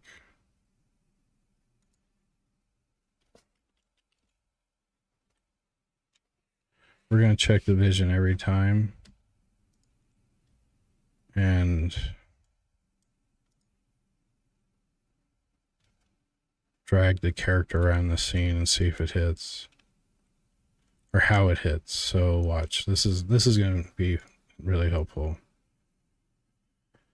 So hit play. They're both looking at the wall right now. This guy may have line of sight to me right now, but I don't think so. No results for that log yet.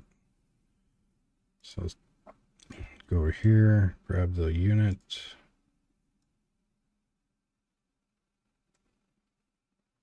I'm in his line of sight. You see that? 92 logs went off. So I did the 160 just like I have. So let me clear the logs. I could build a visualizer for the raycast. Well, it's a single raycast. I'm not looking everywhere. I'm just looking one raycast from me to the unit. Like a normal vision system would shoot out tons of rays. But since I'm the only thing I care about vision-wise for the AI, they raycast a single ray to me. It has a layer mask. So see, he can see me. Now if I come over here, should stop if these are in the right layer. Do they have colliders? They do. Did I set the mask?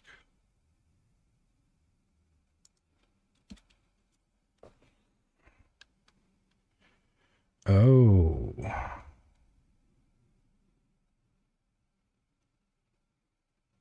Let me think here. I actually want to add in the obstacles to their vision mask, because he's only ever checking the unit's layer. So there's 3 things that are on that layer. So boom.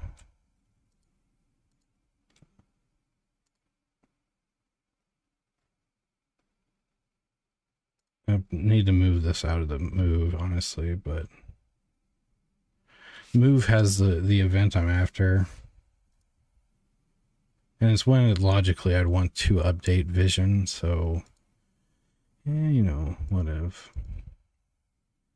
All right. So now this time, if I'm around the corner, he won't be able to see me. So if I come, where's my logs?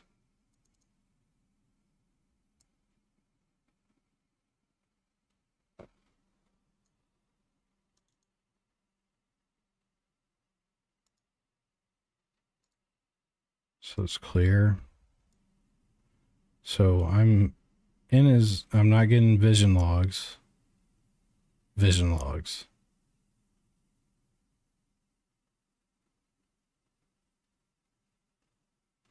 All right, sweet. The masking's working.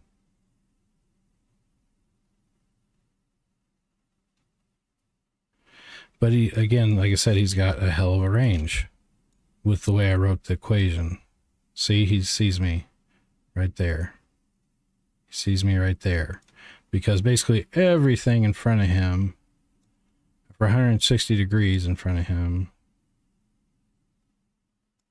is, yeah. Okay. But anyways, we got AI vision working. I think it's foolproof, but let me, yeah, I'd say let me move and get them moving. See.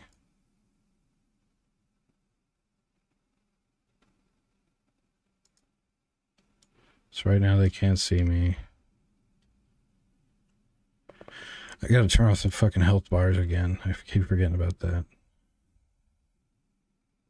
So let's go back to debug, or scene view. So which way is he facing? He's facing this way. He can see me right there. Can't see me here. Can't see me behind him. Well. Oh, that's the other NPC. He sees me. Awesome. That is such a simple way to do that. Just cast one ray to a point you know. So cast a point ray, then do this little angle logic. Oh, more power, man. Yeah. On my Twitter, I follow so many female game devs and or 3D artists and whatnot. Like, it's weird. The number of female people I follow related to game dev feels higher than I do for males. So I think, yeah, I love it. More power to everyone. Oh. Shit, that was easy. All right, so we can set our vision. Our AIs will know. Let's store that out. That's one thing. So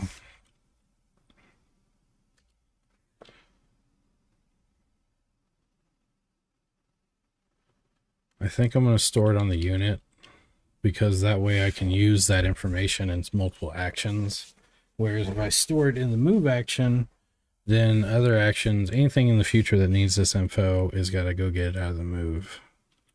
Set last scene target. And that will be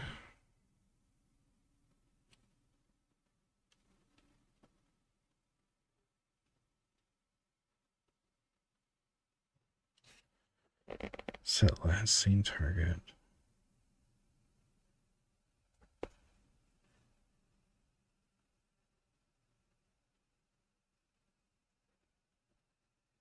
I'm going to need a model for this, I think.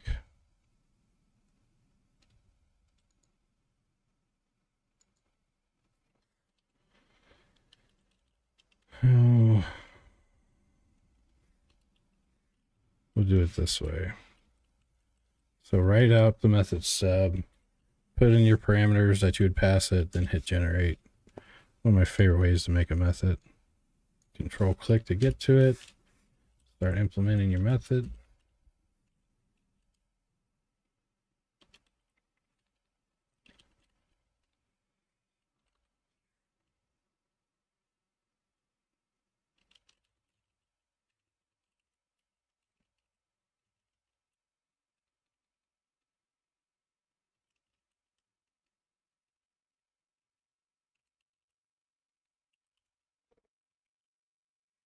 Boy, I can't spell.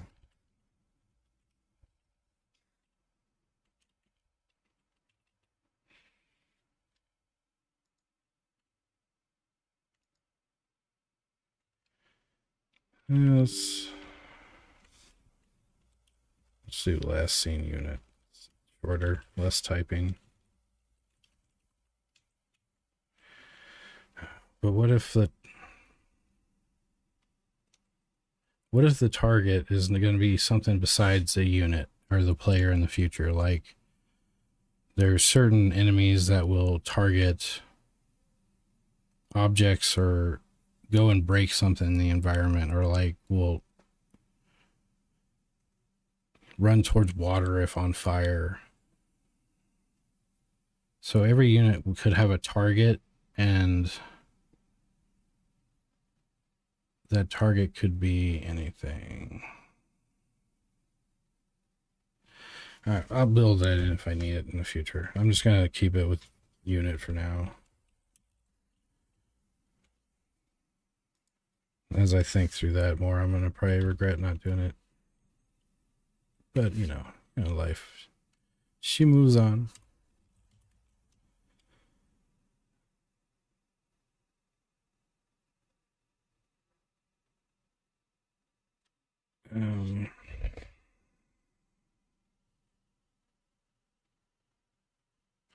So, yeah, I have to store the transform last scene unit position equals, because the unit is going to update. So that is, that's the unit we saw, but his position is going to be different in the future. So we want to store the last scene position.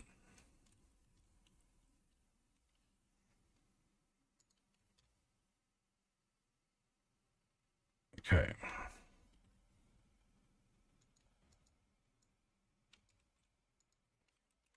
And then I'm going to have a get vector 3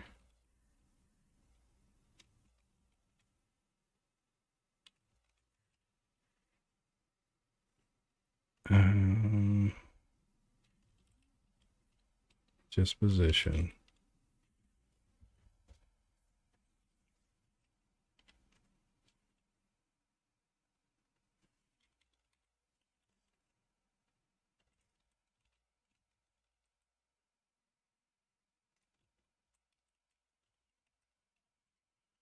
Return last scene position.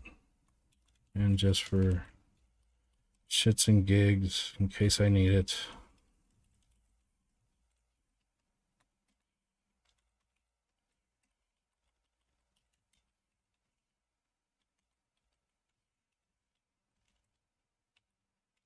All right, there we go. So now on the unit, we can store the last scene unit.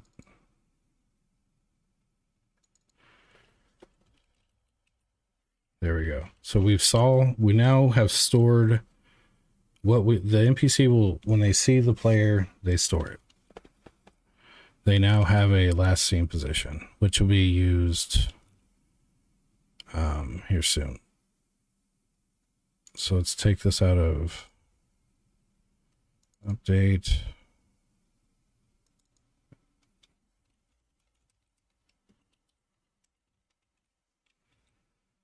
Now I want to be able to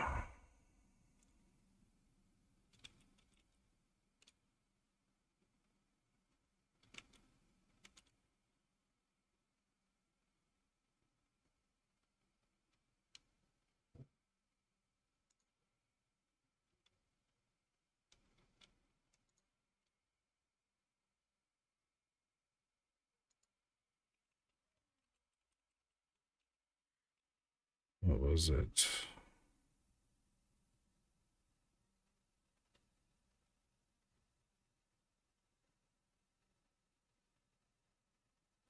Oh shit.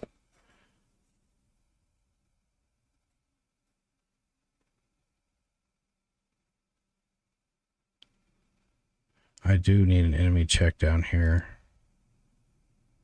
because I don't want to do this against my friendlies. If you're wanting to learn Unity 3D and C# like programming at the same time, which is learning game dev to learn programming is a fun way to learn it. The other way is write console apps and little black, console apps. It's not as exciting. So I would say CodeMonkey is really good. If you look up CodeMonkey, he's just got a wealth of stuff from learning C# to Unity 3D. CodeMonkey's a good one. Can't think, I'm drawing blanks on other names right now. Brackeys, but I don't think they do it anymore. But all the information the Brackeys channel has is still mostly relevant. They were really good.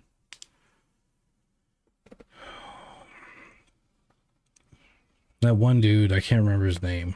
I watch him, but I can't think of his name now. If unit is enemy,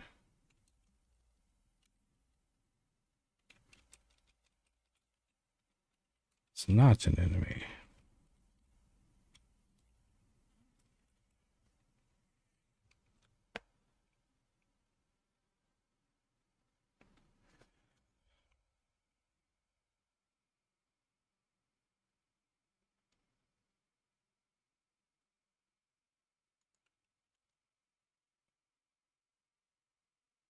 Oh shit.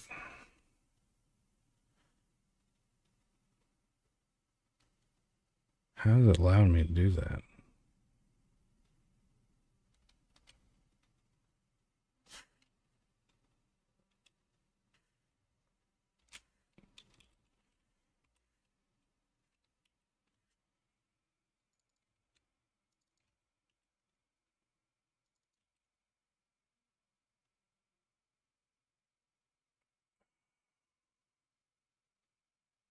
Oh yeah, the distance too. We got to fix that. Um,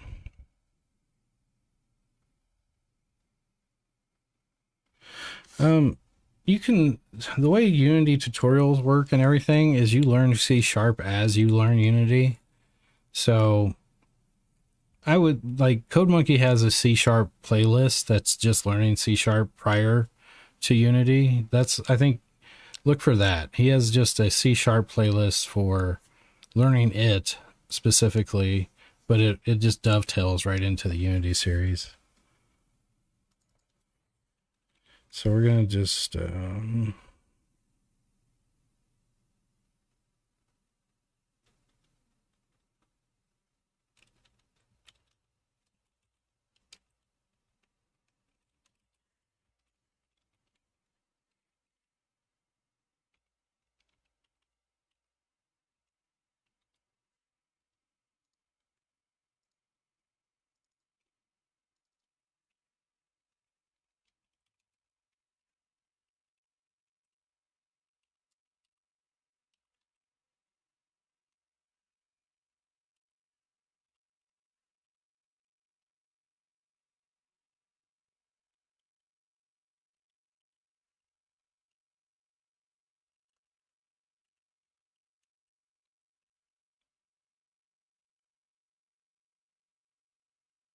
just because I want to watch those variables, I want to tweak them. So let's see where 5 gets us. Oh yeah, no problem, man. Glad to help. And once you get to learning, I'm glad to help you figure stuff out.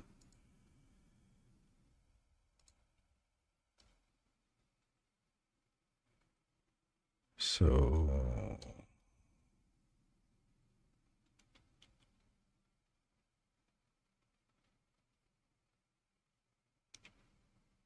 let's try it. Let us try it.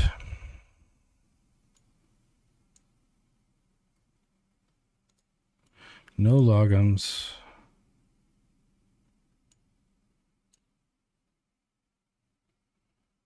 My guy isn't even sitting on the damn tile to start with correctly.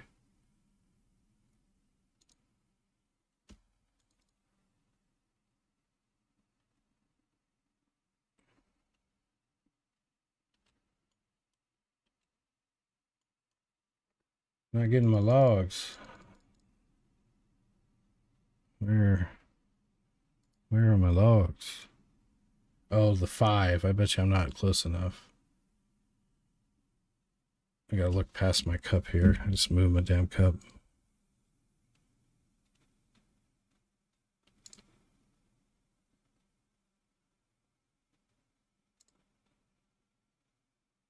Still no logs. What in the shit?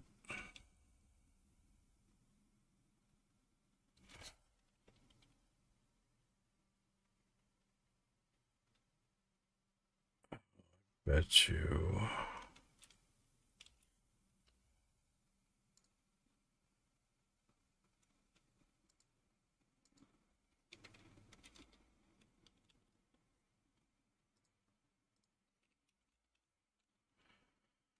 Oh.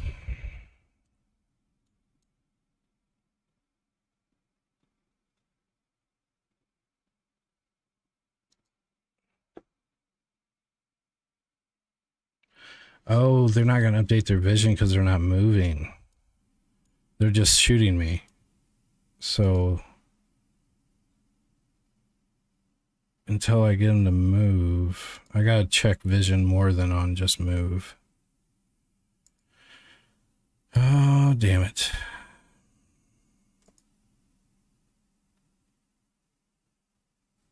Well, that's good. I didn't like those properties being on the move action script anyways. So looks like we're going to build our own script for this.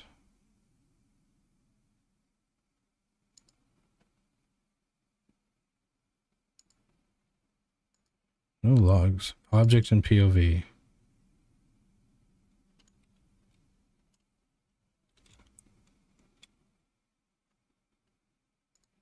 or POV, FOV.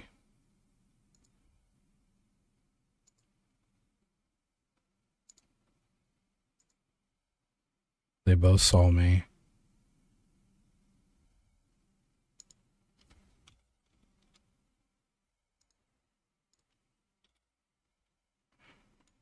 Oh, I guess I do have the debugger. I'm drawing lines too, so I can see this.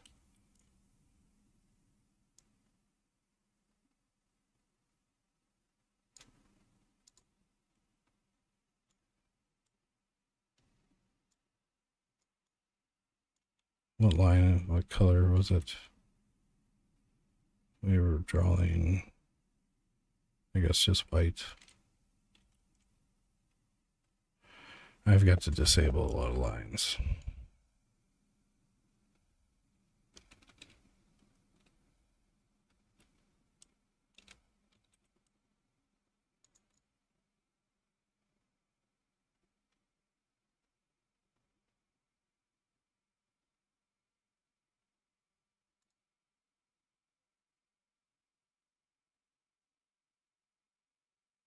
No, it can still shoot me.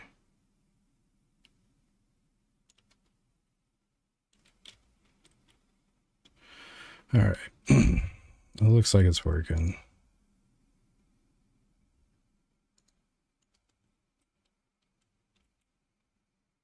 I gotta disable those line renderers.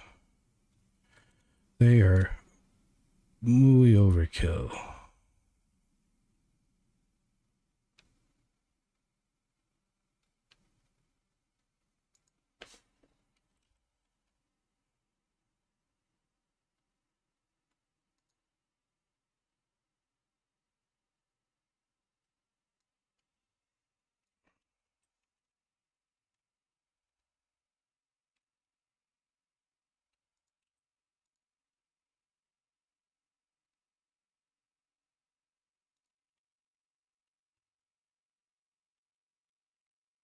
Okay.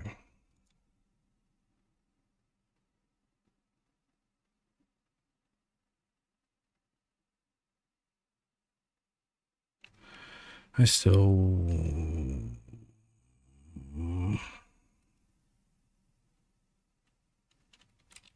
We'll test it like this. I kind of want an update still until I can...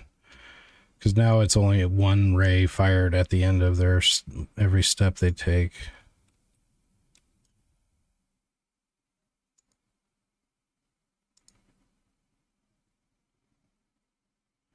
How in the hell you already got a shot on me?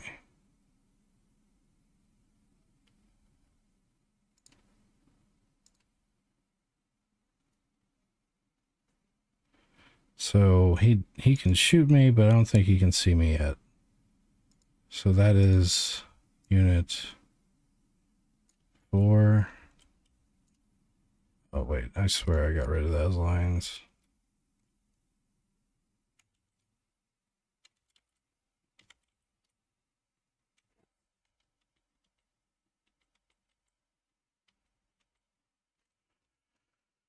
Red, white, there it is.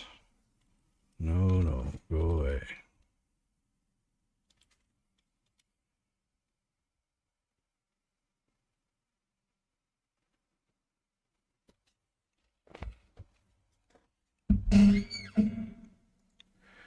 All right.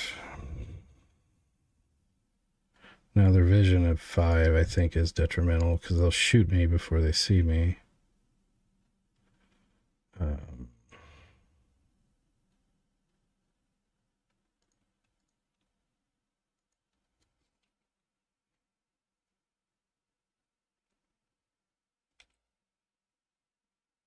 Let's try 15. Because he's right on me. He's in gun range starting out.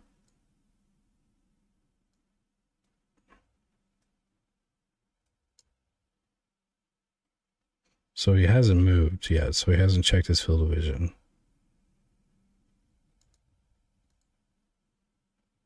Object and FOV. So he saw me.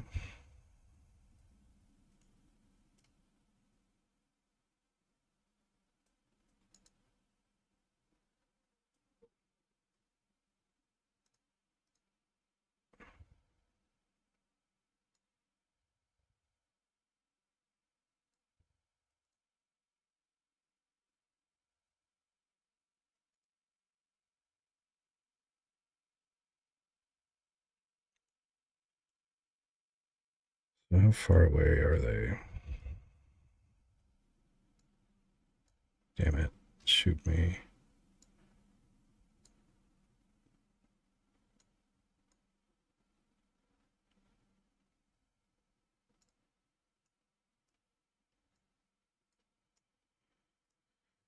Every turn they're gonna have to go.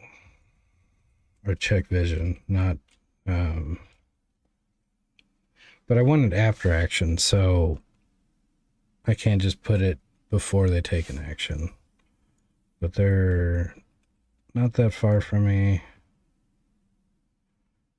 If I move this way, he's gonna shoot. But the other one saw me.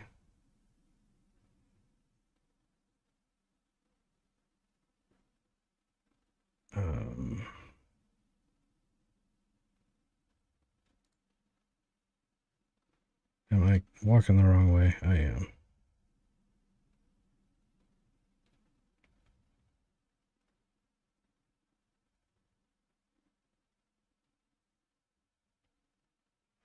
They're both seeing me. They're both seeing me.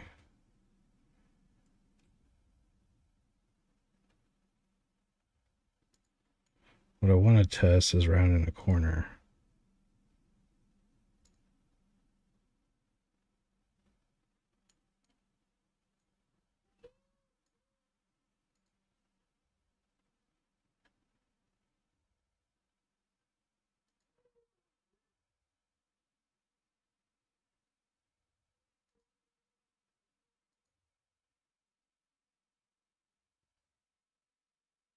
One saw me, one shot me.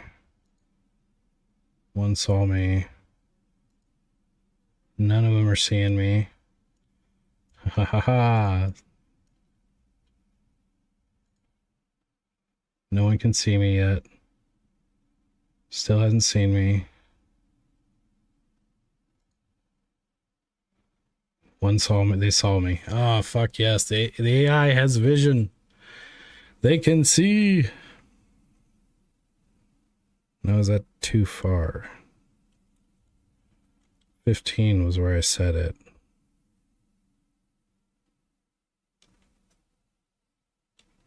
15. What is this?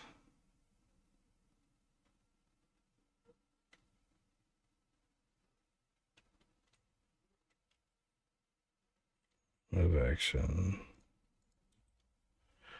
Oh my god, that's so awesome.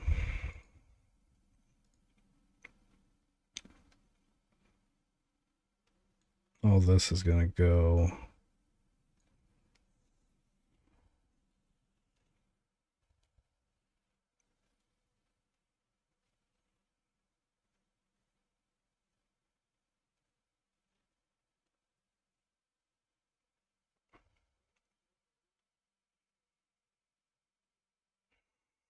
This really is just an AI thing. So it should be on the AI units, but I'm trying to think of the best place to move this. Oh, also I want to draw.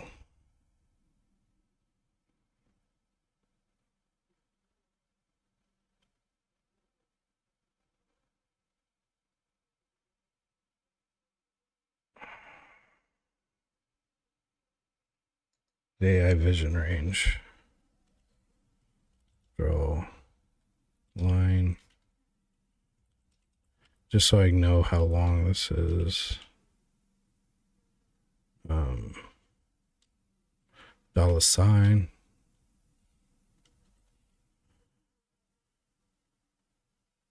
Oh wait, I'm not logging. What am I doing? Draw a line. This dot transform dot position. And then direction.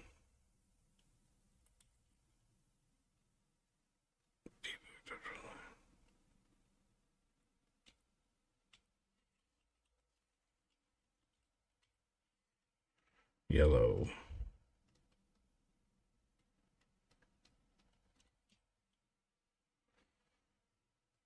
Oh, that doesn't, duration. Fuck it. I'm just gonna have to do a test. Find out.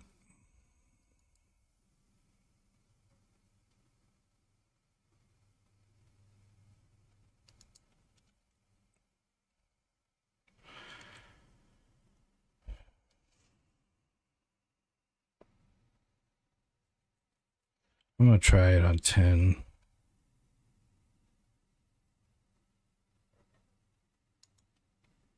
I'm gonna have to put it on update again. Just so I can really get the range of this tuned in.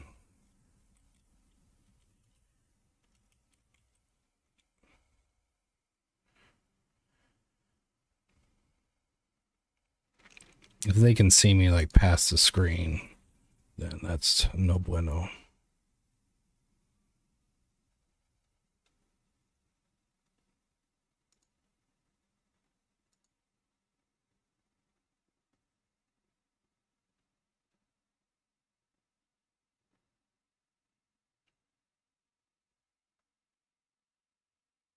So now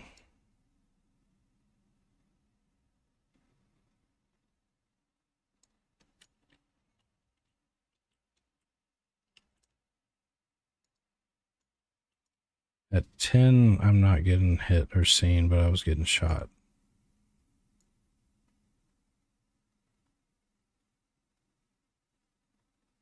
There, yeah. So 10's actually pretty damn short.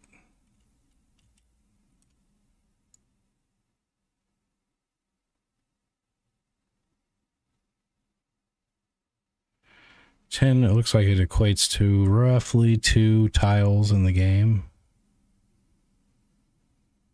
So what's up at 2? Oh no, shit, I got them set on 5, don't I? No, that's me. That's me. Oh, I set them on 5, shit. Let's go 15.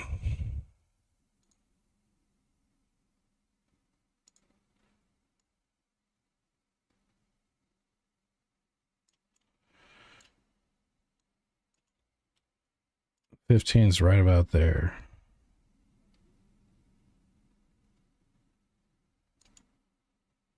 Can I see him? I can see him.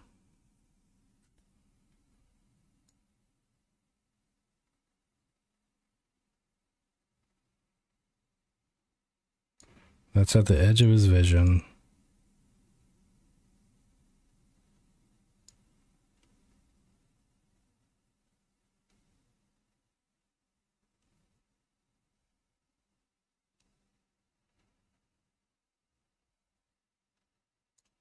So that's, I mean, 15 seems about right. I think. I mean, they're on the edge of the screen. Like, it's easier to see them.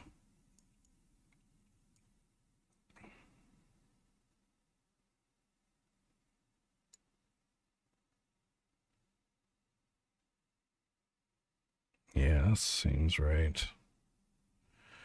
We'll go with 15 for now.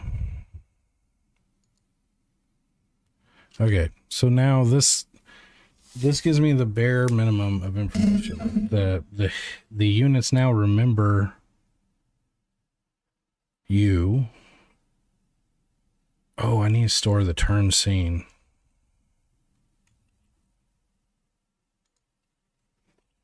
This last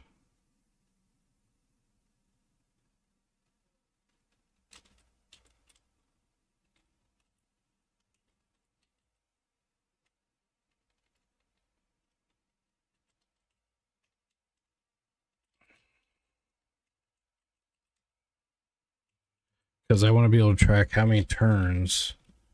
Since get turn number. Sweet. Sweet. Sweet, sweet, sweet. So there's technically, I take my action, they take, then it turn changes. They take all their actions, turn changes. So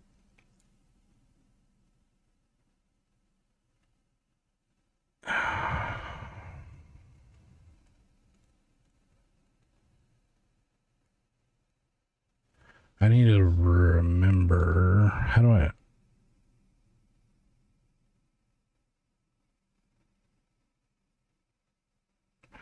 if the number of turns since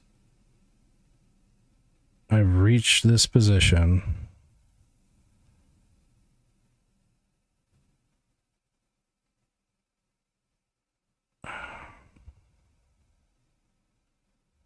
what am I thinking here? So the turn number is going to get old. You get out of range. They can't see you. Although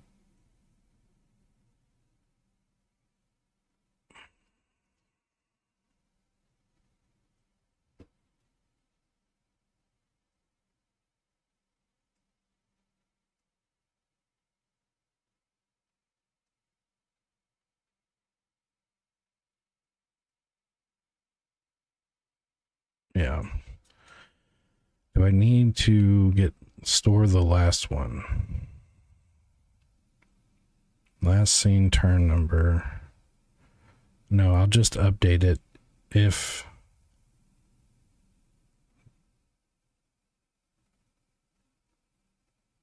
I will check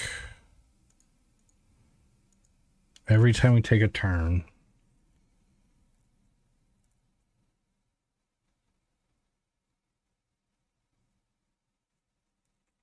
And the unit is near the last scene unit position. So the last scene position will always be the enemy's endpoint, his target.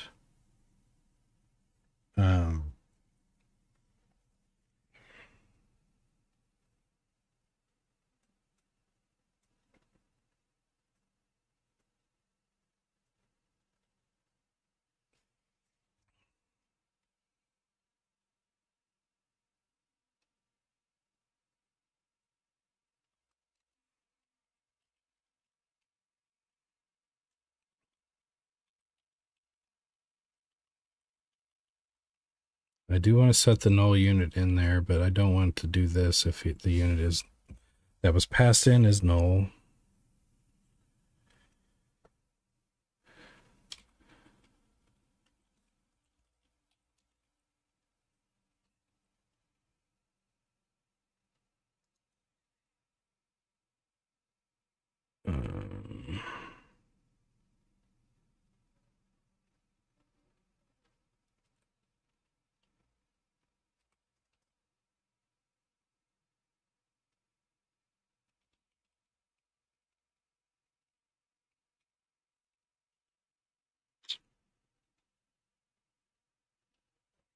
Let me go ahead and make this real fast.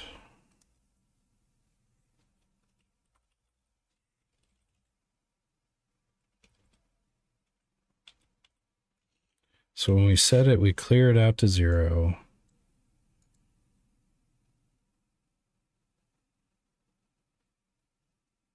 And then set it here. Otherwise, this will be 0. Yeah, that's fine. All right, so set the scene.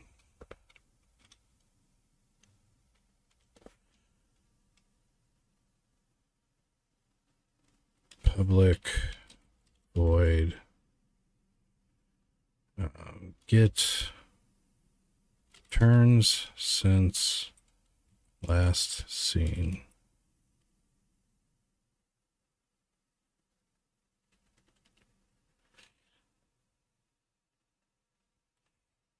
So what this is going to do is return me the number. So return,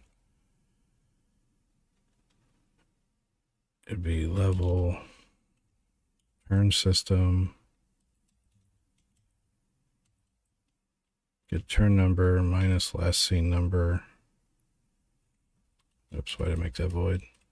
Return an int. So now I can easily tell how long it's been since the NPC has seen the enemy or the player. What else?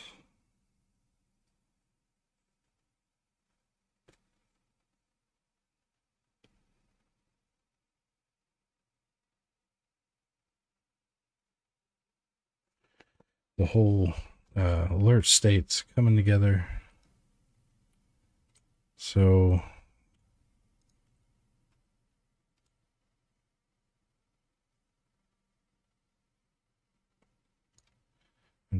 I'm changing, taking this over to the player.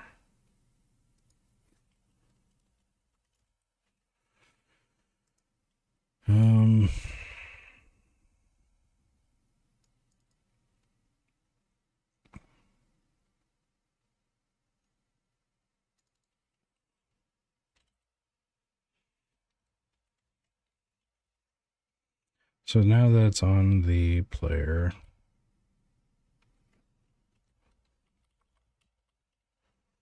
there's no update anymore, but that's okay. Whoops. Unit dot.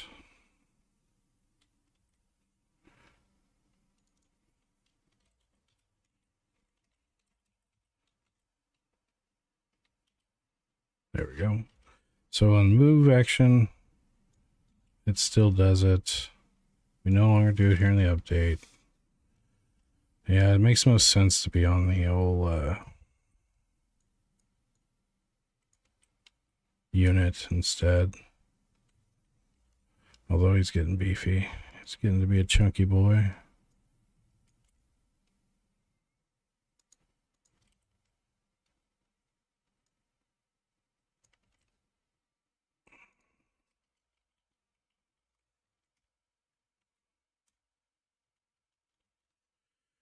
All right, so now I need to, on the shoot action, when we complete, we are going to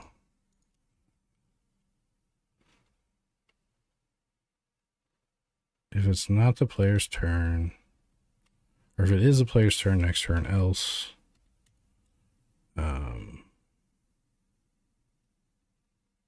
unit dot check AI vision. That way it only updates vision on units that are not the player. Sweet, sweet, sweet. This come along. Where are you? I renamed you. Do not hide from me. There you go.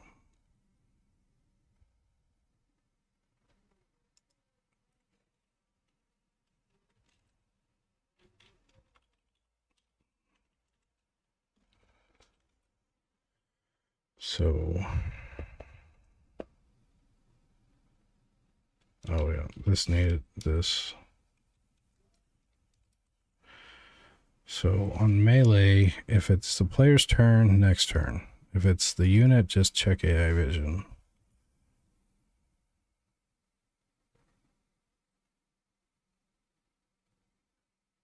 I think that's right. And then one more.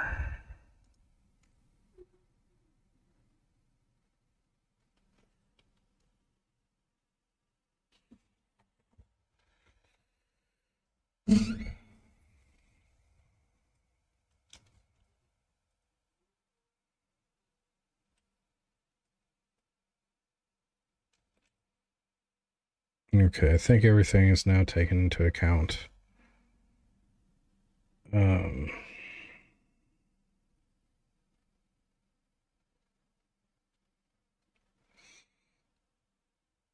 What was it?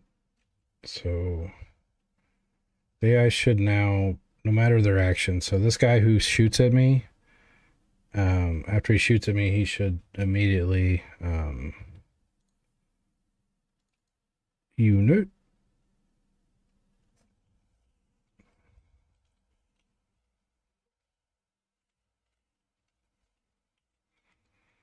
Okay.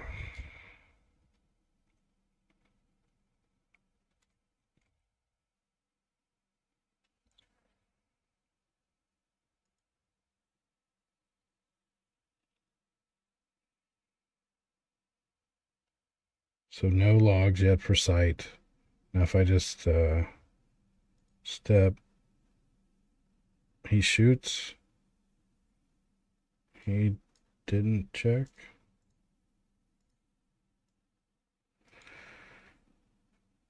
Oh, it's because... No, he's facing me. Did I save? I didn't save, did I? So now it's on unit. Oh shit, this all got reset. That's why. 15.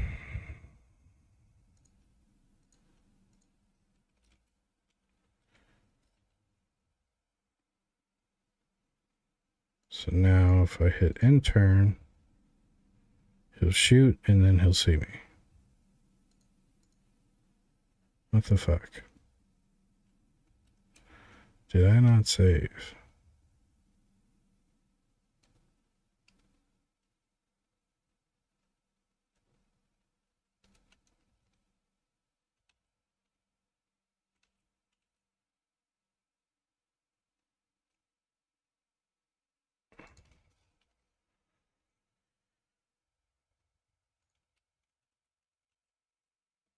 Okay.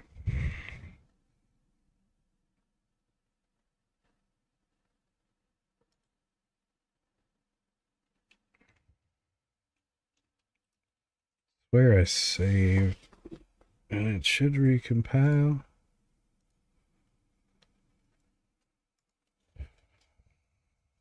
Please see me. Please see me again.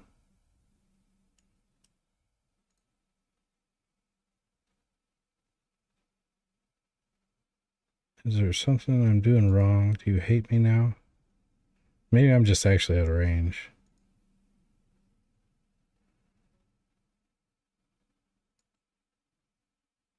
Nope. 0 FOB. Don't tell me I deleted the log.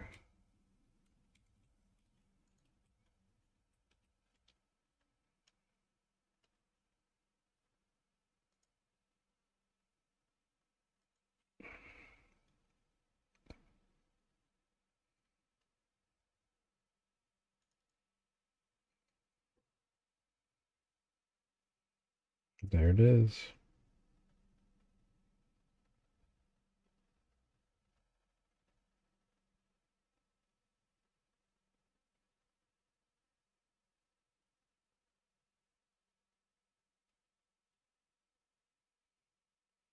This. So the direction's always going to be to the player. From this guy, this. Yeah, vision range. Oh, did I not set the mask? That'll do it. The mask isn't set. It didn't break. I'm a dummy.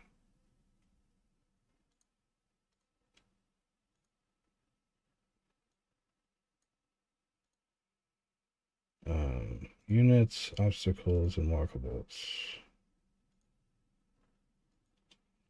15. Okay, now we should be back in business. With AI seeing things and all that. Shoot, shoot, shoot, shoot, shoot. I saw you. Yay. He saw me. Still sees me.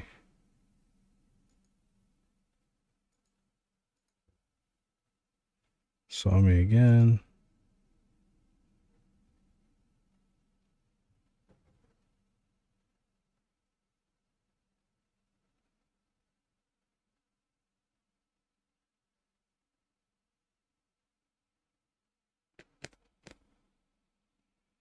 So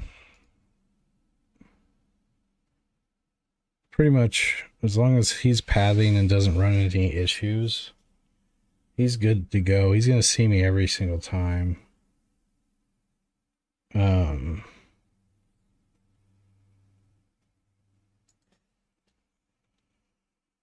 But it's working. It's now on the unit. Makes more sense. There.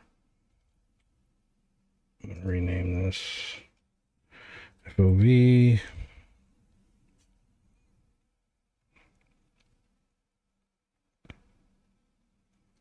Because now different units, as I create variants, can have different vision ranges, which is always Nash. All right, so the NPCs now see me, or if they can see me, they will.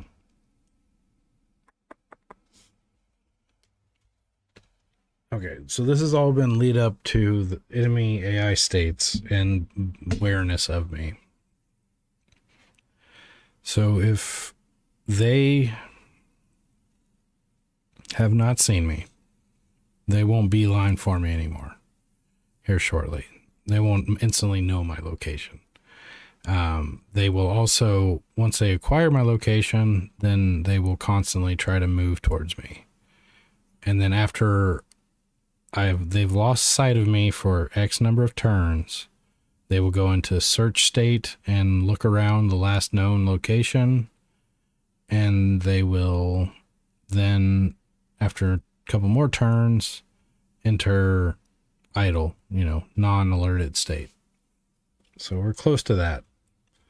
Now the AI just doesn't just beeline for me.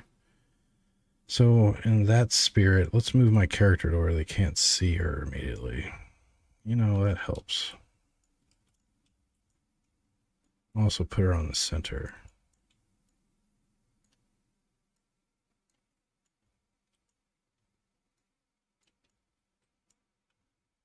Do 2 more.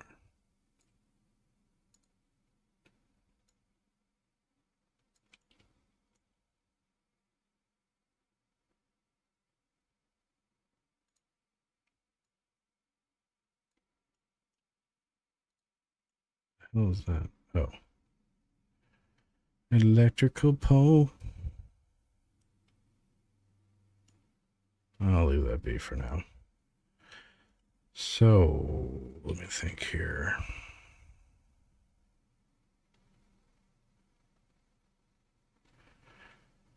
I'm going to have to change their movement or their update logic. All right, let me noodle this one while I grab a cup of tea.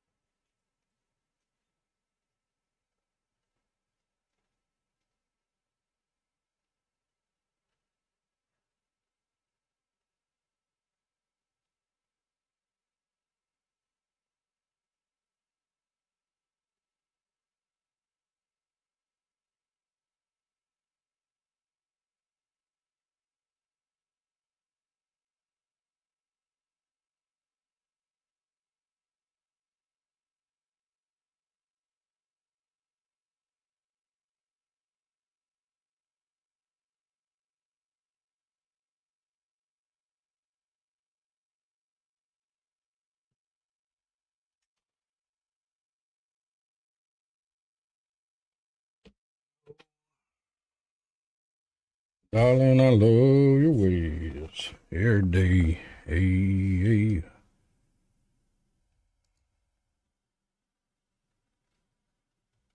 I also need to, so let's note what we've got done here.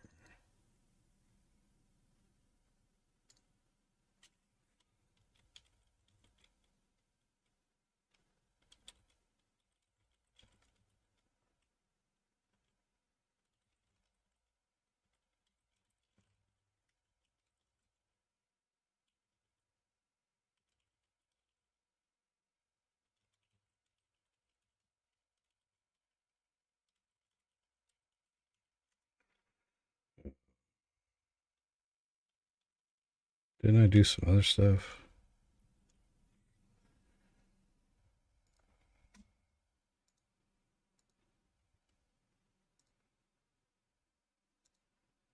AI vision.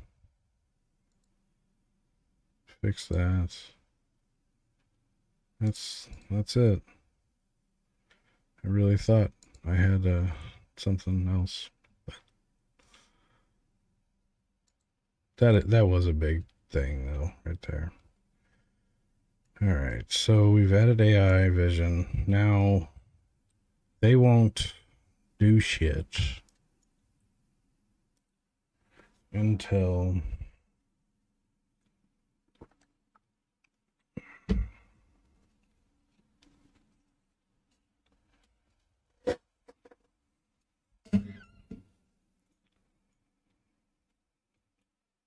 how do I make them not react?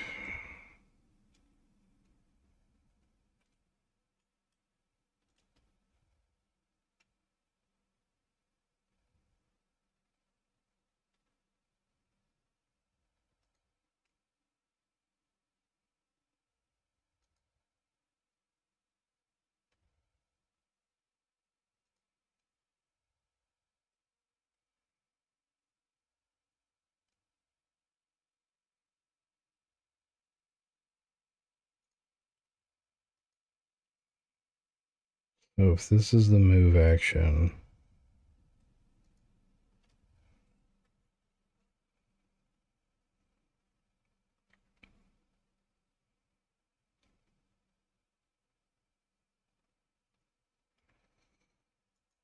the players decide to move,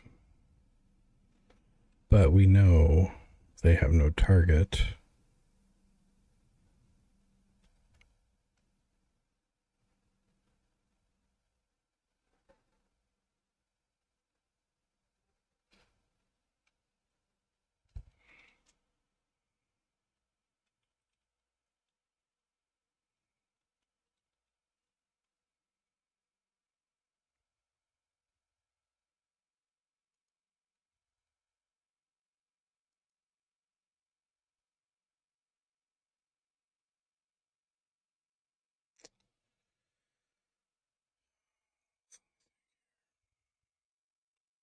One, I don't want to do this anymore. I want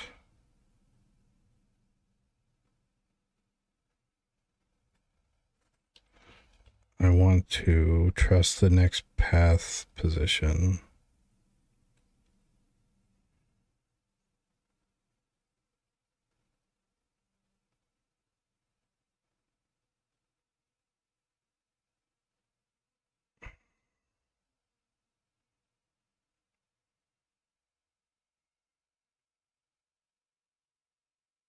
This is going to be a little more involved than I thought.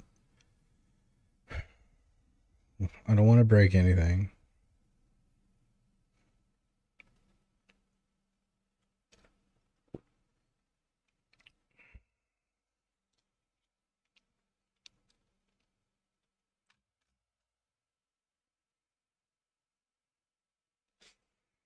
Let's go back.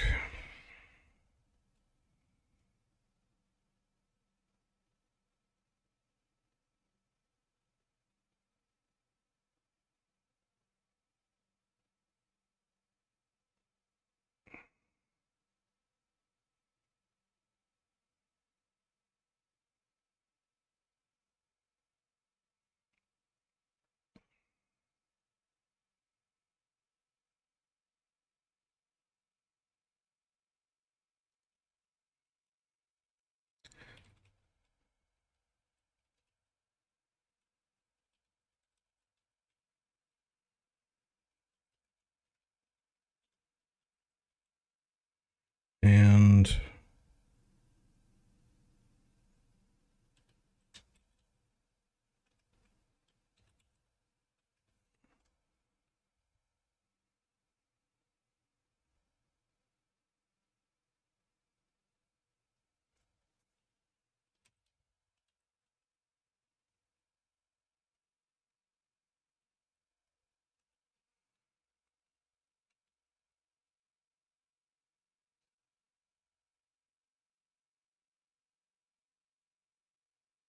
return false. So if we haven't seen damn shit yet,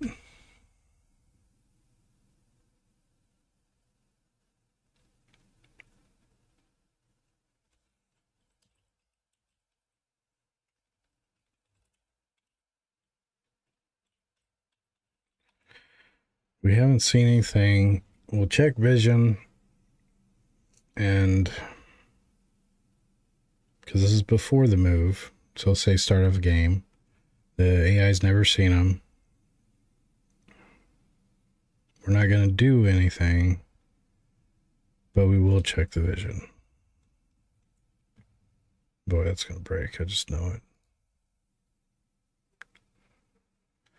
So I'm going to be around the corner this time when I start. So no one should have line of sight. Now we're going to look at the units and see what they do. They shouldn't move if I move right now. I don't think they did. Ha ha ha. They haven't seen me, so they can't come after me. Now I'm going to poke my head around the corner. And hopefully...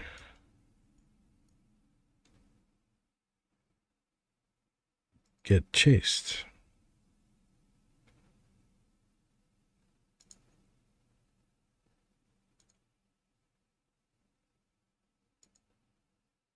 Now I should get hit right here.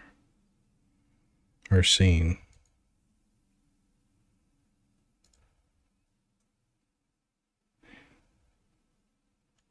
Okay, so he shot me.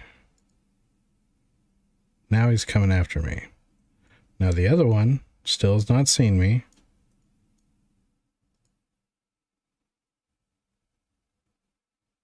Freaking brilliant.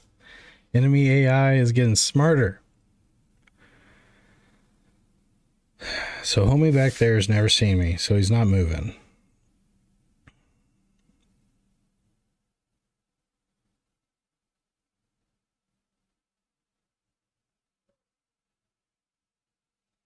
He's seen me, so he is moving. Oh, he got a gunshot on me. Quit shooting me, homie.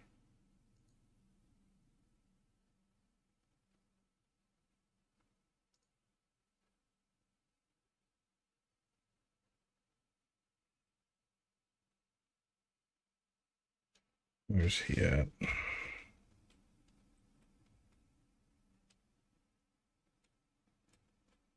Just entered the room. So he can't see me yet.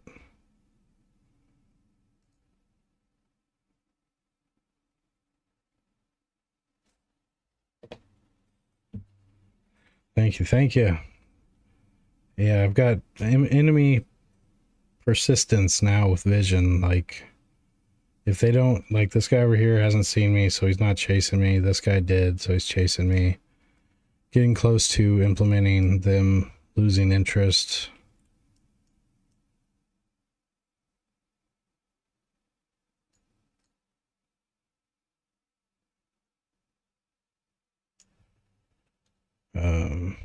I've added skill checks. I'm not sure how long you've been watching, but added the shooting and melee now are based off of skill. So your rate of fire, full auto is less accurate, burst is medium accurate, and then single fire is accurate, and then the distance you're firing at factors in. Your combat, your range combat skill or melee skill factors into penalties and fatigue. So if you're tired, your accuracy will go down. So now every bullet doesn't just, hit right away. There's skill-based checks.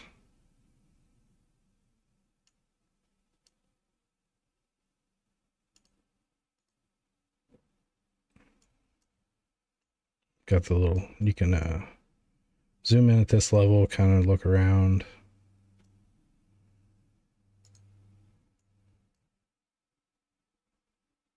He still hasn't seen me. See how fast you move when no one else is taking a turn? No one can see me yet, so that's just me. So this will be amazing too, because whenever you're just moving around outside of combat, you'll actually be quicker because of this. So now I've been Saul. So, see, he only hit one time there. Basically, we both have level 5 range combat, and then you have full distance penalty. So he hit 3 times out of 6 there. 3 times. I gotta fix that marker. I hit once. That should not be floating on his head.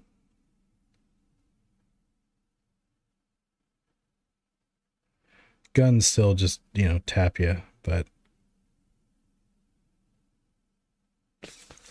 All right, so we have vision. Now to make them forget about me. So for that, I need to implement running. So you should be able to, you'll have multiple, the player will have more than one action per turn depending on, if you're running, you can move up to 3 spaces or two or 3 spaces. But your stamina will go down, your hunger will go up or down or So when you're running, you're expending yourself more, and if you get out of stamina, you can't run no more, and you gotta wait until your stamina goes back up, and then that way you can get out of line of sight of them faster. So they're shooting you, your next turn you run, and when you're running,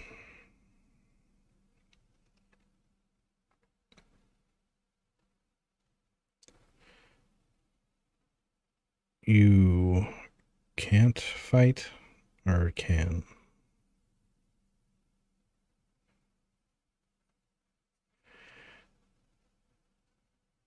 Trying to think through that.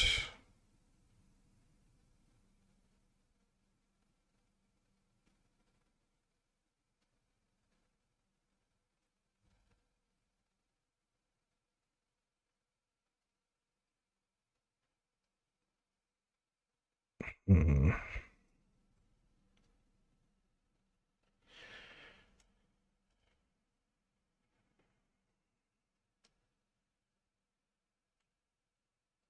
Well, regardless, it's hard for me to lose line of sight with him right now, is where I was going with that tangent. I can implement he hasn't seen me in 2 turns, so now he's in search mode, and then eventually he'll fall out of that mode into non-alerted.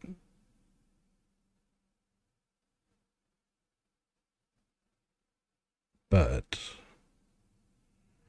what? Oh yeah, I can't. Yeah, it's hard to test because I can't get away from him. Now I could just drag the character away. Yeah, I'll just do that. All that talking for nothing. Just nothing.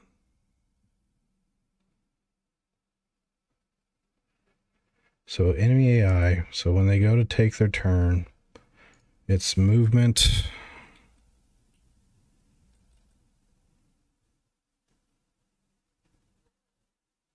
Every time we check vision, we're going to say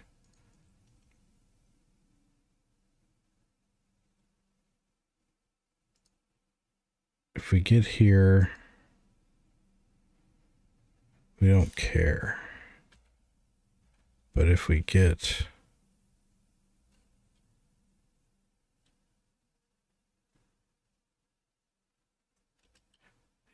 so if we're on the unit,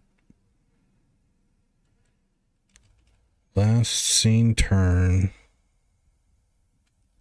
get last seen. Didn't I make a method for that? Get turn since last seen.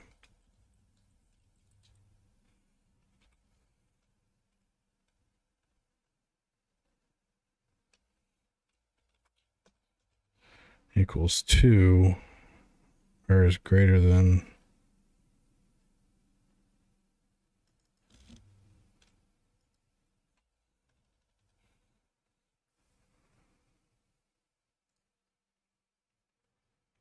So it's been 2 turns, then this set last seen to null. For now, they're done chasing you. This will transition to the next step will be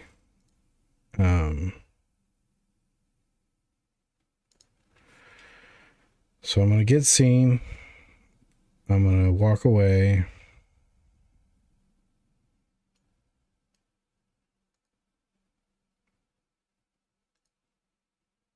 Tit, tit, tit, tit, tit, tit.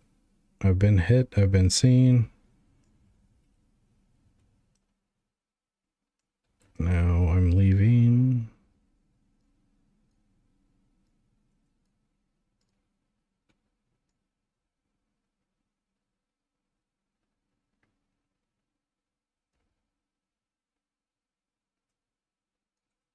There, way out there.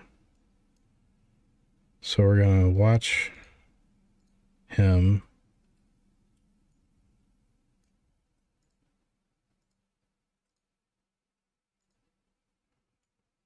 And he should move twice. Now, yeah. Yeah, let's see. He moved once.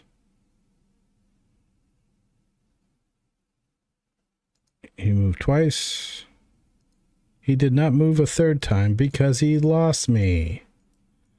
Mwahaha. Kojima, eat your heart out. All right, so now they can lose sight of you. God damn it, I'm good sometimes. So now I need to implement run. Well, I could implement search state. So sometimes I'll roll, there's like a, no, it's not. Yeah, if they can't see you, they haven't seen you, they're just going to sit there. It's not like you can like look at them and see them do their thing. Well, no, I guess you can. Okay, they have no target. Every 5 turns, they'll move a spot. They'll walk around or something. Or they'll... If I didn't let the players like zoom way down and look down the road or look around the level, it really wouldn't matter.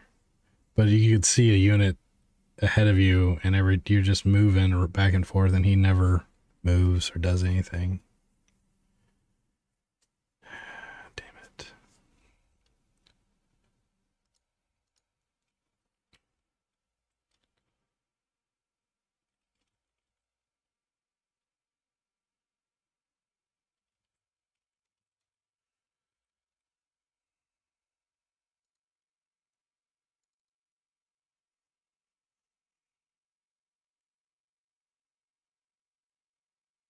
So when I set last seen, it clears the unit and the number, but not the last seen position. Which is good because now I could say if the unit is null, but you have a last seen position and you're not near it, move to it because that's where you last saw your target.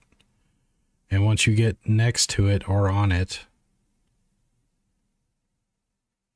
wander around in that area for 2 turns and then go back to idling.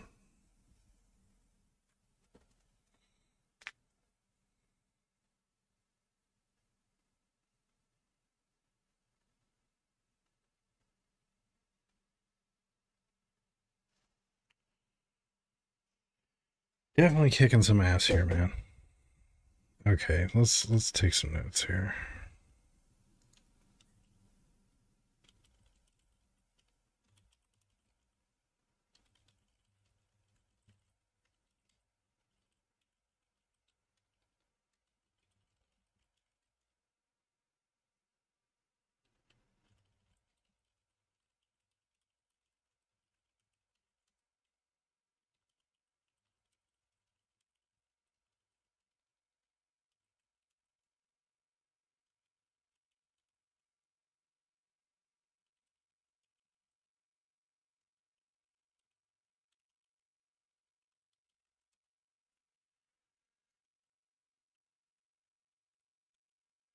rocking. We rocking.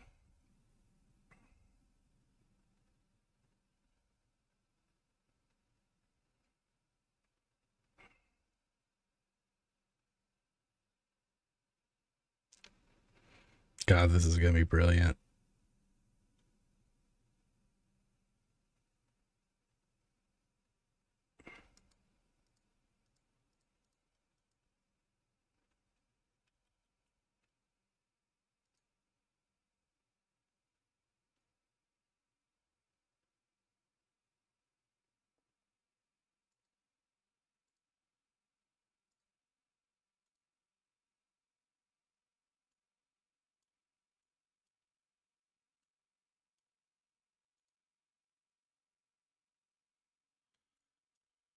I want the turns to go fast. I want everything to be smooth, but that also means I get like next to no time for animation.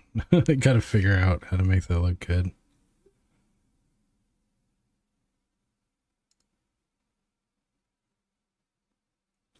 The camera jump in's one I really want to fix. I kind of got a solution, but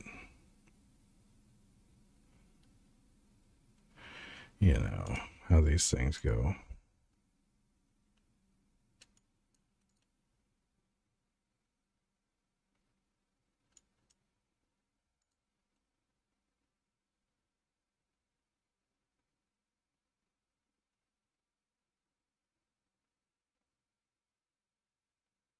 Oh, he saw me. And he's chasing me. You already stopped?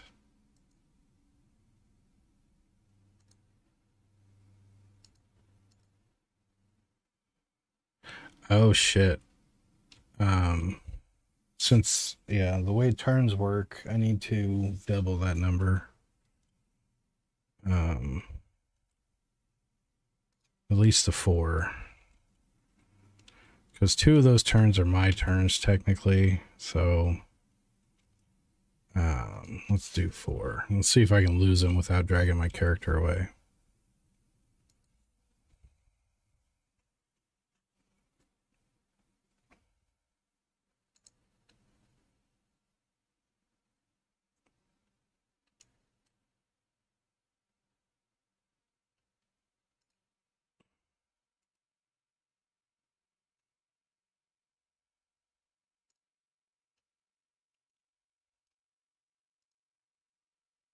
You saw me.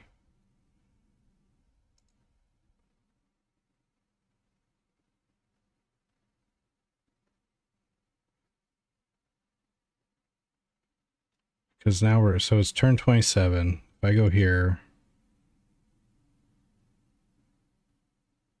let me walk into here. I lost him. Yeah, I think 4 turns is low, even. Because of how many turns fire off when you're auto walking. Let's do 8. See if they can stay on me with 8.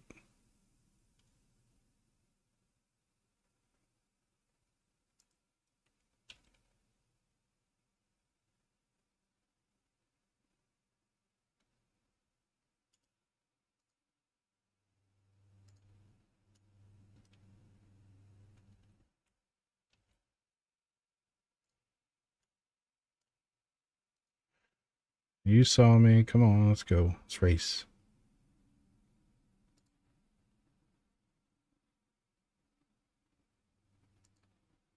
He still sees me.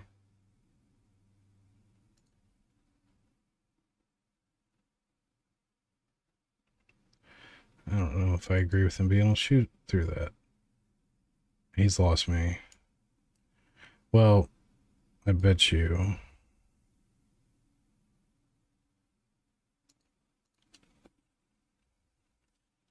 He had unwalkable.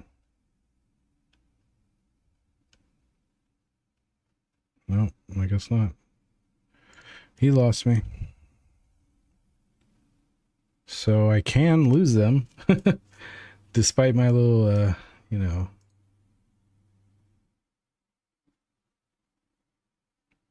I do need them to wander off or do something.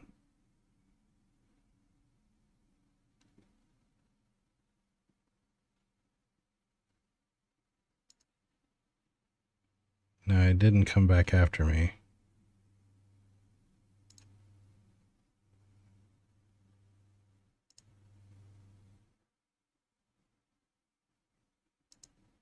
You see me.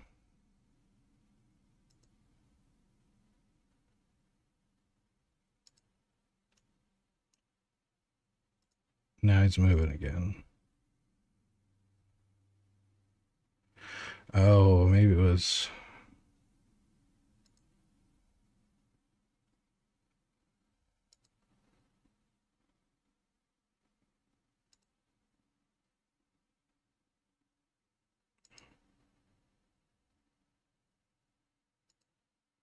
He lost me again. 8's even too low.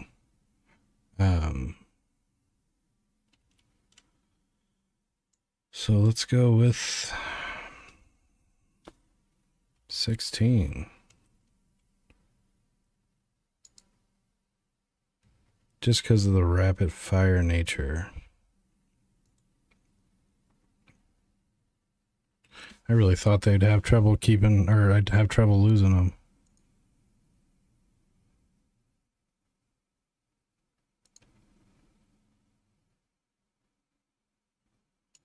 And he lost me. No, he didn't. And he did.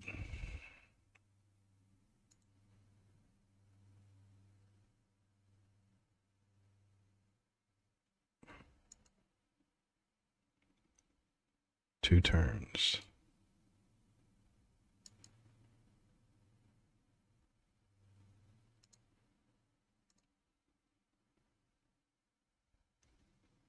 Now, also, yeah. Maybe I think it still feels like it's on 8.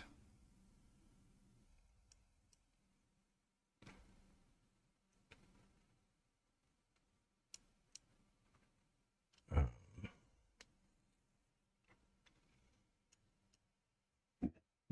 me.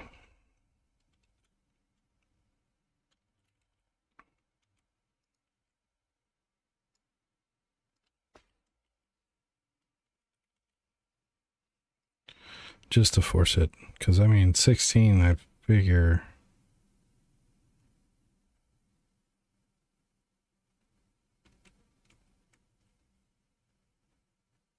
Last seen unit set to unit. If the unit is not null, update.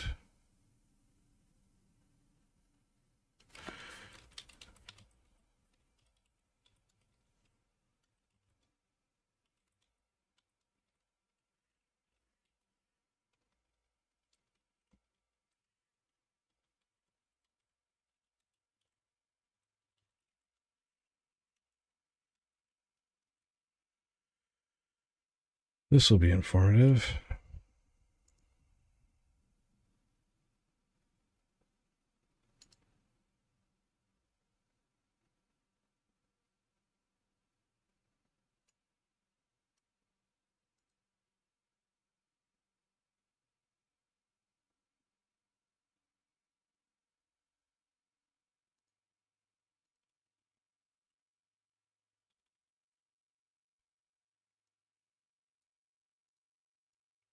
It just saw me.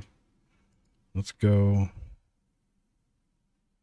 Turn since seen. Oh. No, wait, that number should be resetting.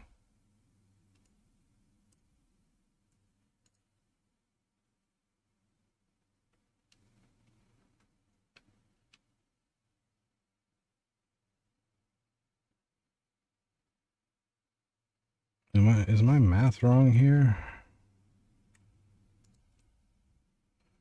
Take the current turns minus the last seen turn number.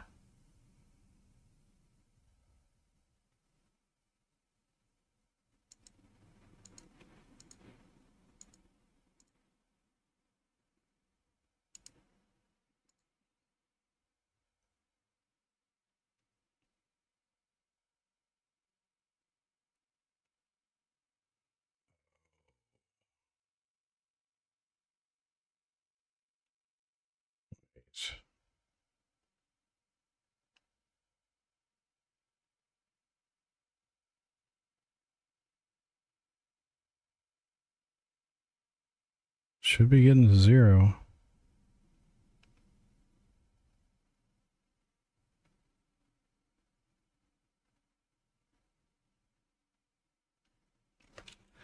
I mean, it's working, but it's like they just lose track of me too fast. The numbers just keeps getting larger.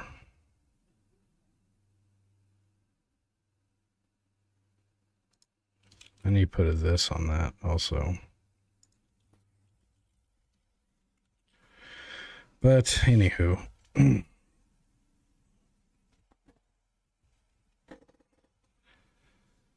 Hell of a lot accomplished this weekend. From this new little level setup that I got pieced together to the laundry list of things that I got done.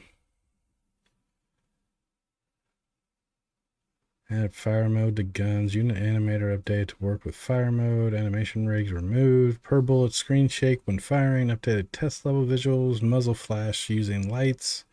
Every bullet will cause damage. Auto walk character floating fixed. Can't walk to position that has different Y cord fixed. Each bullet causes damage. Magically fixed vector 3s not comparing. Oh, actually, do not trust floats and equals equals. I thought 42 equals 42. No, there was some stupid precision on that. Auto walk. Units clear themselves from the grid. Dive bar added. Camera zoom speed increase. Camera zoom. Blah, blah, blah. Yeah, got a bunch done. But I think I'm going to hop off for tonight, and I will be back tomorrow. Later, taters.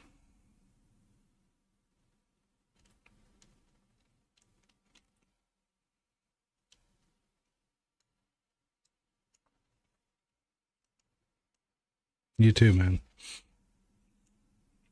Oh.